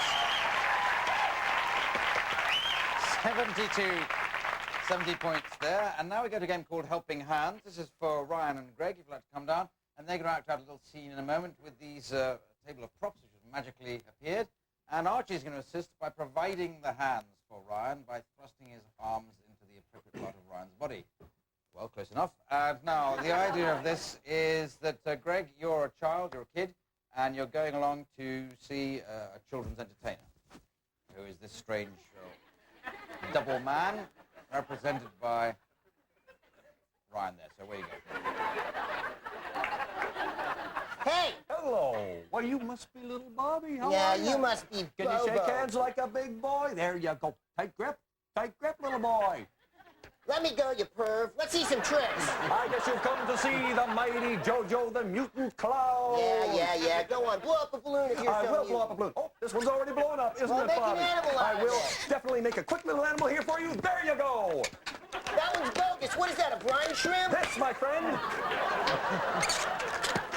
I will make another for you, and there you go. A snake. Here's another. Tie this one for you here. And this, my friend, a snake with a goiter. You know, Bobby. This snake eats, Jojo. Hey, You're a bogus mutant clown. don't ever hit an adult. Don't ever. Oh, what are you going to do about it, huh? Bobby, I'm going to throw my juggling balls at you. That's what I'm going to do. Why don't you try juggling if you're so smart, Mr. I'm Clown? going to juggle just for you, Bobby. Juggle with one hand with your eyes closed if you're so smart, Mr. All Clown. righty, I will. I didn't say I was good at it, did I? I am going to blow up a balloon just for you, Bobby. This balloon right Come here. on, right here. I see it in your hand. I see it in your hand, but I prefer these. I prefer these, my friend. I'll put it right in my mouth, and I'm going to blow it up for you. Hurry up, my birthday's almost over. Harder. Bigger, make Just it tie bigger. that off for you. Oh, I was getting a little dizzy here. Oh, my goodness. So, Bobby, Drop your finger. I can't get that. What are the hazards? Hey. Oh. Stop it, this is Bobby, you I want smell you to- like bourbon. I want you to take this little pamphlet that Bobo's given you there. If you open it to page 3. 1, 2, 3. That's a picture of Bobo without his clown uniform. Thank you very much. Let's end there. Thank you. Thank you very much. Okay. All right. Oh, wide. Right, that's 600 points each. Obviously, Greg and Archie have to share their points to make it 300. So let's move on to another game, which is called Hoedown. It's for all 4 contestants. They're going to make up a song in the form of a hoedown with the assistance of Richard Branch at the piano and make it up about an activity. I don't want a favourite activity. Cutting your toenails. Sex and cutting your toenails. There's a lot, something between those two extremes. No, I must say, that's your favourite activity, doing the laundry. You have an interesting life, don't you? Again, I don't see why I shouldn't be doing the laundry hoedown, though. That would be perfectly good. My friend at the back here, who's very, very exciting. So starting with you, Greg, you're to hoedown on doing the laundry. Okay.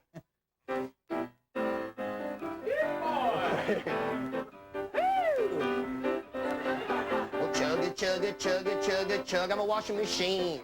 Chug it, chug it, chug it, chug. I'll get your clothes real clean. You put in a bunch of quarters right there in the slot. And when you take the clothes out, they haven't finished the rinse, Uncle. They're still damp. Yo, dirt, I got clothes there all filthy dirty. I got all my shorts, I put them in my skirting. I fill them up with soap, I fill them up with soot. When they get all rinsed and squeezed out, then they're done. Doing all your laundry can turn out to be fine. Just make sure that you have lots and lots of time. Keep an eye out, always look at the clock. Take it out, why is it I'm always missing a sock? Yeah, boy! I have myself a lady, she thinks I'm really keen. I take her to the laundromat, have sex in the washing machine. And when you can come over, and maybe you can try her. Just get yourself a lady, and get her in the dryer.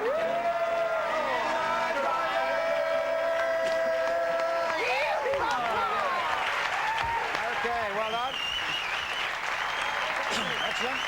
Well done, but sadly, very sadly, that is the last game we'll be playing this evening, and totaling up the points, I see that Archie Hahn is tonight's winner. So well done, Archie. And the prize for winning is, as usual, to read the credits in a style of my choosing. I'd like you to read in the style of a cartoon character, if you would. Okay, so it just remains for me to thank Greg Proops, Archie Hahn, Ryan Stiles, Chip Eston, Richard Branch, the piano, and me, Clive Allenson, saying good night. Good night.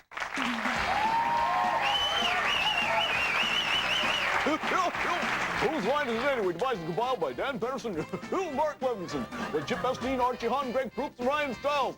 Boy, they're really terrific. Title sequence by Steve Benlek, camera by Larry Solomon, sound from Wall, who cares? Videotape editor, Mikola Pakaluk. And what do you think, Donald? Oh, boy, this is fun. Studio Brothers are doing it. Okay, I will. How about you, Goofy? You want to read some? Designer Graham Story, director Chris Bold, executive producer Denise O'Donoghue, I love her, and produced by Dan Patterson. Coming up next here at Comedy Central, watch Stand Up, the fastest comedy show in the world.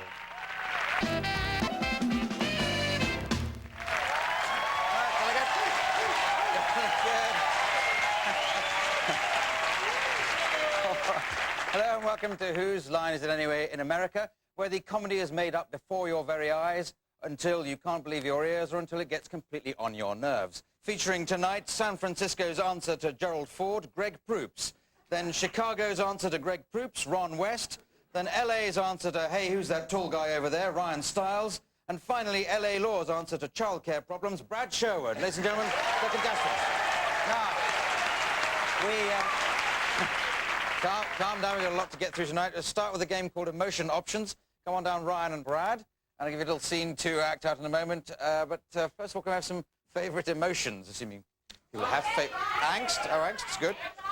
Ecstasy is another great one. Nostalgia, that's a fabulous one.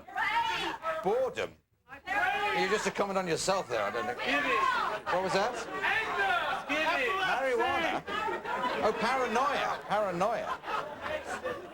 Animal magnetism. These are fantastic emotions. I hope we can, the scene will match up to this. No, it doesn't. But it's you're two guys on a production line. Okay, I'll give you some emotions in a minute.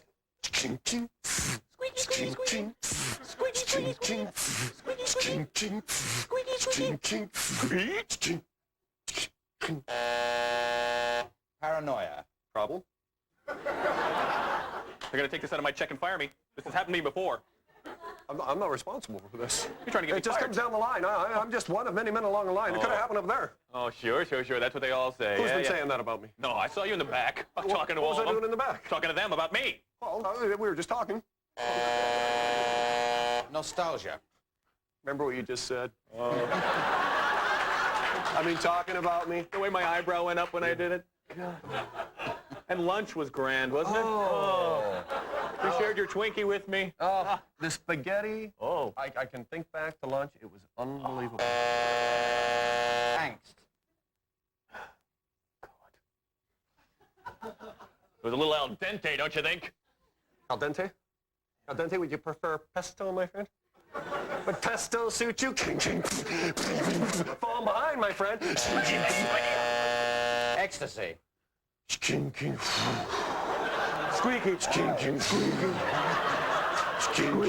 Oh, I'm caught. Okay, thank you very much. That's in there. Thank you very much indeed. Right. I'll give you a million. I'll give a million points for that. Divided by a million. Now we come to a game called Film and Theatre Styles. This is for Greg and Ron, if you'd like to come down.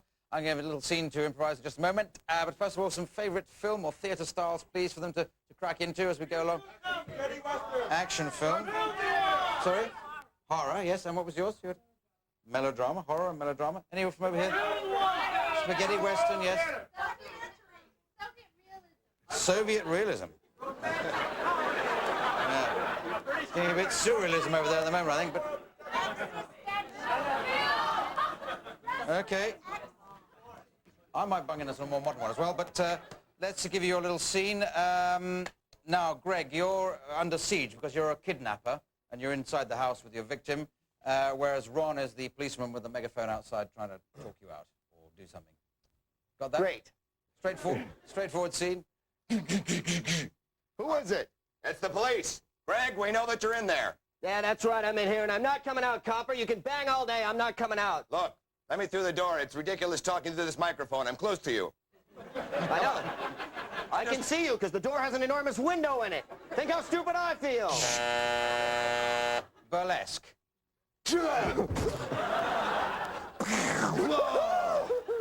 Here, let me help you up. For gosh sakes, Greg, when you do that... For gosh sakes, I'm just a... I'm just a... Why, I oughta... Soviet realism. I am never giving up my hostage until all the people in my country can have Reeboks of their own. I promise you that we will give you all rutabagas and turnips that you want for rest of time. Not good enough. We want Kim Basinger to do striptease here on floor. Spaghetti Western. I'm not giving up my hostage.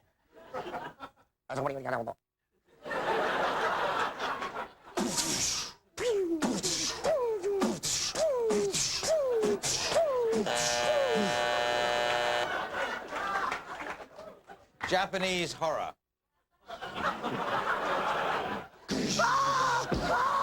Give me your husband.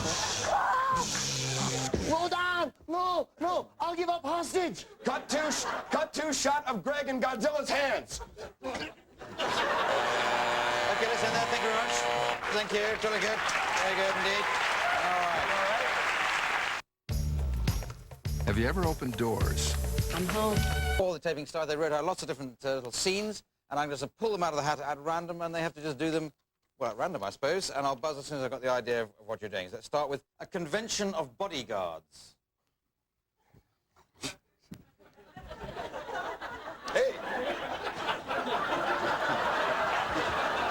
Hold on.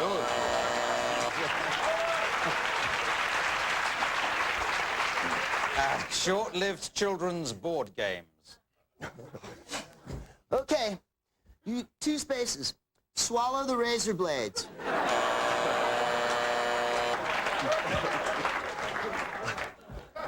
Strange good luck charms. Hey, see you got a rabbi's foot. Yep.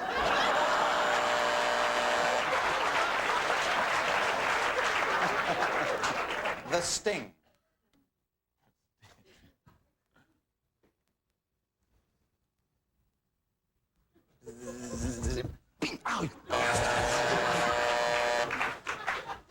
Sports that will never make the Olympics. Catch the frog! Catch the frog!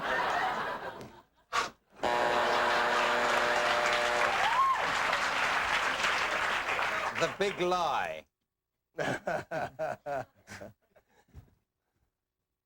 I still want to be friends. Yes. Early experiments with gunpowder.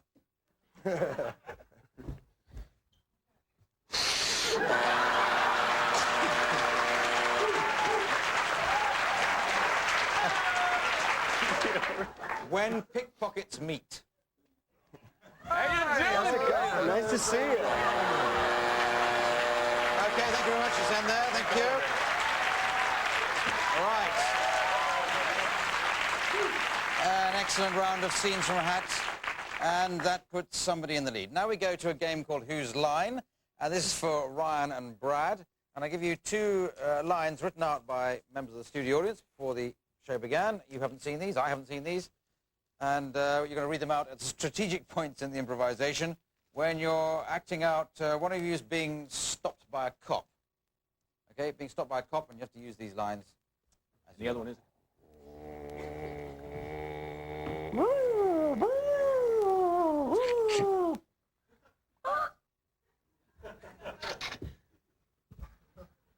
Hey, buddy. Didn't you see that sign back there? It said, always keep a jellyfish in your handbag. Can I see your handbag, please? Squeaky, squeaky, squeaky, squeaky. I'm sorry? I said, didn't you see that sign back there that said, always keep a jelly? You know me. You can read lips. My friend, I have a jellyfish right here. Yes, but it's not in your handbag. Damn it! I forgot to carry it today. That's right. I was warned before I ran out of the house. My wife yelled at me. She yelled at me. Send for the king and a plate of spaghetti. She's been pregnant for some time. She's going out of her mind. Anyway, here's my license right there. All right. I'm going to have to write you up a ticket. Could have sworn I was keeping to 30 miles an hour. You know, last time I saw a guy like you, he tried to get out of it by saying, grab me, big boy, and kiss me like there's no tomorrow.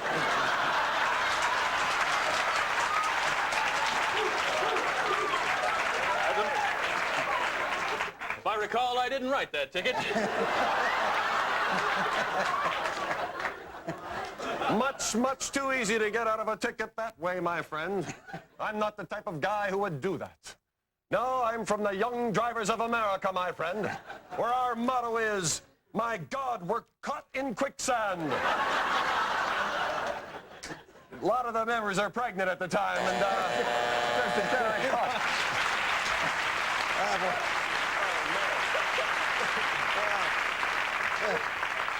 Those lines fitted in almost too well. I think you planted those. Anyway, well done. So let's do, lots of points, I should imagine. Now let's go to a game called World's Worst. For all 4 contestants who'd like to come forward, stand on the world's worst step, and step forward with examples of the world's worst person to pick up as a hitchhiker. Okay? You got room in the back seat for my chainsaw? Oh, don't pull over yet. I know more show tunes.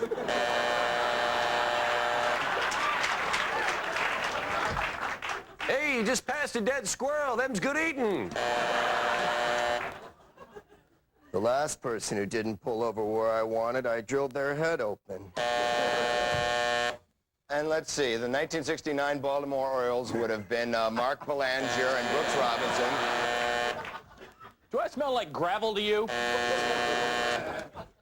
Oklahoma, Oklahoma, I saw Oklahoma. That's 2.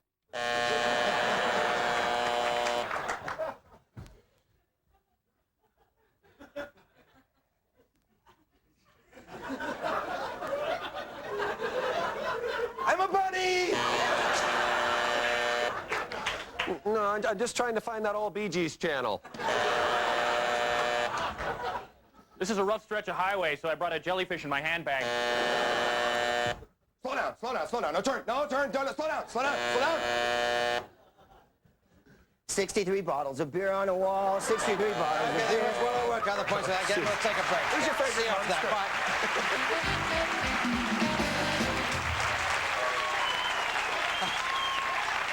Thank you.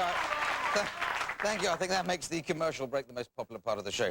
But let's crack on to a new game another game called Props. And the four contestants divided into two pairs of two for this game. Ryan and Brad, I'm going to give you this item, and you've got to come up with as many different ways of using this. So just have a think on that, and that's what you have to use. And away you go. I'll buzz between the two pairings as I get an idea of what you're doing. Boy, they've really cut back in the space program. No, I haven't been near the radiation. Why do you ask? Okay, show me your vein. Well, the other ski went down that way somewheres. I don't think it's right to forge Gulliver's checks.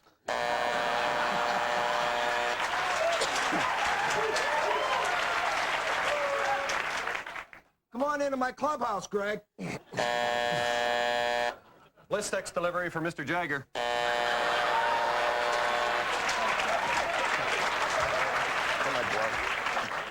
The hourglass has been run over by a truck. All right, I was lying, for God's sakes.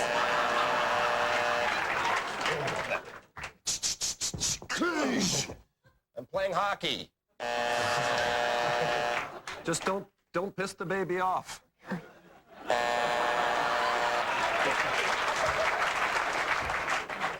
This is the smallest pool I've ever been in.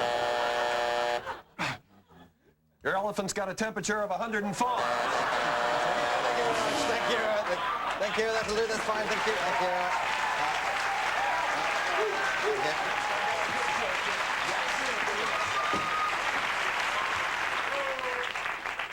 Scoring in Japanese writing tonight. Now we come to a game called Helping Hands for Ryan and Brad. They're going to be acting out a little scene. If you'd like to come down. But to help out Ryan, Greg is going to be providing the hands for him to act with to save him the trouble. Now, a very simple thing here, Brad. You've come along to find out how to ice or decorate a cake, and you'll find the relevant props have miraculously appeared on stage there, and away you go. Hello, my friend. Hello, hello, hello, hello. Hi. Welcome. Welcome to Bob's School of Cooking, yes, silly mods. Oh, Bob. Everyone must hit themselves in the head before we begin. First, put on your cape, put on your little apron, and your little tiny chef's hat. Little tiny chef's hat. There we go. Too small for my head. I won't be using that. Well, you can put it on me if you like. But I got a little cape here. I think we all should put ours on. Let's all put them on very quickly. Very quickly. Screw it. Screw it. Get rid of the capes. Damn it. What we have here, my friend, what we have here is an angel food cake. Light as air. Light as air. It's floating. Keep it down. Keep it down. It's very light. Very light, my friend. First, we start with a little bit of icing. A little bit of chocolate right over here to my left. A little bit of chocolate icing on the chin. A little bit. Just for the look, so we can pretend we're French chefs. Yes, we'll do. And a little bit on the cake. A little bit on the... Well, just dump it on the cake there. Dump it right on the cake. Why don't you use the spatula? It'll come out a little easier. Who is the cook here, my friend? On the cake. Oh, it's a little... Maybe we should use... There we go. It's coming out. Spread it. Just spread it lightly onto the cake. Lightly. Talk to the cake. Good cake. Good cake. I think what we need here, my friend, is a little bit of Ready Whip. Let's grab up that little can. There it is. Grab up that little can and... Oh, hey, let's not waste that gas. No, no. There we go. There we go. I love the taste of it. I love the taste of it. I can eat it all day. Oh, didn't get any, but got a bit of air. Whoa. The funny thing is, it's good off the fingers. Can I try some? Yes, of course you can. And the funny thing is, it also makes a great deodorant. There we go. There, a little under the arm. Boy, I tell you. Now, my friend, I want you to take this one little piece of cake here. Yes? The one little piece towards the front here. I'm just going to grab it for you. Take it up. Have a taste of that. Oh, No, go ahead. Have a taste. Have a taste of There you go.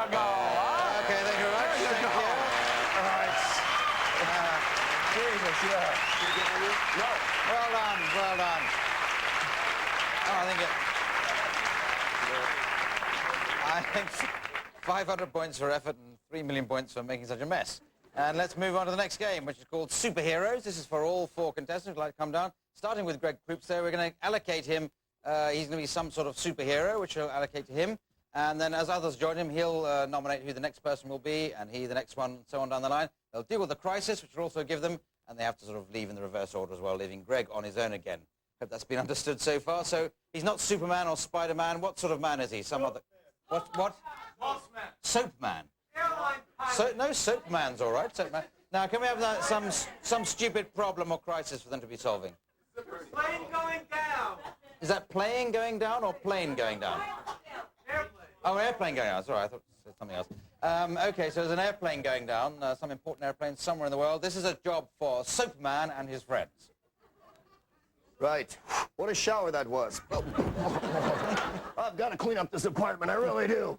I better turn on the World Crisis Vision Monitor and see what's... Oh, for gosh sakes, there's a plane going down. I better get out my enormous rope and try to catch it. I could use some help on this one. Sorry I'm late. I couldn't catch a cab. It's nice to have you here, tight underwear man. Well, it's nice to be here. The cabs just wouldn't stop for me. I don't know why. There's a big problem here. Oh, the plane's going down. I saw that earlier. Sorry I'm late. Couldn't get a plane. Thank God you're here, ripped off in the divorce settlement, man. You guys don't have any kind of problems at all. That bitch, she took my house, my car, and Never mind that. There's a plane going down, what damn the it. hell with those people? Give me a drink here, for God's sakes. Sorry I'm late. I heard about the plane. Overreaction man. Ooh, those look painful. Oh, they are. You look terrific. Well, thank you. I wash every day. Till you've been kicked in the teeth by some broad. Oh, I know what you mean. Overreaction man. There's a plane going down. Oh, goodness. Just like Airport 75. Did you see Karen Black in that? Oh, God. I'm going to go try and land this thing. Oh, yeah. At Airport 75, that's where the one where Dean Martin has got the stewardess knocked up. Yeah, I know that. That's what happened to me. All right. I'm out of here. I'm going to go kill my ex-wife and her lover. Thanks for all your help. Well, I think I'll just be off and try to get a job as an exotic dancer.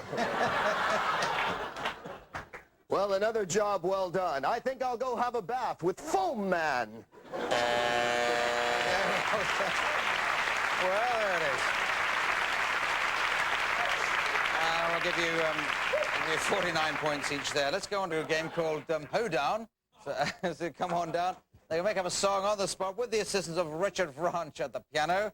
Hoedown, a very popular song style over here in America, with everyone apart from, well, these 4 people here, oddly enough. About somebody's hobby. Can you think of a hobby? Motorcycle. That's a good one. Motorcycling. Okay, there you go. Motorcycling. The motorcycling Hoedown.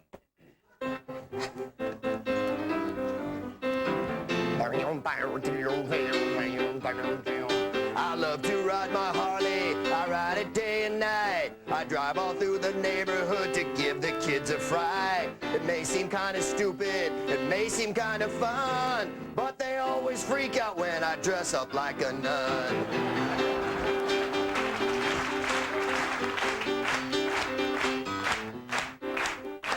I like to ride my Harley, I like to ride it fast. I get my bitch on the back of me and I slap her ass. Sometimes we go fast, we hit our jaws. I don't give a good damn about the helmet laws.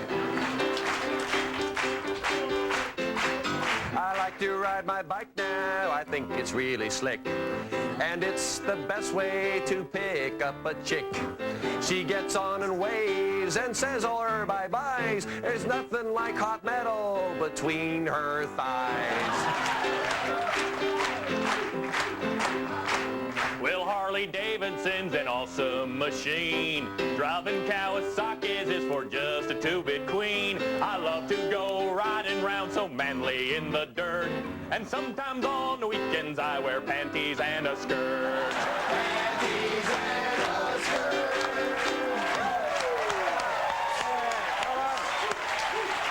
Well done.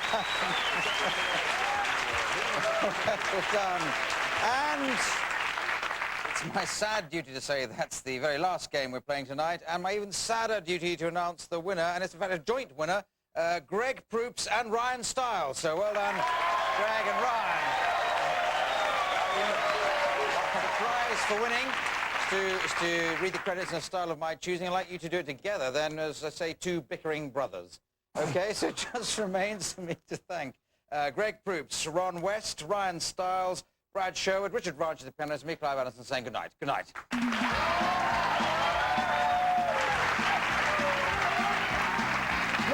Go on. You think you're so smart. No, go on, you read it. No, Mom's little baby. Go ahead and read it, little baby butt. Philip Pope did the music on the show. Oh, real good. Oh, you didn't like how I read it? Why didn't you do something? Why didn't you do something, Mr. Prove-It-All?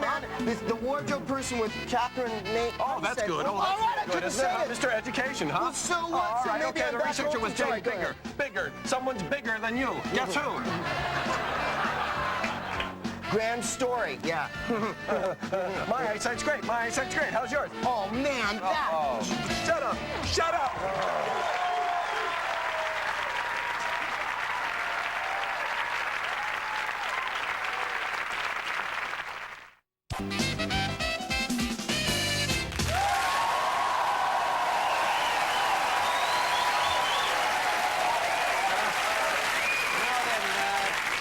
Welcome to Whose Line Is It Anyway, the improvisation program, featuring tonight the best in Anglo-American fun since somebody sat on the cream horns at the Boston Tea Party. Starring the all-American boy, Greg Proops, the all-American tall boy, Ryan Stiles, the mostly Canadian snappy dresser, Colin Mockery, and finally the more or less British easy chair, Tony Slattery. Ladies and gentlemen, welcome to...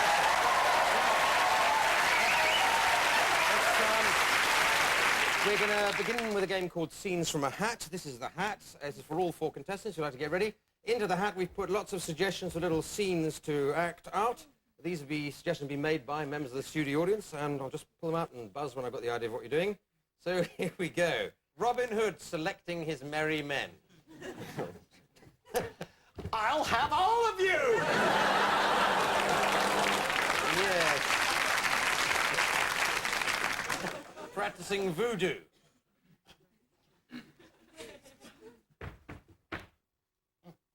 Come on, doll, scream!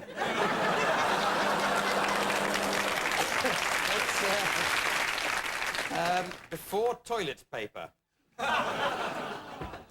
Jimmy, get in here! Oh, dear. The Princess and the Frog.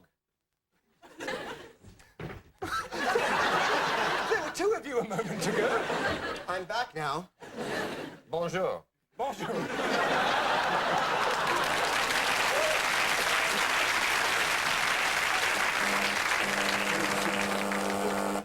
Kiss and tell.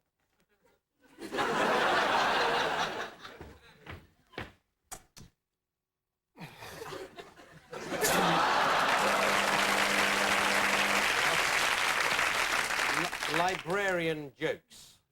And then he comes into the Very good.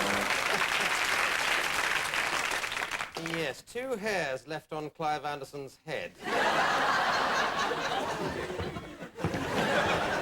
Sure is lonely up here. Well, thank you for the two anyways. That's only one. Your worst nightmare. Hi, I'm Clive Anderson. I'm in your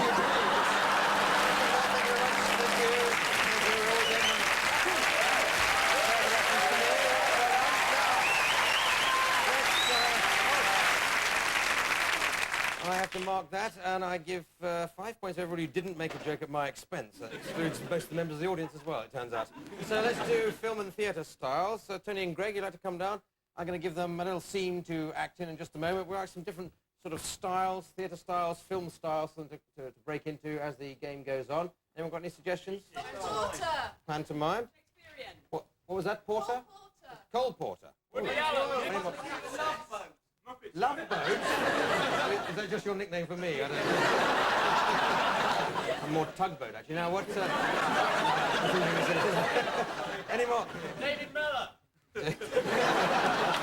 Have we already got pantomime? Now, what else? Now, OK, you want a style, don't you? No, a scene. Tony, you're a passenger on a plane, and Greg is the friendly steward or stewardess.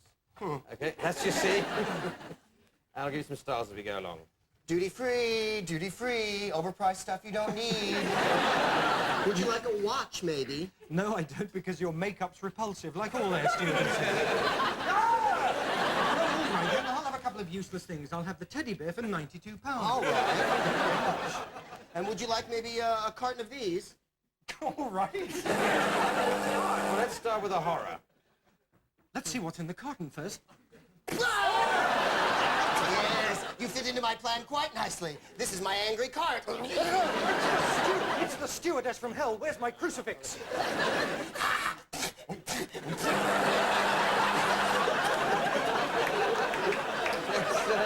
Let's do a pantomime. Did you see the way she spat at me, boys? We know a song about spitting, don't we? Off you go, then you start. All right. Everybody over here, spit, spit, spit, spit, spit, spit, spit. Sing, damn it! That's right. That's right, spit, spit. And my half of the audience go... Cough, cough, cough, cough, cough, cough, cough, cough, cough. Well, boys, who do you think... Shakespeare. My liege, yes, come stewardess-type person. You wheel your trolley forth with goodies, none of which I want. Hot cheese, says I. See how I wheel my cart, and I caper and bandy about. So No! Wait! You cannot do this at your leisure. Please show me the safety procedure.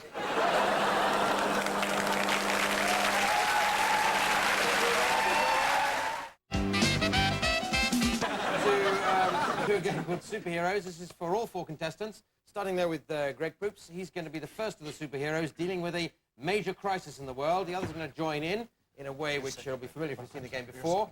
Well, first of all, let's think of a crisis for superheroes to deal with. Flood! Flood! Oddly enough, we've done that recently. Global warming is a nice good one. Global warming. Ah, yes. Phenomenon with the ice caps melting. Yes, it leads to floods. Global warming will stick with us. Very good. Now, what sort of superhero do you think Greg is? Sorry? Undercover elephant. That's excellent. Undercover elephant, man. Make of that what you will. And you have to nominate what your next superhero is. I bet I do. Yeah, all that. So, away you go. Global warming, come in. Undercover elephant man. I wonder if anyone's noticed. Oh, good. My secret's still safe. Boy, am I thirsty. Could I use a bun? Oh, good God, I better turn on the universal bummer vision viewer. I sense something's happening, and I never forget. My God, the ice caps are melting, the ozone's being destroyed, there's global warming. My goodness, what can we do? I hope someone arrives soon to help me. Sorry, I'm late. I had to take a cold shower. Boy, is it hot. It's good to have you here, a man who talks really, really slow. Well, it's rise to rule. Look, there's global warming taking place. We've got to save the Earth. Oh.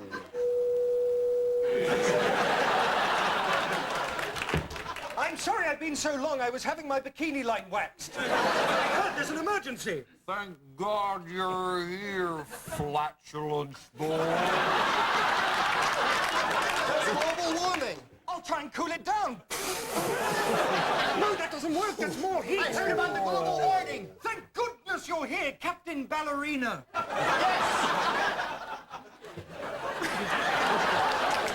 Oh, I'm no help at all.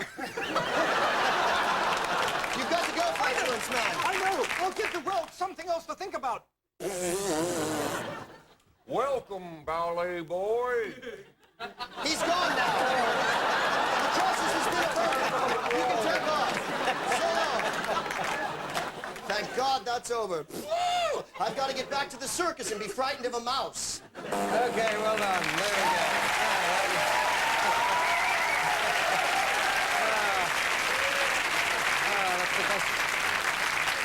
That's the best round of superheroes we've done for ages, so I'll give you all equal points, whatever they may be. Now we go to world's worst game for the world. All four contestants stand on the world's worst step and step forward just when you've thought of examples of the world's worst person to take confession. Okay, I'll buzz when I get the idea of what you're doing, and away you go, starting with Greg, apparently. Tell me again, except this time go slower. That's an appalling crime, my son, for which the punishment is this. You have to be in the studio audience of Kilroy.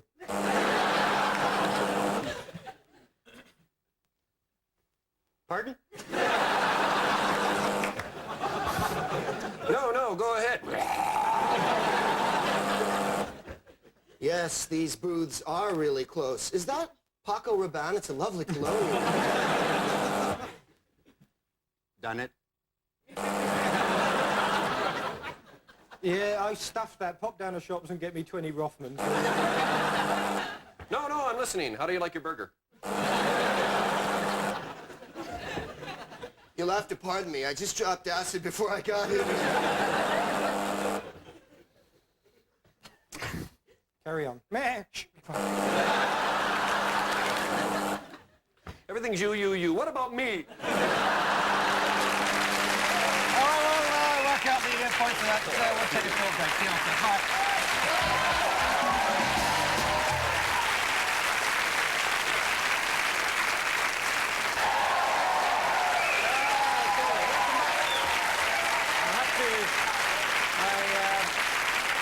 I just have to score that last game, and there I've done it.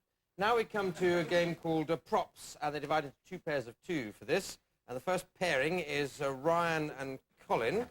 And these are things you have to do as many different things as you can do with in the course of the improvisation as you can, while the other pairing of Greg and Tony, and you have to come up with ways of using those.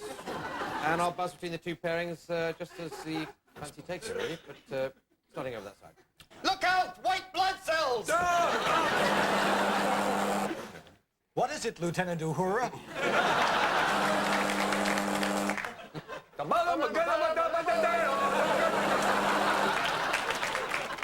I'm Dennis Street Porter. Do you like my earrings? Boy, that dandruff. I'm Pinocchio. Who are you? Pinocchio's friend. Quick, disguise yourself as a Dalmatian. Mrs. Pepper, it's twins. We should never have let the poodles play on the road.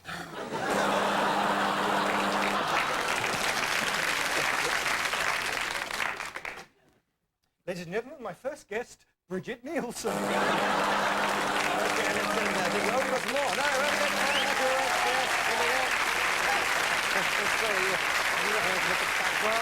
I'm scoring that based on the audience's applause, and it's nothing each, I'm afraid. So we go on to a game called Scene to Music. Tony and Ryan, if you'd like to come on down.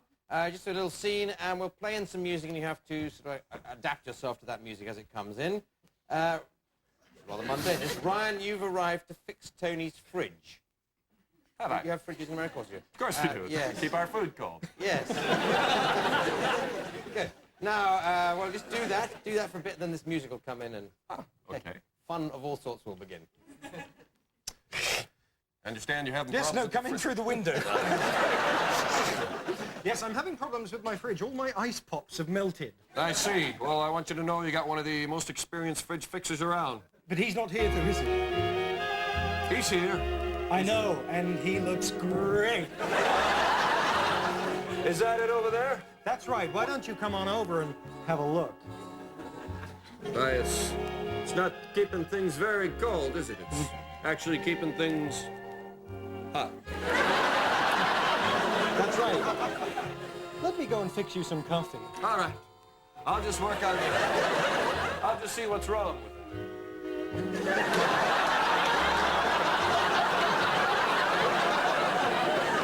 Oh, I've spilt the oil. Yes.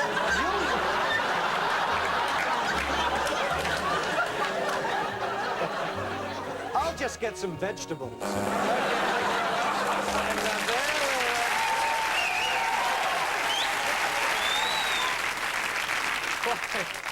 quite how that music inspired those thoughts. We'll leave that to you. Well, I'll give you no points for that. Now we come to a game called Standing, Sitting, Mending, which sounds fun. Let's hope it is. As for Ryan, Tony, and Colin, if you'd like to come on down, there's 2 chairs are there for your assistance.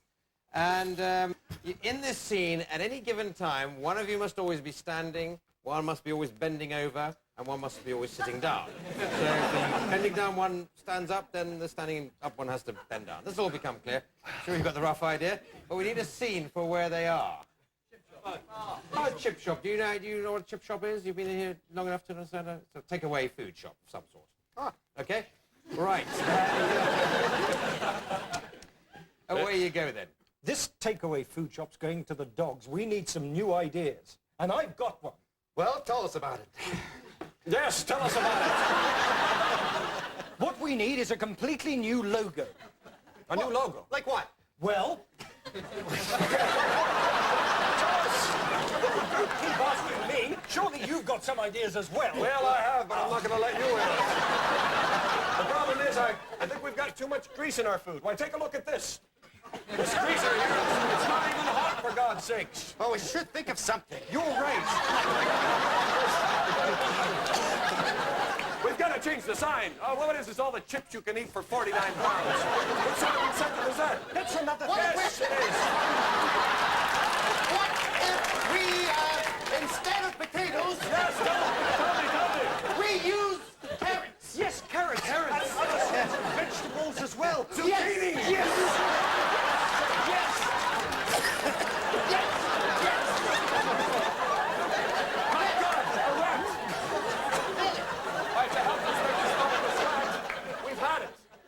We can't just leave rats lying around the place like... There's a health inspector coming.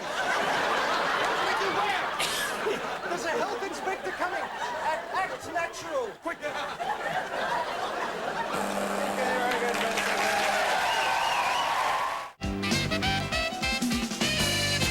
Hands, it's going to feature Ryan and Tony, if you'd like to come down. And they're going to be acting out a little scene with the help of these props, which have magically appeared in the studio. And Greg will be helping by providing the hands for Ryan to make it easier for him to act. And Greg will be thrusting his hands in there. Where? Well, there or thereabouts. And away you go. And you can work out from the props, probably, but the idea of this is, Tony, you've gone to Ryan to find out about pet care. Well, this is Fluffy. I'm sorry. Oh, this is the little one, is it? Hello, Fluffy. Yes. Well, we'll just put her in the back. Well, I wonder if you... Is there a problem with Fluffy? Give me Fluffy, I was kidding. They love when you joke with them. Who doesn't, Dad? There's simply one thing. I'd like you to show me the correct way to feed her, please. To feed Fluffy? Yes. All righty, sure. Well, first, you gotta get the whiskers.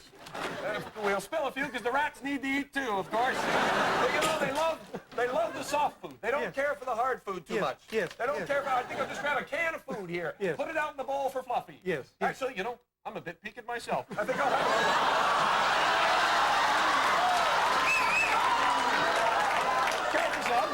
Careful, son.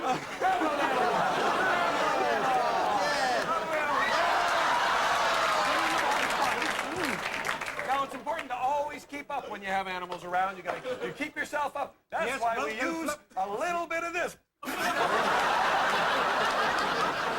Fluffy? What was Fluffy? Was Fluffy a cat or a dog? Come here, Fluffy. You have a little too. You have a little too, Fluffy. There you go. Yes, and also, Fluffy's been getting a bit hairy. There's a scissors there. I wonder if you could just trim her a bit. No, those aren't scissors. No, right down in the corner. I see them right down in the corner. There they are. We'll just give her a little trim and neuter her at the same time. So we won't have a bunch of little Fluffies around. You know what I'm saying? Yeah, I bet you're thirsty, aren't you? You bet I am. Okay, why don't you just treat have a little of that? Treat yourself You know what? to some milk. I think I'd rather have it mixed in with the stuff from the can, if you wouldn't mind. Right out of the bowl. Pour her in the bowl. There we are. There we go. And you know, you don't drink like humans. You have to lap it up.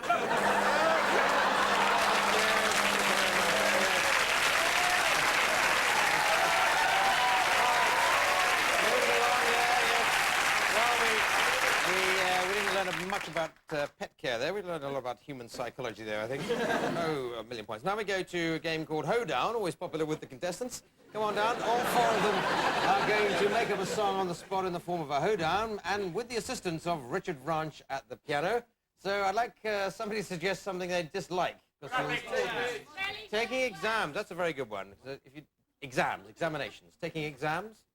So if you didn't like it beforehand, you'll certainly dislike it after you've heard the hoedown. We'll start with you, Greg, work down the line until we get to Tony at the end there. So we'll go with the examinations hoedown.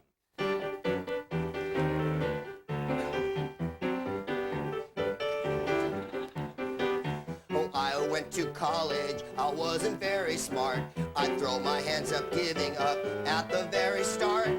Every test I take, you know, you tested would I fail. But it doesn't matter, cause I am Dan Quayle.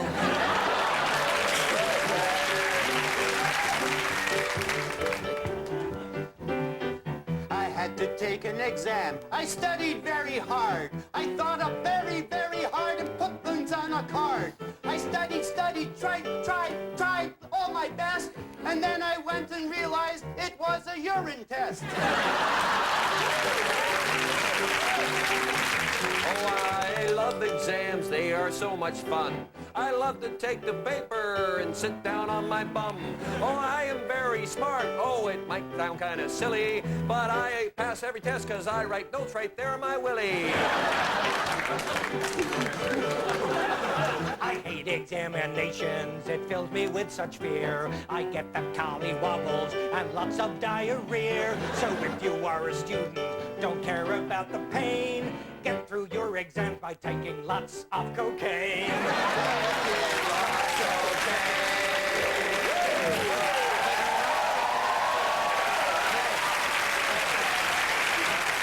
Just a reminder, he's only joking. Just say no. We come to the end of that programme, and totalling up the points, I see that despite that, Tony Slattery is this week's winner. So well done.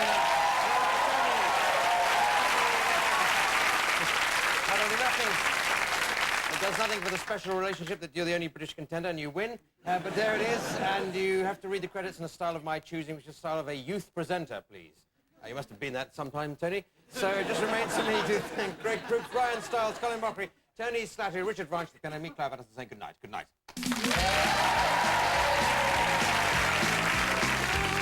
Okay, so welcome. We're having such a great time in the studio. Later on, I can't read the auto cue. Later on, we've got Take That, because they're really fantastic boys and all that and everything like that. And then we, you know, sort of do some other things and something. And so tell me what happened when you were, and it's going, you know, this program's going really well and I'll get paid really a lot of money for it. And so, oh yeah, researcher Kate Andy is what I'm meant to do. Anyway, on to more serious business. We've got our charity appeal, which is to try and raise money for some more hair for Clive Anderson. So...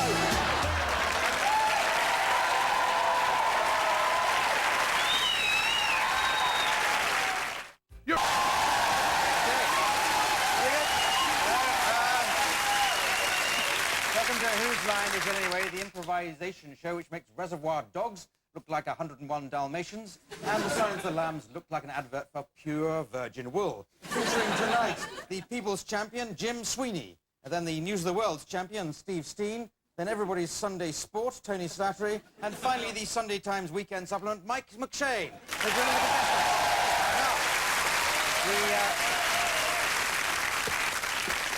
We start with an enthusiastic audience, which is good, but we start with a game called Scenes from a Hat. This is the hat. Into it have been put lots of suggestions for scenes for all four contestants to act out. I'll just pull them out of the hat, and as you hear them, you've got to do them. I buzz when I've had enough, which is pretty after about 3 seconds. So see how many can do. The more we do, the more we will have done.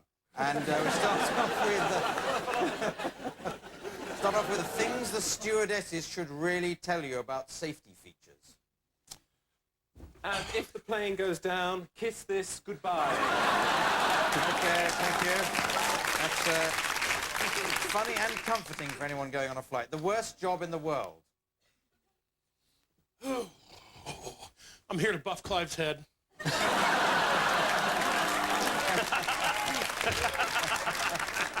thank you, Mike. It's Olympic sport we'd like to see. Ready? No, Oh, God. Oh, no. It's 100 meters. Yes. Yes. I think Humping the Tony is in it already. You gotta see the synchronized Humping the Tony. It's really good. A kissogram with bad news. Ding dong. Hello? She's left you, she's left you. She's never coming back again. She's left you. Very good. All right.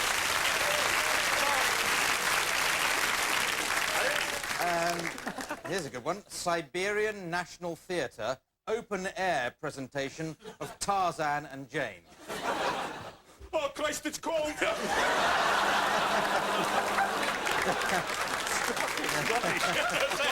Done in Glasgow, obviously, from the accent. It's off the way. There's no such thing as a free lunch. That'll be £2.50, please. Right. Tony eats at the Ivy, obviously. Auctioneers at a party. Auctioneers at a party. Who wants a beer? Anyone want a beer? Got a beer?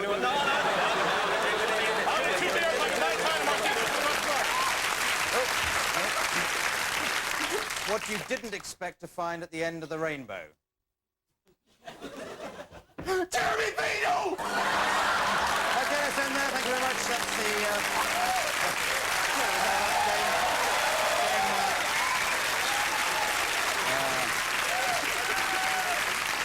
That game traditionally ends with the first mention of Jeremy Beadle. That gives you a 6 and out, Jim, so there we go. As we go on to the next game, which is film and theatre stars, so Mike and Tony, let's come on down. And what they have to do is act out a little scene employing a variety of film or theatre styles. Anybody got any suggestions? Punch and Judy. Punch and Judy, that's a good one, yes, thank you. Rock opera, from around the back. El Dorado. El Dorado. We're doing amateur dramaticals already. Now, let's move on. Give you the style, the scene, rather. 2 people stuck on a desert island for just a little bit too long. Okay? Where you go. I spy.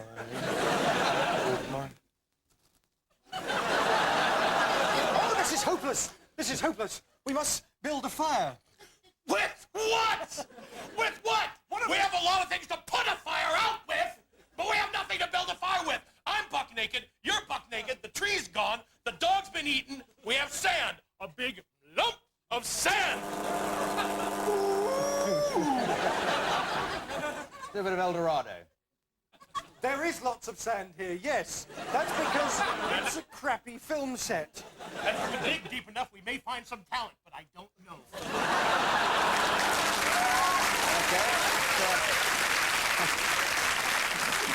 Do a bit of rock opera. You dig the sand. The sun goes down again. We're never gonna survive. But just in case we do, I have to say, I love you.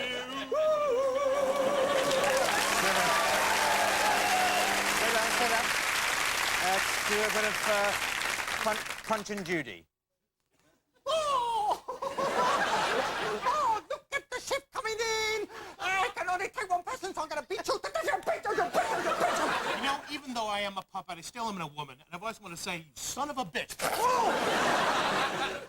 That brought back seaside holidays as Splendid Brighton, didn't it? It's a bit of science fiction. Why, this sand is irritated, Captain. I think we're not going to escape, and what's even worse, we may mutate. I don't know.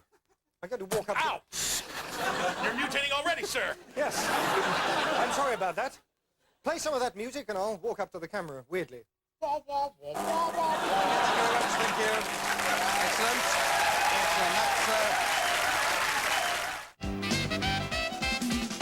Story. A day in the life of a nursery school. Right, that's, I think, reasonable enough.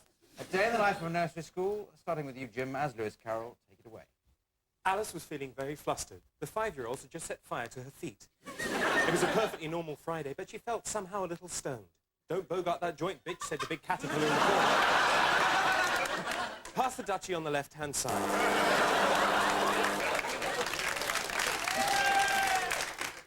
The caterpillar was called Blanche de Celery.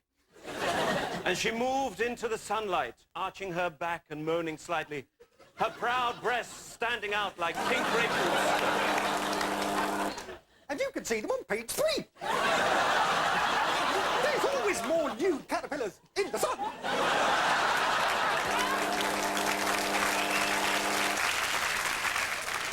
Alice said beyond belief, I will not smoke that massive spleef. That massive spleef is so huge, I feel like riding in your luge. And the caterpillar then, he got in and said, my name is Ben. Get in my luge and then we'll fly. We'll fly and then we'll say goodbye. Alice suddenly had a screaming attack of the munchies, and the 5-year-olds had taken away all her chocolate.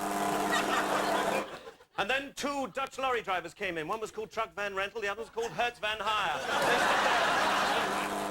They stood there playing the Alice bingo game.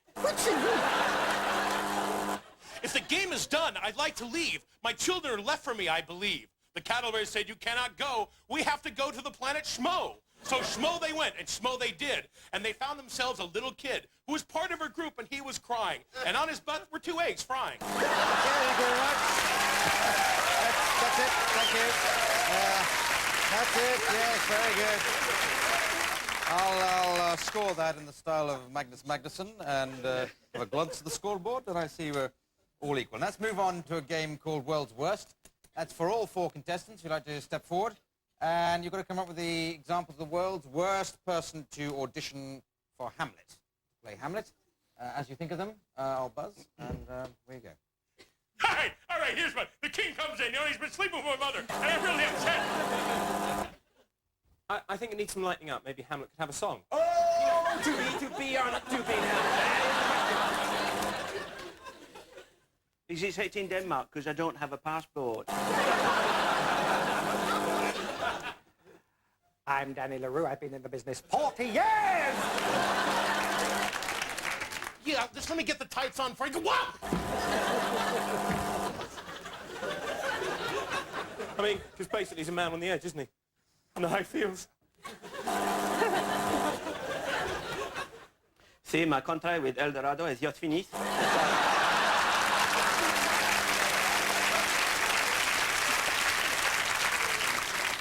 Tobe or not Tobe?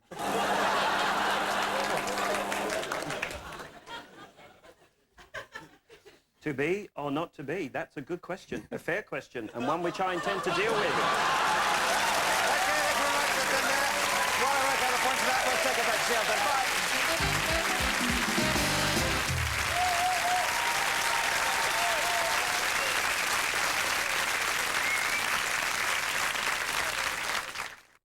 Hi, I'm Jake Johansson, and Comedy Central has offered me the opportunity to host their stand-up comedy show, 2 Drink Minimum. Take the gig.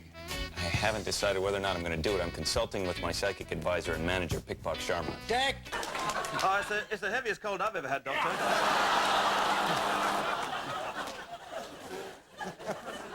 What gerbil? Hello, I'm an extra on Doctor Who. There's been a dreadful accident with Sooty. Hello, I'm an extra on El Dorado. They're desperate. Okay, that's enough. Thank you very much. Thank you. Let's move on. Thank you very much. Yes.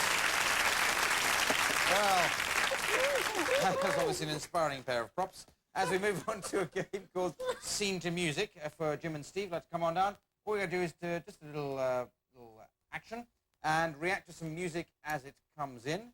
And you're just a guy in an office, one of you is a guy in the office waiting for the secretary to arrive. All right? Respond to music when it plays. There you go. What's been going on here? All my files are out of place. Where is that woman gone? Good morning. Ah, Betty. There you are.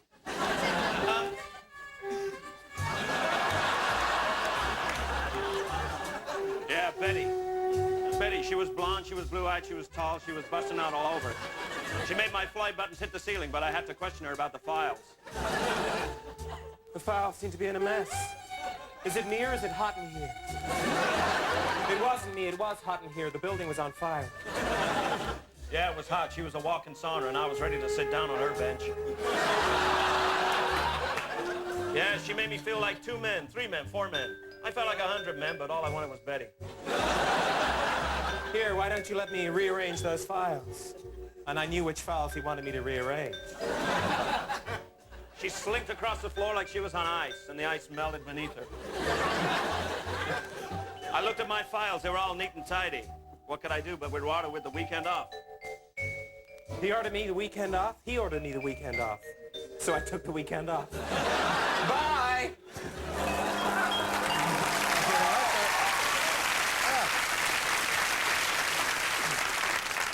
Very exciting dramatic climax there, the weekend off. Let's move on to a game called Party Quirks, which features Tony Slattery as the host of a party. All the others are guests at the party. The guests have each been allocated a strange way of behaving, a quirk, and Tony has to guess what they are just from the way the others perform their roles. So, Tony, if you'd like to come on down. The others are going to come in over there. I'll make a doorbell noise for them. And so, the party is ready, is it, Tony? Yes, the party is ready, and Got all the your theme bits of and my pieces? party is 60s dance crazes. It always is at your house, don't you know? Well, enough of that. I'll go and open the door. Hello, Steve, come on in. Pardon? I said, hello, Steve, come on in. What? Why don't you invite me in? Please, come in. And would you like a trifle? What? A trifle? I'll be with you in a moment. Hello, Jim, come on in. Oh, hello.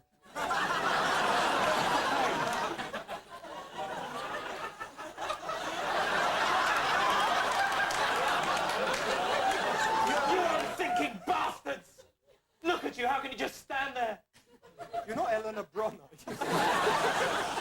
What is he saying? What kind of party is this? Where's the piano? Oh, you're always complaining. Where's the piano? I better get another. Come on in, for God's sake. Captain, they got Cletus, and they got Roy.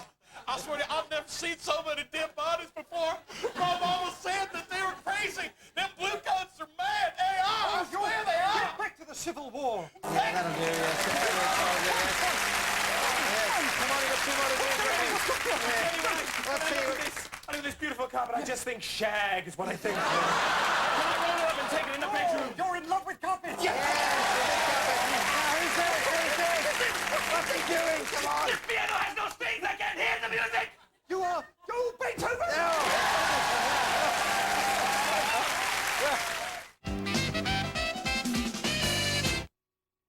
On Stand Up, you give... Called Bartender. This features Mike McShane as the bartender. He's going to be seeing his customers come in, and then they, instead of complaining or speaking to him, will be singing their problems to him, and he'll be singing them instructions or advice back. This will all be done with this as Richard Branch at the piano. So who should we have on first? Let's say Steve. So Steve, come on down. Now let's pretend Steve is angry about something. What is he angry about? Constipation. Constipation. That's a good suggestion, or possibly a cry for help. So away you go, Steve. You're angry about constipation. See what you make of that.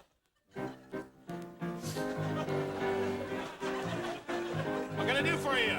I'm coming here. I'm in a bit of a flap. And you look like a helpful chap. I feel all cornered like I'm in a trap. And it's just because I just can't crap.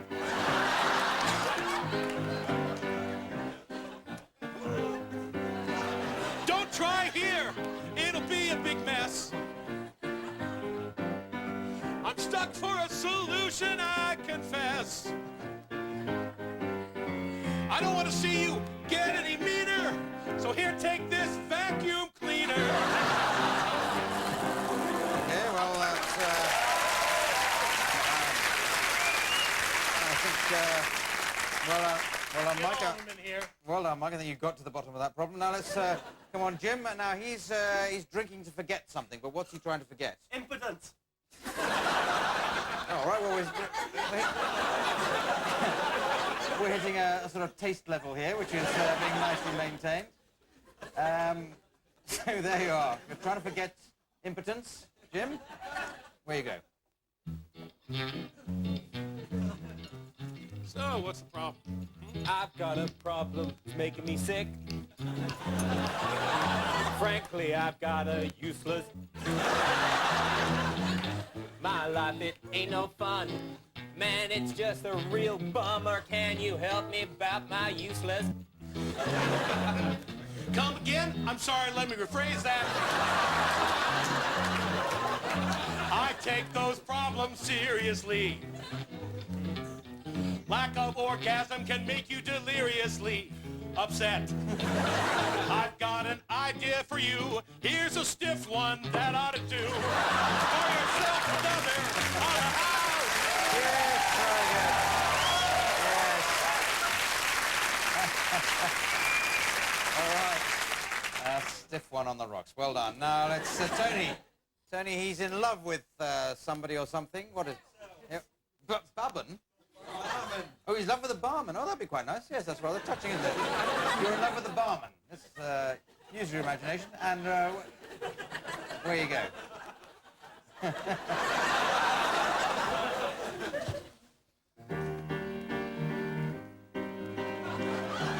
So you've been coming in quite a bit. What's up? I'm the bacon. Uh-huh. And you're my chips. I'd like to shipwreck in those standy-out nips. You are the center of my life. If you weren't a big butch man, I'd ask you to be my wife. You know, a lot of people say strange things, but very few of them get through to my heartstrings. I put up a front, oh, for so long, but that burning in your eyes is oh so strong. You see through me, then do me right here.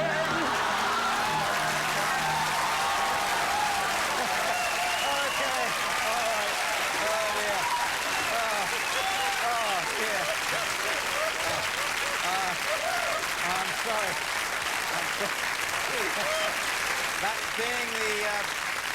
That being the final game, I have to total up the score, and I discover this is a dead heat between Steve Steen and Tony Slattery. So well done, Steve Steen and Tony Slattery. Well done.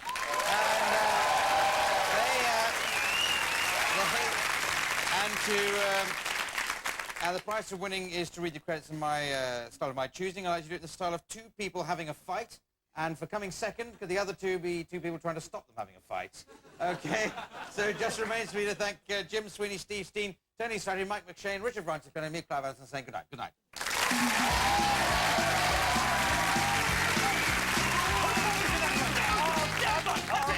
It's not magnificent, I'll tell you that, mate. Look, do you want me to what? Vision mixer, vision. Do you want me? What about a vision mixer? What do you mean? I'll be back. Think of Eddie Simon. Think of Eddie Simon.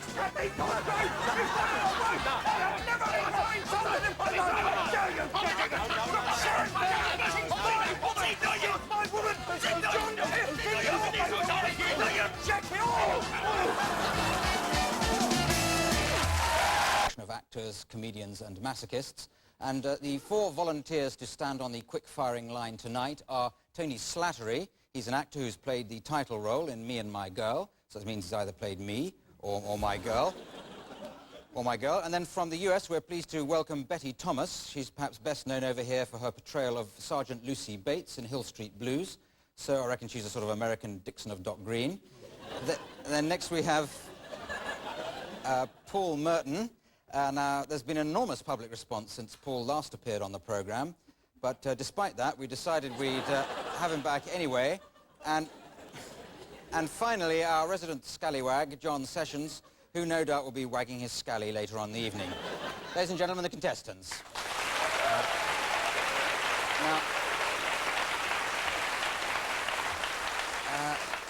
The first game is called Authors, so can I ask the contestants to come down and get into the improvising position, the lowest level there, we like to aim for that. Now, Authors is a game where they have a little bit of preparation in the sense that each of them have chosen an author whose style they've come along with, ready to improvise in. But in a moment, I'm going to get a suggestion from somebody in the studio audience for a title for a story for them to tell. And they'll take it in turns telling it, moving on as I press this buzzer like this. So first of all, I'll just get the authors you've gone for. Tony, which author have you chosen to adopt the style of? Well, I'd like to have a crack at William Burroughs. William Burroughs? Well, why not? I'd like to have a crack at him as well. Now, Betty Thomas. Mickey Spillane. Mickey Spillane, our firm ground there. And Paul? Barbara Cartland. Barbara Cartland, yes. Yes, one of my favourites. And John? Anthony Burgess. Anthony Burgess, right. Okay, so now we need a suggestion for a title for the story. Has someone got a really good one they've come along with? Jack and the Beanstalk. Well, that'll be very topical around about October when this show goes out. Jack and the Beanstalk, okay. Can you manage that? Starting off, Tony, starting with your author, go. Jack was a junkie, eyes oozing pus at the top of the beanstalk, eyes strangulated like swollen tongues. Well, the beanstalk wasn't saying too much neither. Get off your Mustang, Sally. Who do you think you are? I'm talking junk, I'm talking drugs at the top. His nipples firm to the kiss of the shower. The twin downy hemispheric globes of his buttocks slid down the beanstalk. He needed another fix on sewage canal.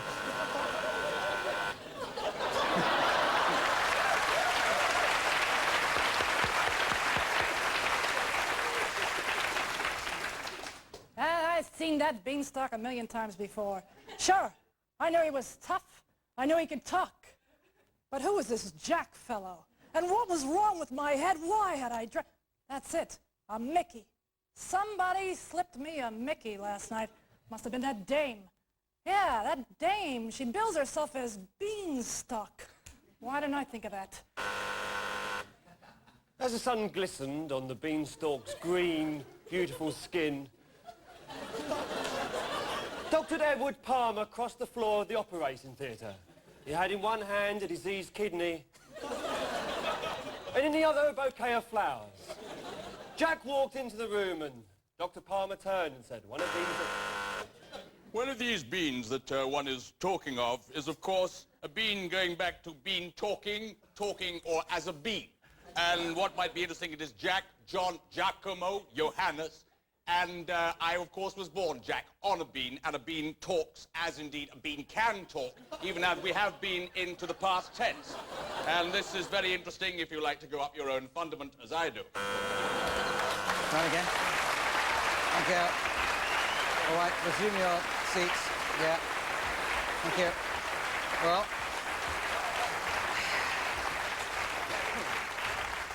Well, I have to award points for these games, and I'll give 50 points to everywhere there, apart from to John Sessions, and I'll give him 25 for going on such a lot. But it's fair enough. Now, the next game is called Film and Theatre Styles. We'll need the studio audience's assistance again on this one, because they'll have to give us a selection of film and theatre styles in which the contestants will be improvising, be dividing into pairs. So first of all, Paul and Tony, can you come forward? I'm going to give you a situation to improvise in, and then I'll cut in with the variety of different styles that the audience suggests to us. And I'll just make a list of them, first of all. So have you got a favourite theatre or film style that you like? Sorry? Mine. Well, that's... Greek tragedy. Greek tragedy. Hollywood epic. Hollywood epic. Soap operas. Restoration. Yeah, no, wait. I'll go with musical, I think. We've had Restoration before, and... Yeah, sorry. Wait. We've got enough now. Save them up for the next pairing, else we'll never get through this particular round. So, your situation I've got to give you is a homeowner speaking to his builder. So you can divide up who you want to be, homeowner and builder. Either you've got a home, or probably you are a builder. I've got a complaint. What about the plumbing or the brickwork? Which? The plumbing, the brickwork, the floorboards, the lack of them, no roof, no walls. In fact, it's just a building site with a piece of card with your house written on it. Going to Greek tragedy. The problem is the builder has just been murdered off stage. Not Stavros, surely. No, Aeschylus, with a knife dripping in the Mediterranean sun, he plastered his bricks and died. That's rather unlucky in Peckham, isn't it? Okay, going to Hollywood epic. But the Peckham I speak of course, is not the Peckham of South London. The Peckham I speak of is the Peckham of my family, My forefathers. No more, Claudius. You speak of U-bends and pipes of which you know nothing.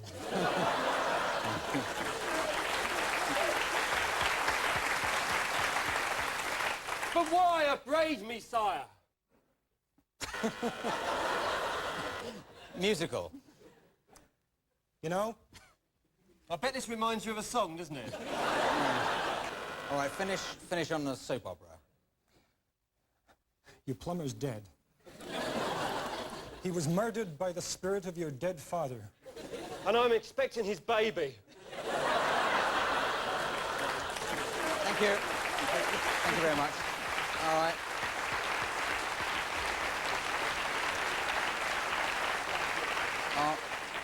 All right. That was a very good offering there. A lot of effort. Give 3 points each. Now, it's John and Betty, and your situation is you've got to be a husband and wife arguing over a map. Okay, just think about, yes, a map and map reading generally. Just hang on a minute, I'll get a few more suggestions of styles. Bogart. Oh. Method acting, yes, that sounds good. Sorry, one from over there. Mime. Oh, we had mime before. Healing comedy. No, Ealing comedy, sorry. La Malade Imaginaire or something. Now, okay, I think we've got enough there. No, we've got masses now. What an enthusiastic audience we've got tonight. We've sat here 3 weeks and got 2 suggestions, and we've all been saving them up, haven't you? Okay, so can you start off with your map? Do you have maps in America? Yes, of course you do. What are you doing, honey?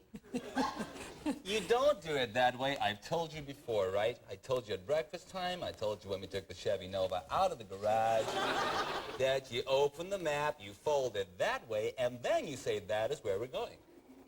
That is where we're going. That is where we're just good. We're gonna... Well, let's go into Ealing comedy. Now, what have in mind for you? I'll tell you what I've got in mind for you. What? It's a lovely drive, a lovely drive. Yeah. Come on, clear out of it, you kids. Come on out of it.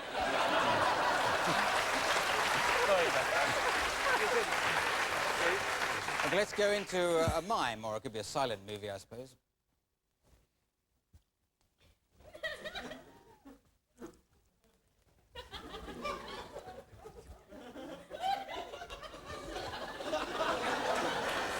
Okay.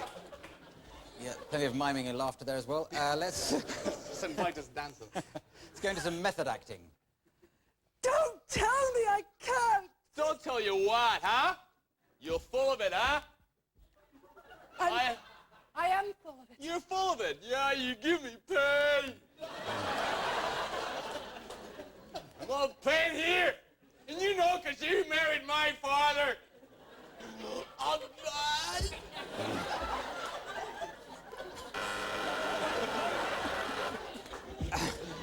Bogart.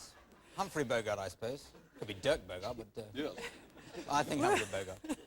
We'll be going up to Whistler's Hollow. You know where Hollow, where's that from here? Is it over the hill? Yeah, that's it. It's over the hill. You know how to get to Whistler's Hollow, don't you? I do, but I tell you something. I came back from the war 2 years ago. I thought I was coming back to a world that was happy and simple and straight. Right. I think we've done a lot there, so while I work out the points for that round, let's go away while people try and sell you things. Back in a moment. Right. Right, thank you. Thank you very much. Welcome back. I decided to give 10 points to everybody for that last round. Now, the next game is called Props, for the simple reason that we use props in the course of it. And we do it in pairs again. And the first pair are Betty and Paul. And this is your prop. And you've got to think of as many different ways of using that prop, while at the same time, the other pair, John and Tony, there's your one. So it's just as you think of an idea, once you've done it, it's a quick fire round, and I'll buzz and come over here, go to the other prop, and so forth. We'll do as many as we can in the time. The time is 7 hours and 34 seconds. So starting with you, Paul and Betty, go. Let me out, you broads are all the same. Let me out! Hello, welcome to great failed prototypes of our time. Number 14, the first condom.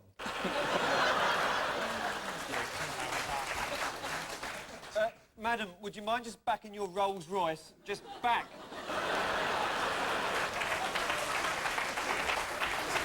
You think I'm a very clever person with cards, don't you? I have some bad news, Paul. What's the bad news? This is your X-ray.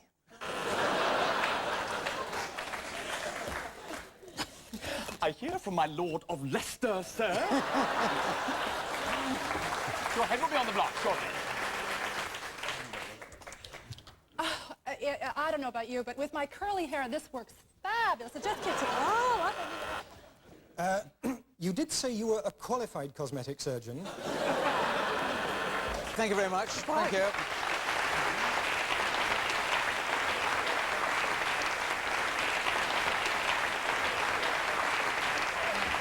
Well, I don't know. I think maybe Tony, John.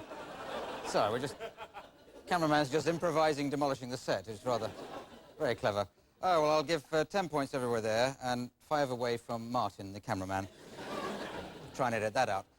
Now, the next round is called Different Games, and we play different games in the course of this round, which is why we call it that. Now, John and Paul, we start you off with a game called Every Other Line. John, can you read for us, which I know you're quite good at? This is a play called The Poison Party by F. Sladen Smith, or Sladen Smith.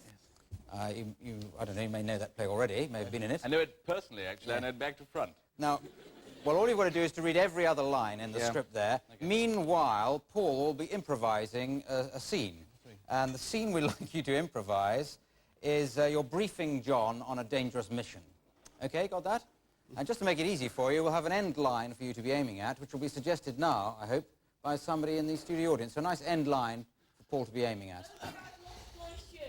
Oh dear, I've lost my shoe. You haven't actually lost your shoe. That is a line, yes, right. Oh dear, I've lost my shoe. It sounds like exactly the sort of thing somebody might say at the end of that sort of thing. So, away you go then, Paul, improvising your scene. Now, you understand that this mission is extremely dangerous. At least it died naturally, which is more than your circle seemed to manage. I don't think this is the time to swap passwords, do you? Charles, leave those cakes alone. Yes, Charles, leave them alone. I'm sorry, I didn't know he was in here. Now...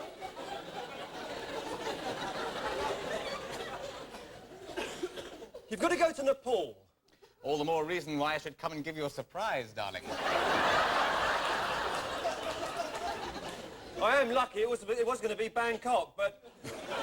Look, there's a parcel. This parcel here contains very secret documents. You must read them, digest them, and then swallow them. Why this pathetic touch? I mean, what's in the wind? It's probably Charles again. I've no idea. Oh, Her Majesty is a little tired with affairs of state. Indeed, she is, yes. That's why she's given me this job to do. I'm tired and also hungry, and as for thoughts, that's nothing. Like food for the dumps. Now, don't have a go at the dumps. They're my oldest friends. You're exactly like your poor father. My father, he went mad, didn't he? I've done that line. It's nearly 5. You must go to the garden of the winged Cupid and carry out your mission. My mission? Yes. This started off with me giving you a mission. And then Charles came in and then you insulted the dumps and... Oh dear, I've lost my shoe. Oh, brilliant. Brilliant. Yes, thank you very much. Thank you.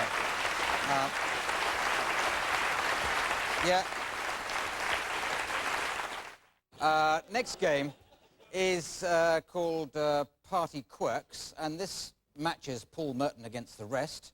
Paul is going to improvise being the host of a party, and the other 3 are going to arrive as guests at the party, but they're going to be portraying a sort of quirk, a physical or mental characteristic or a social characteristic as allocated to them in their envelopes, which they have in front of them there. These have been based on suggestions given to us by the studio audience just before the filming started. Paul doesn't know what they are, though you should be able to see them yourselves on the screens at home. So, Paul, if you'd like to come forward and start improvising a party. And the others will... Careful. And the others will arrive as guests through the doorway, which will have to pretend to be over there, and I'll do a sort of doorbell noise, using a bow, in fact. OK, first guest arriving is going to be Tony. Hello, Paul. Hello. Whatever you do, don't be alarmed by the long metal pole attached to my back.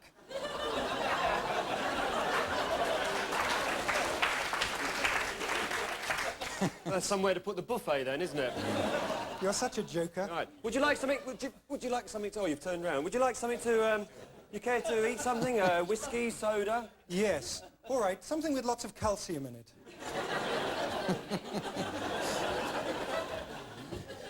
Well, can I interest you in this here? This is a charming, impertinent little wine. Right. Yes. Shattered knickers this morning. I'll hold that. You answer the door. All right, I will do. Yes, because I'm expecting a lot of people. Hello, Paul. Hello. How are you, darling? I'm all right. How are you? So nice to be here. Exactly why are you throwing this party? Well, it's just sort of a housewarming party, really, you know. A housewarming party? Really? Was the house cold?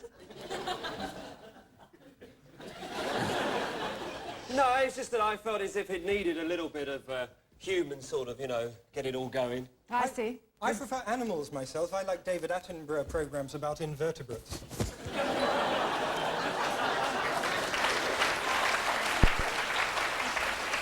Paul, is he a close friend of yours? I think he is, yes. Hang on. Usually naked, Paul has his sexual organs tied up with pieces of string and small cuts across his chest. Here he is. That's only on a Thursday, though, isn't it? He talks, he speaks, he confronts, but at the same time, he's waiting for the Wakanya man to come. I'm sorry, I've run out of Wakanya. I'm waiting for the man to arrive. Paul, I'm going to interrupt you Yes, here. do. I feel totally at home. I'm going to be terribly free and easy. I wonder if you could remove the metal pole from my back. Right, I will, yes. As he did so, the tribe moved round to the other side, and there was the perfect Yanya man, there bent in the shape of the old anthropological. We filmed him for hours on end. Hours on end, the poor, benighted brave bent forward, while the mad Wakaki woman on the other side looked on. I'm here in Paul's house. There's a mad scene going on here. There's toxic waste, there's organic food, and Paul has two of the strangest friends I've ever seen in my life. Well, you've met the, David Attenborough here. Yeah, well, that's not bad, not bad. And this is a bloke who used to have a pole in his back. Why? 2 seconds. Why? I don't know why. Oh, I know. Oh, come on, Paul. How did you vote? Time up, Paul. I'm sorry. That's... I'm just trying to get it today. It's me. What was it? You have no spine. Very difficult. Very difficult. You were so close there, Paul, because John was playing an intrepid explorer, so David Attenborough's not bad on that. Betty was an investigative journalist. She couldn't have made it much clearer. Towards the end. Yes, when she had the notebook out, she was taking it down and saying, I am a journalist, look at my press card. And Tony was playing somebody who had no spine.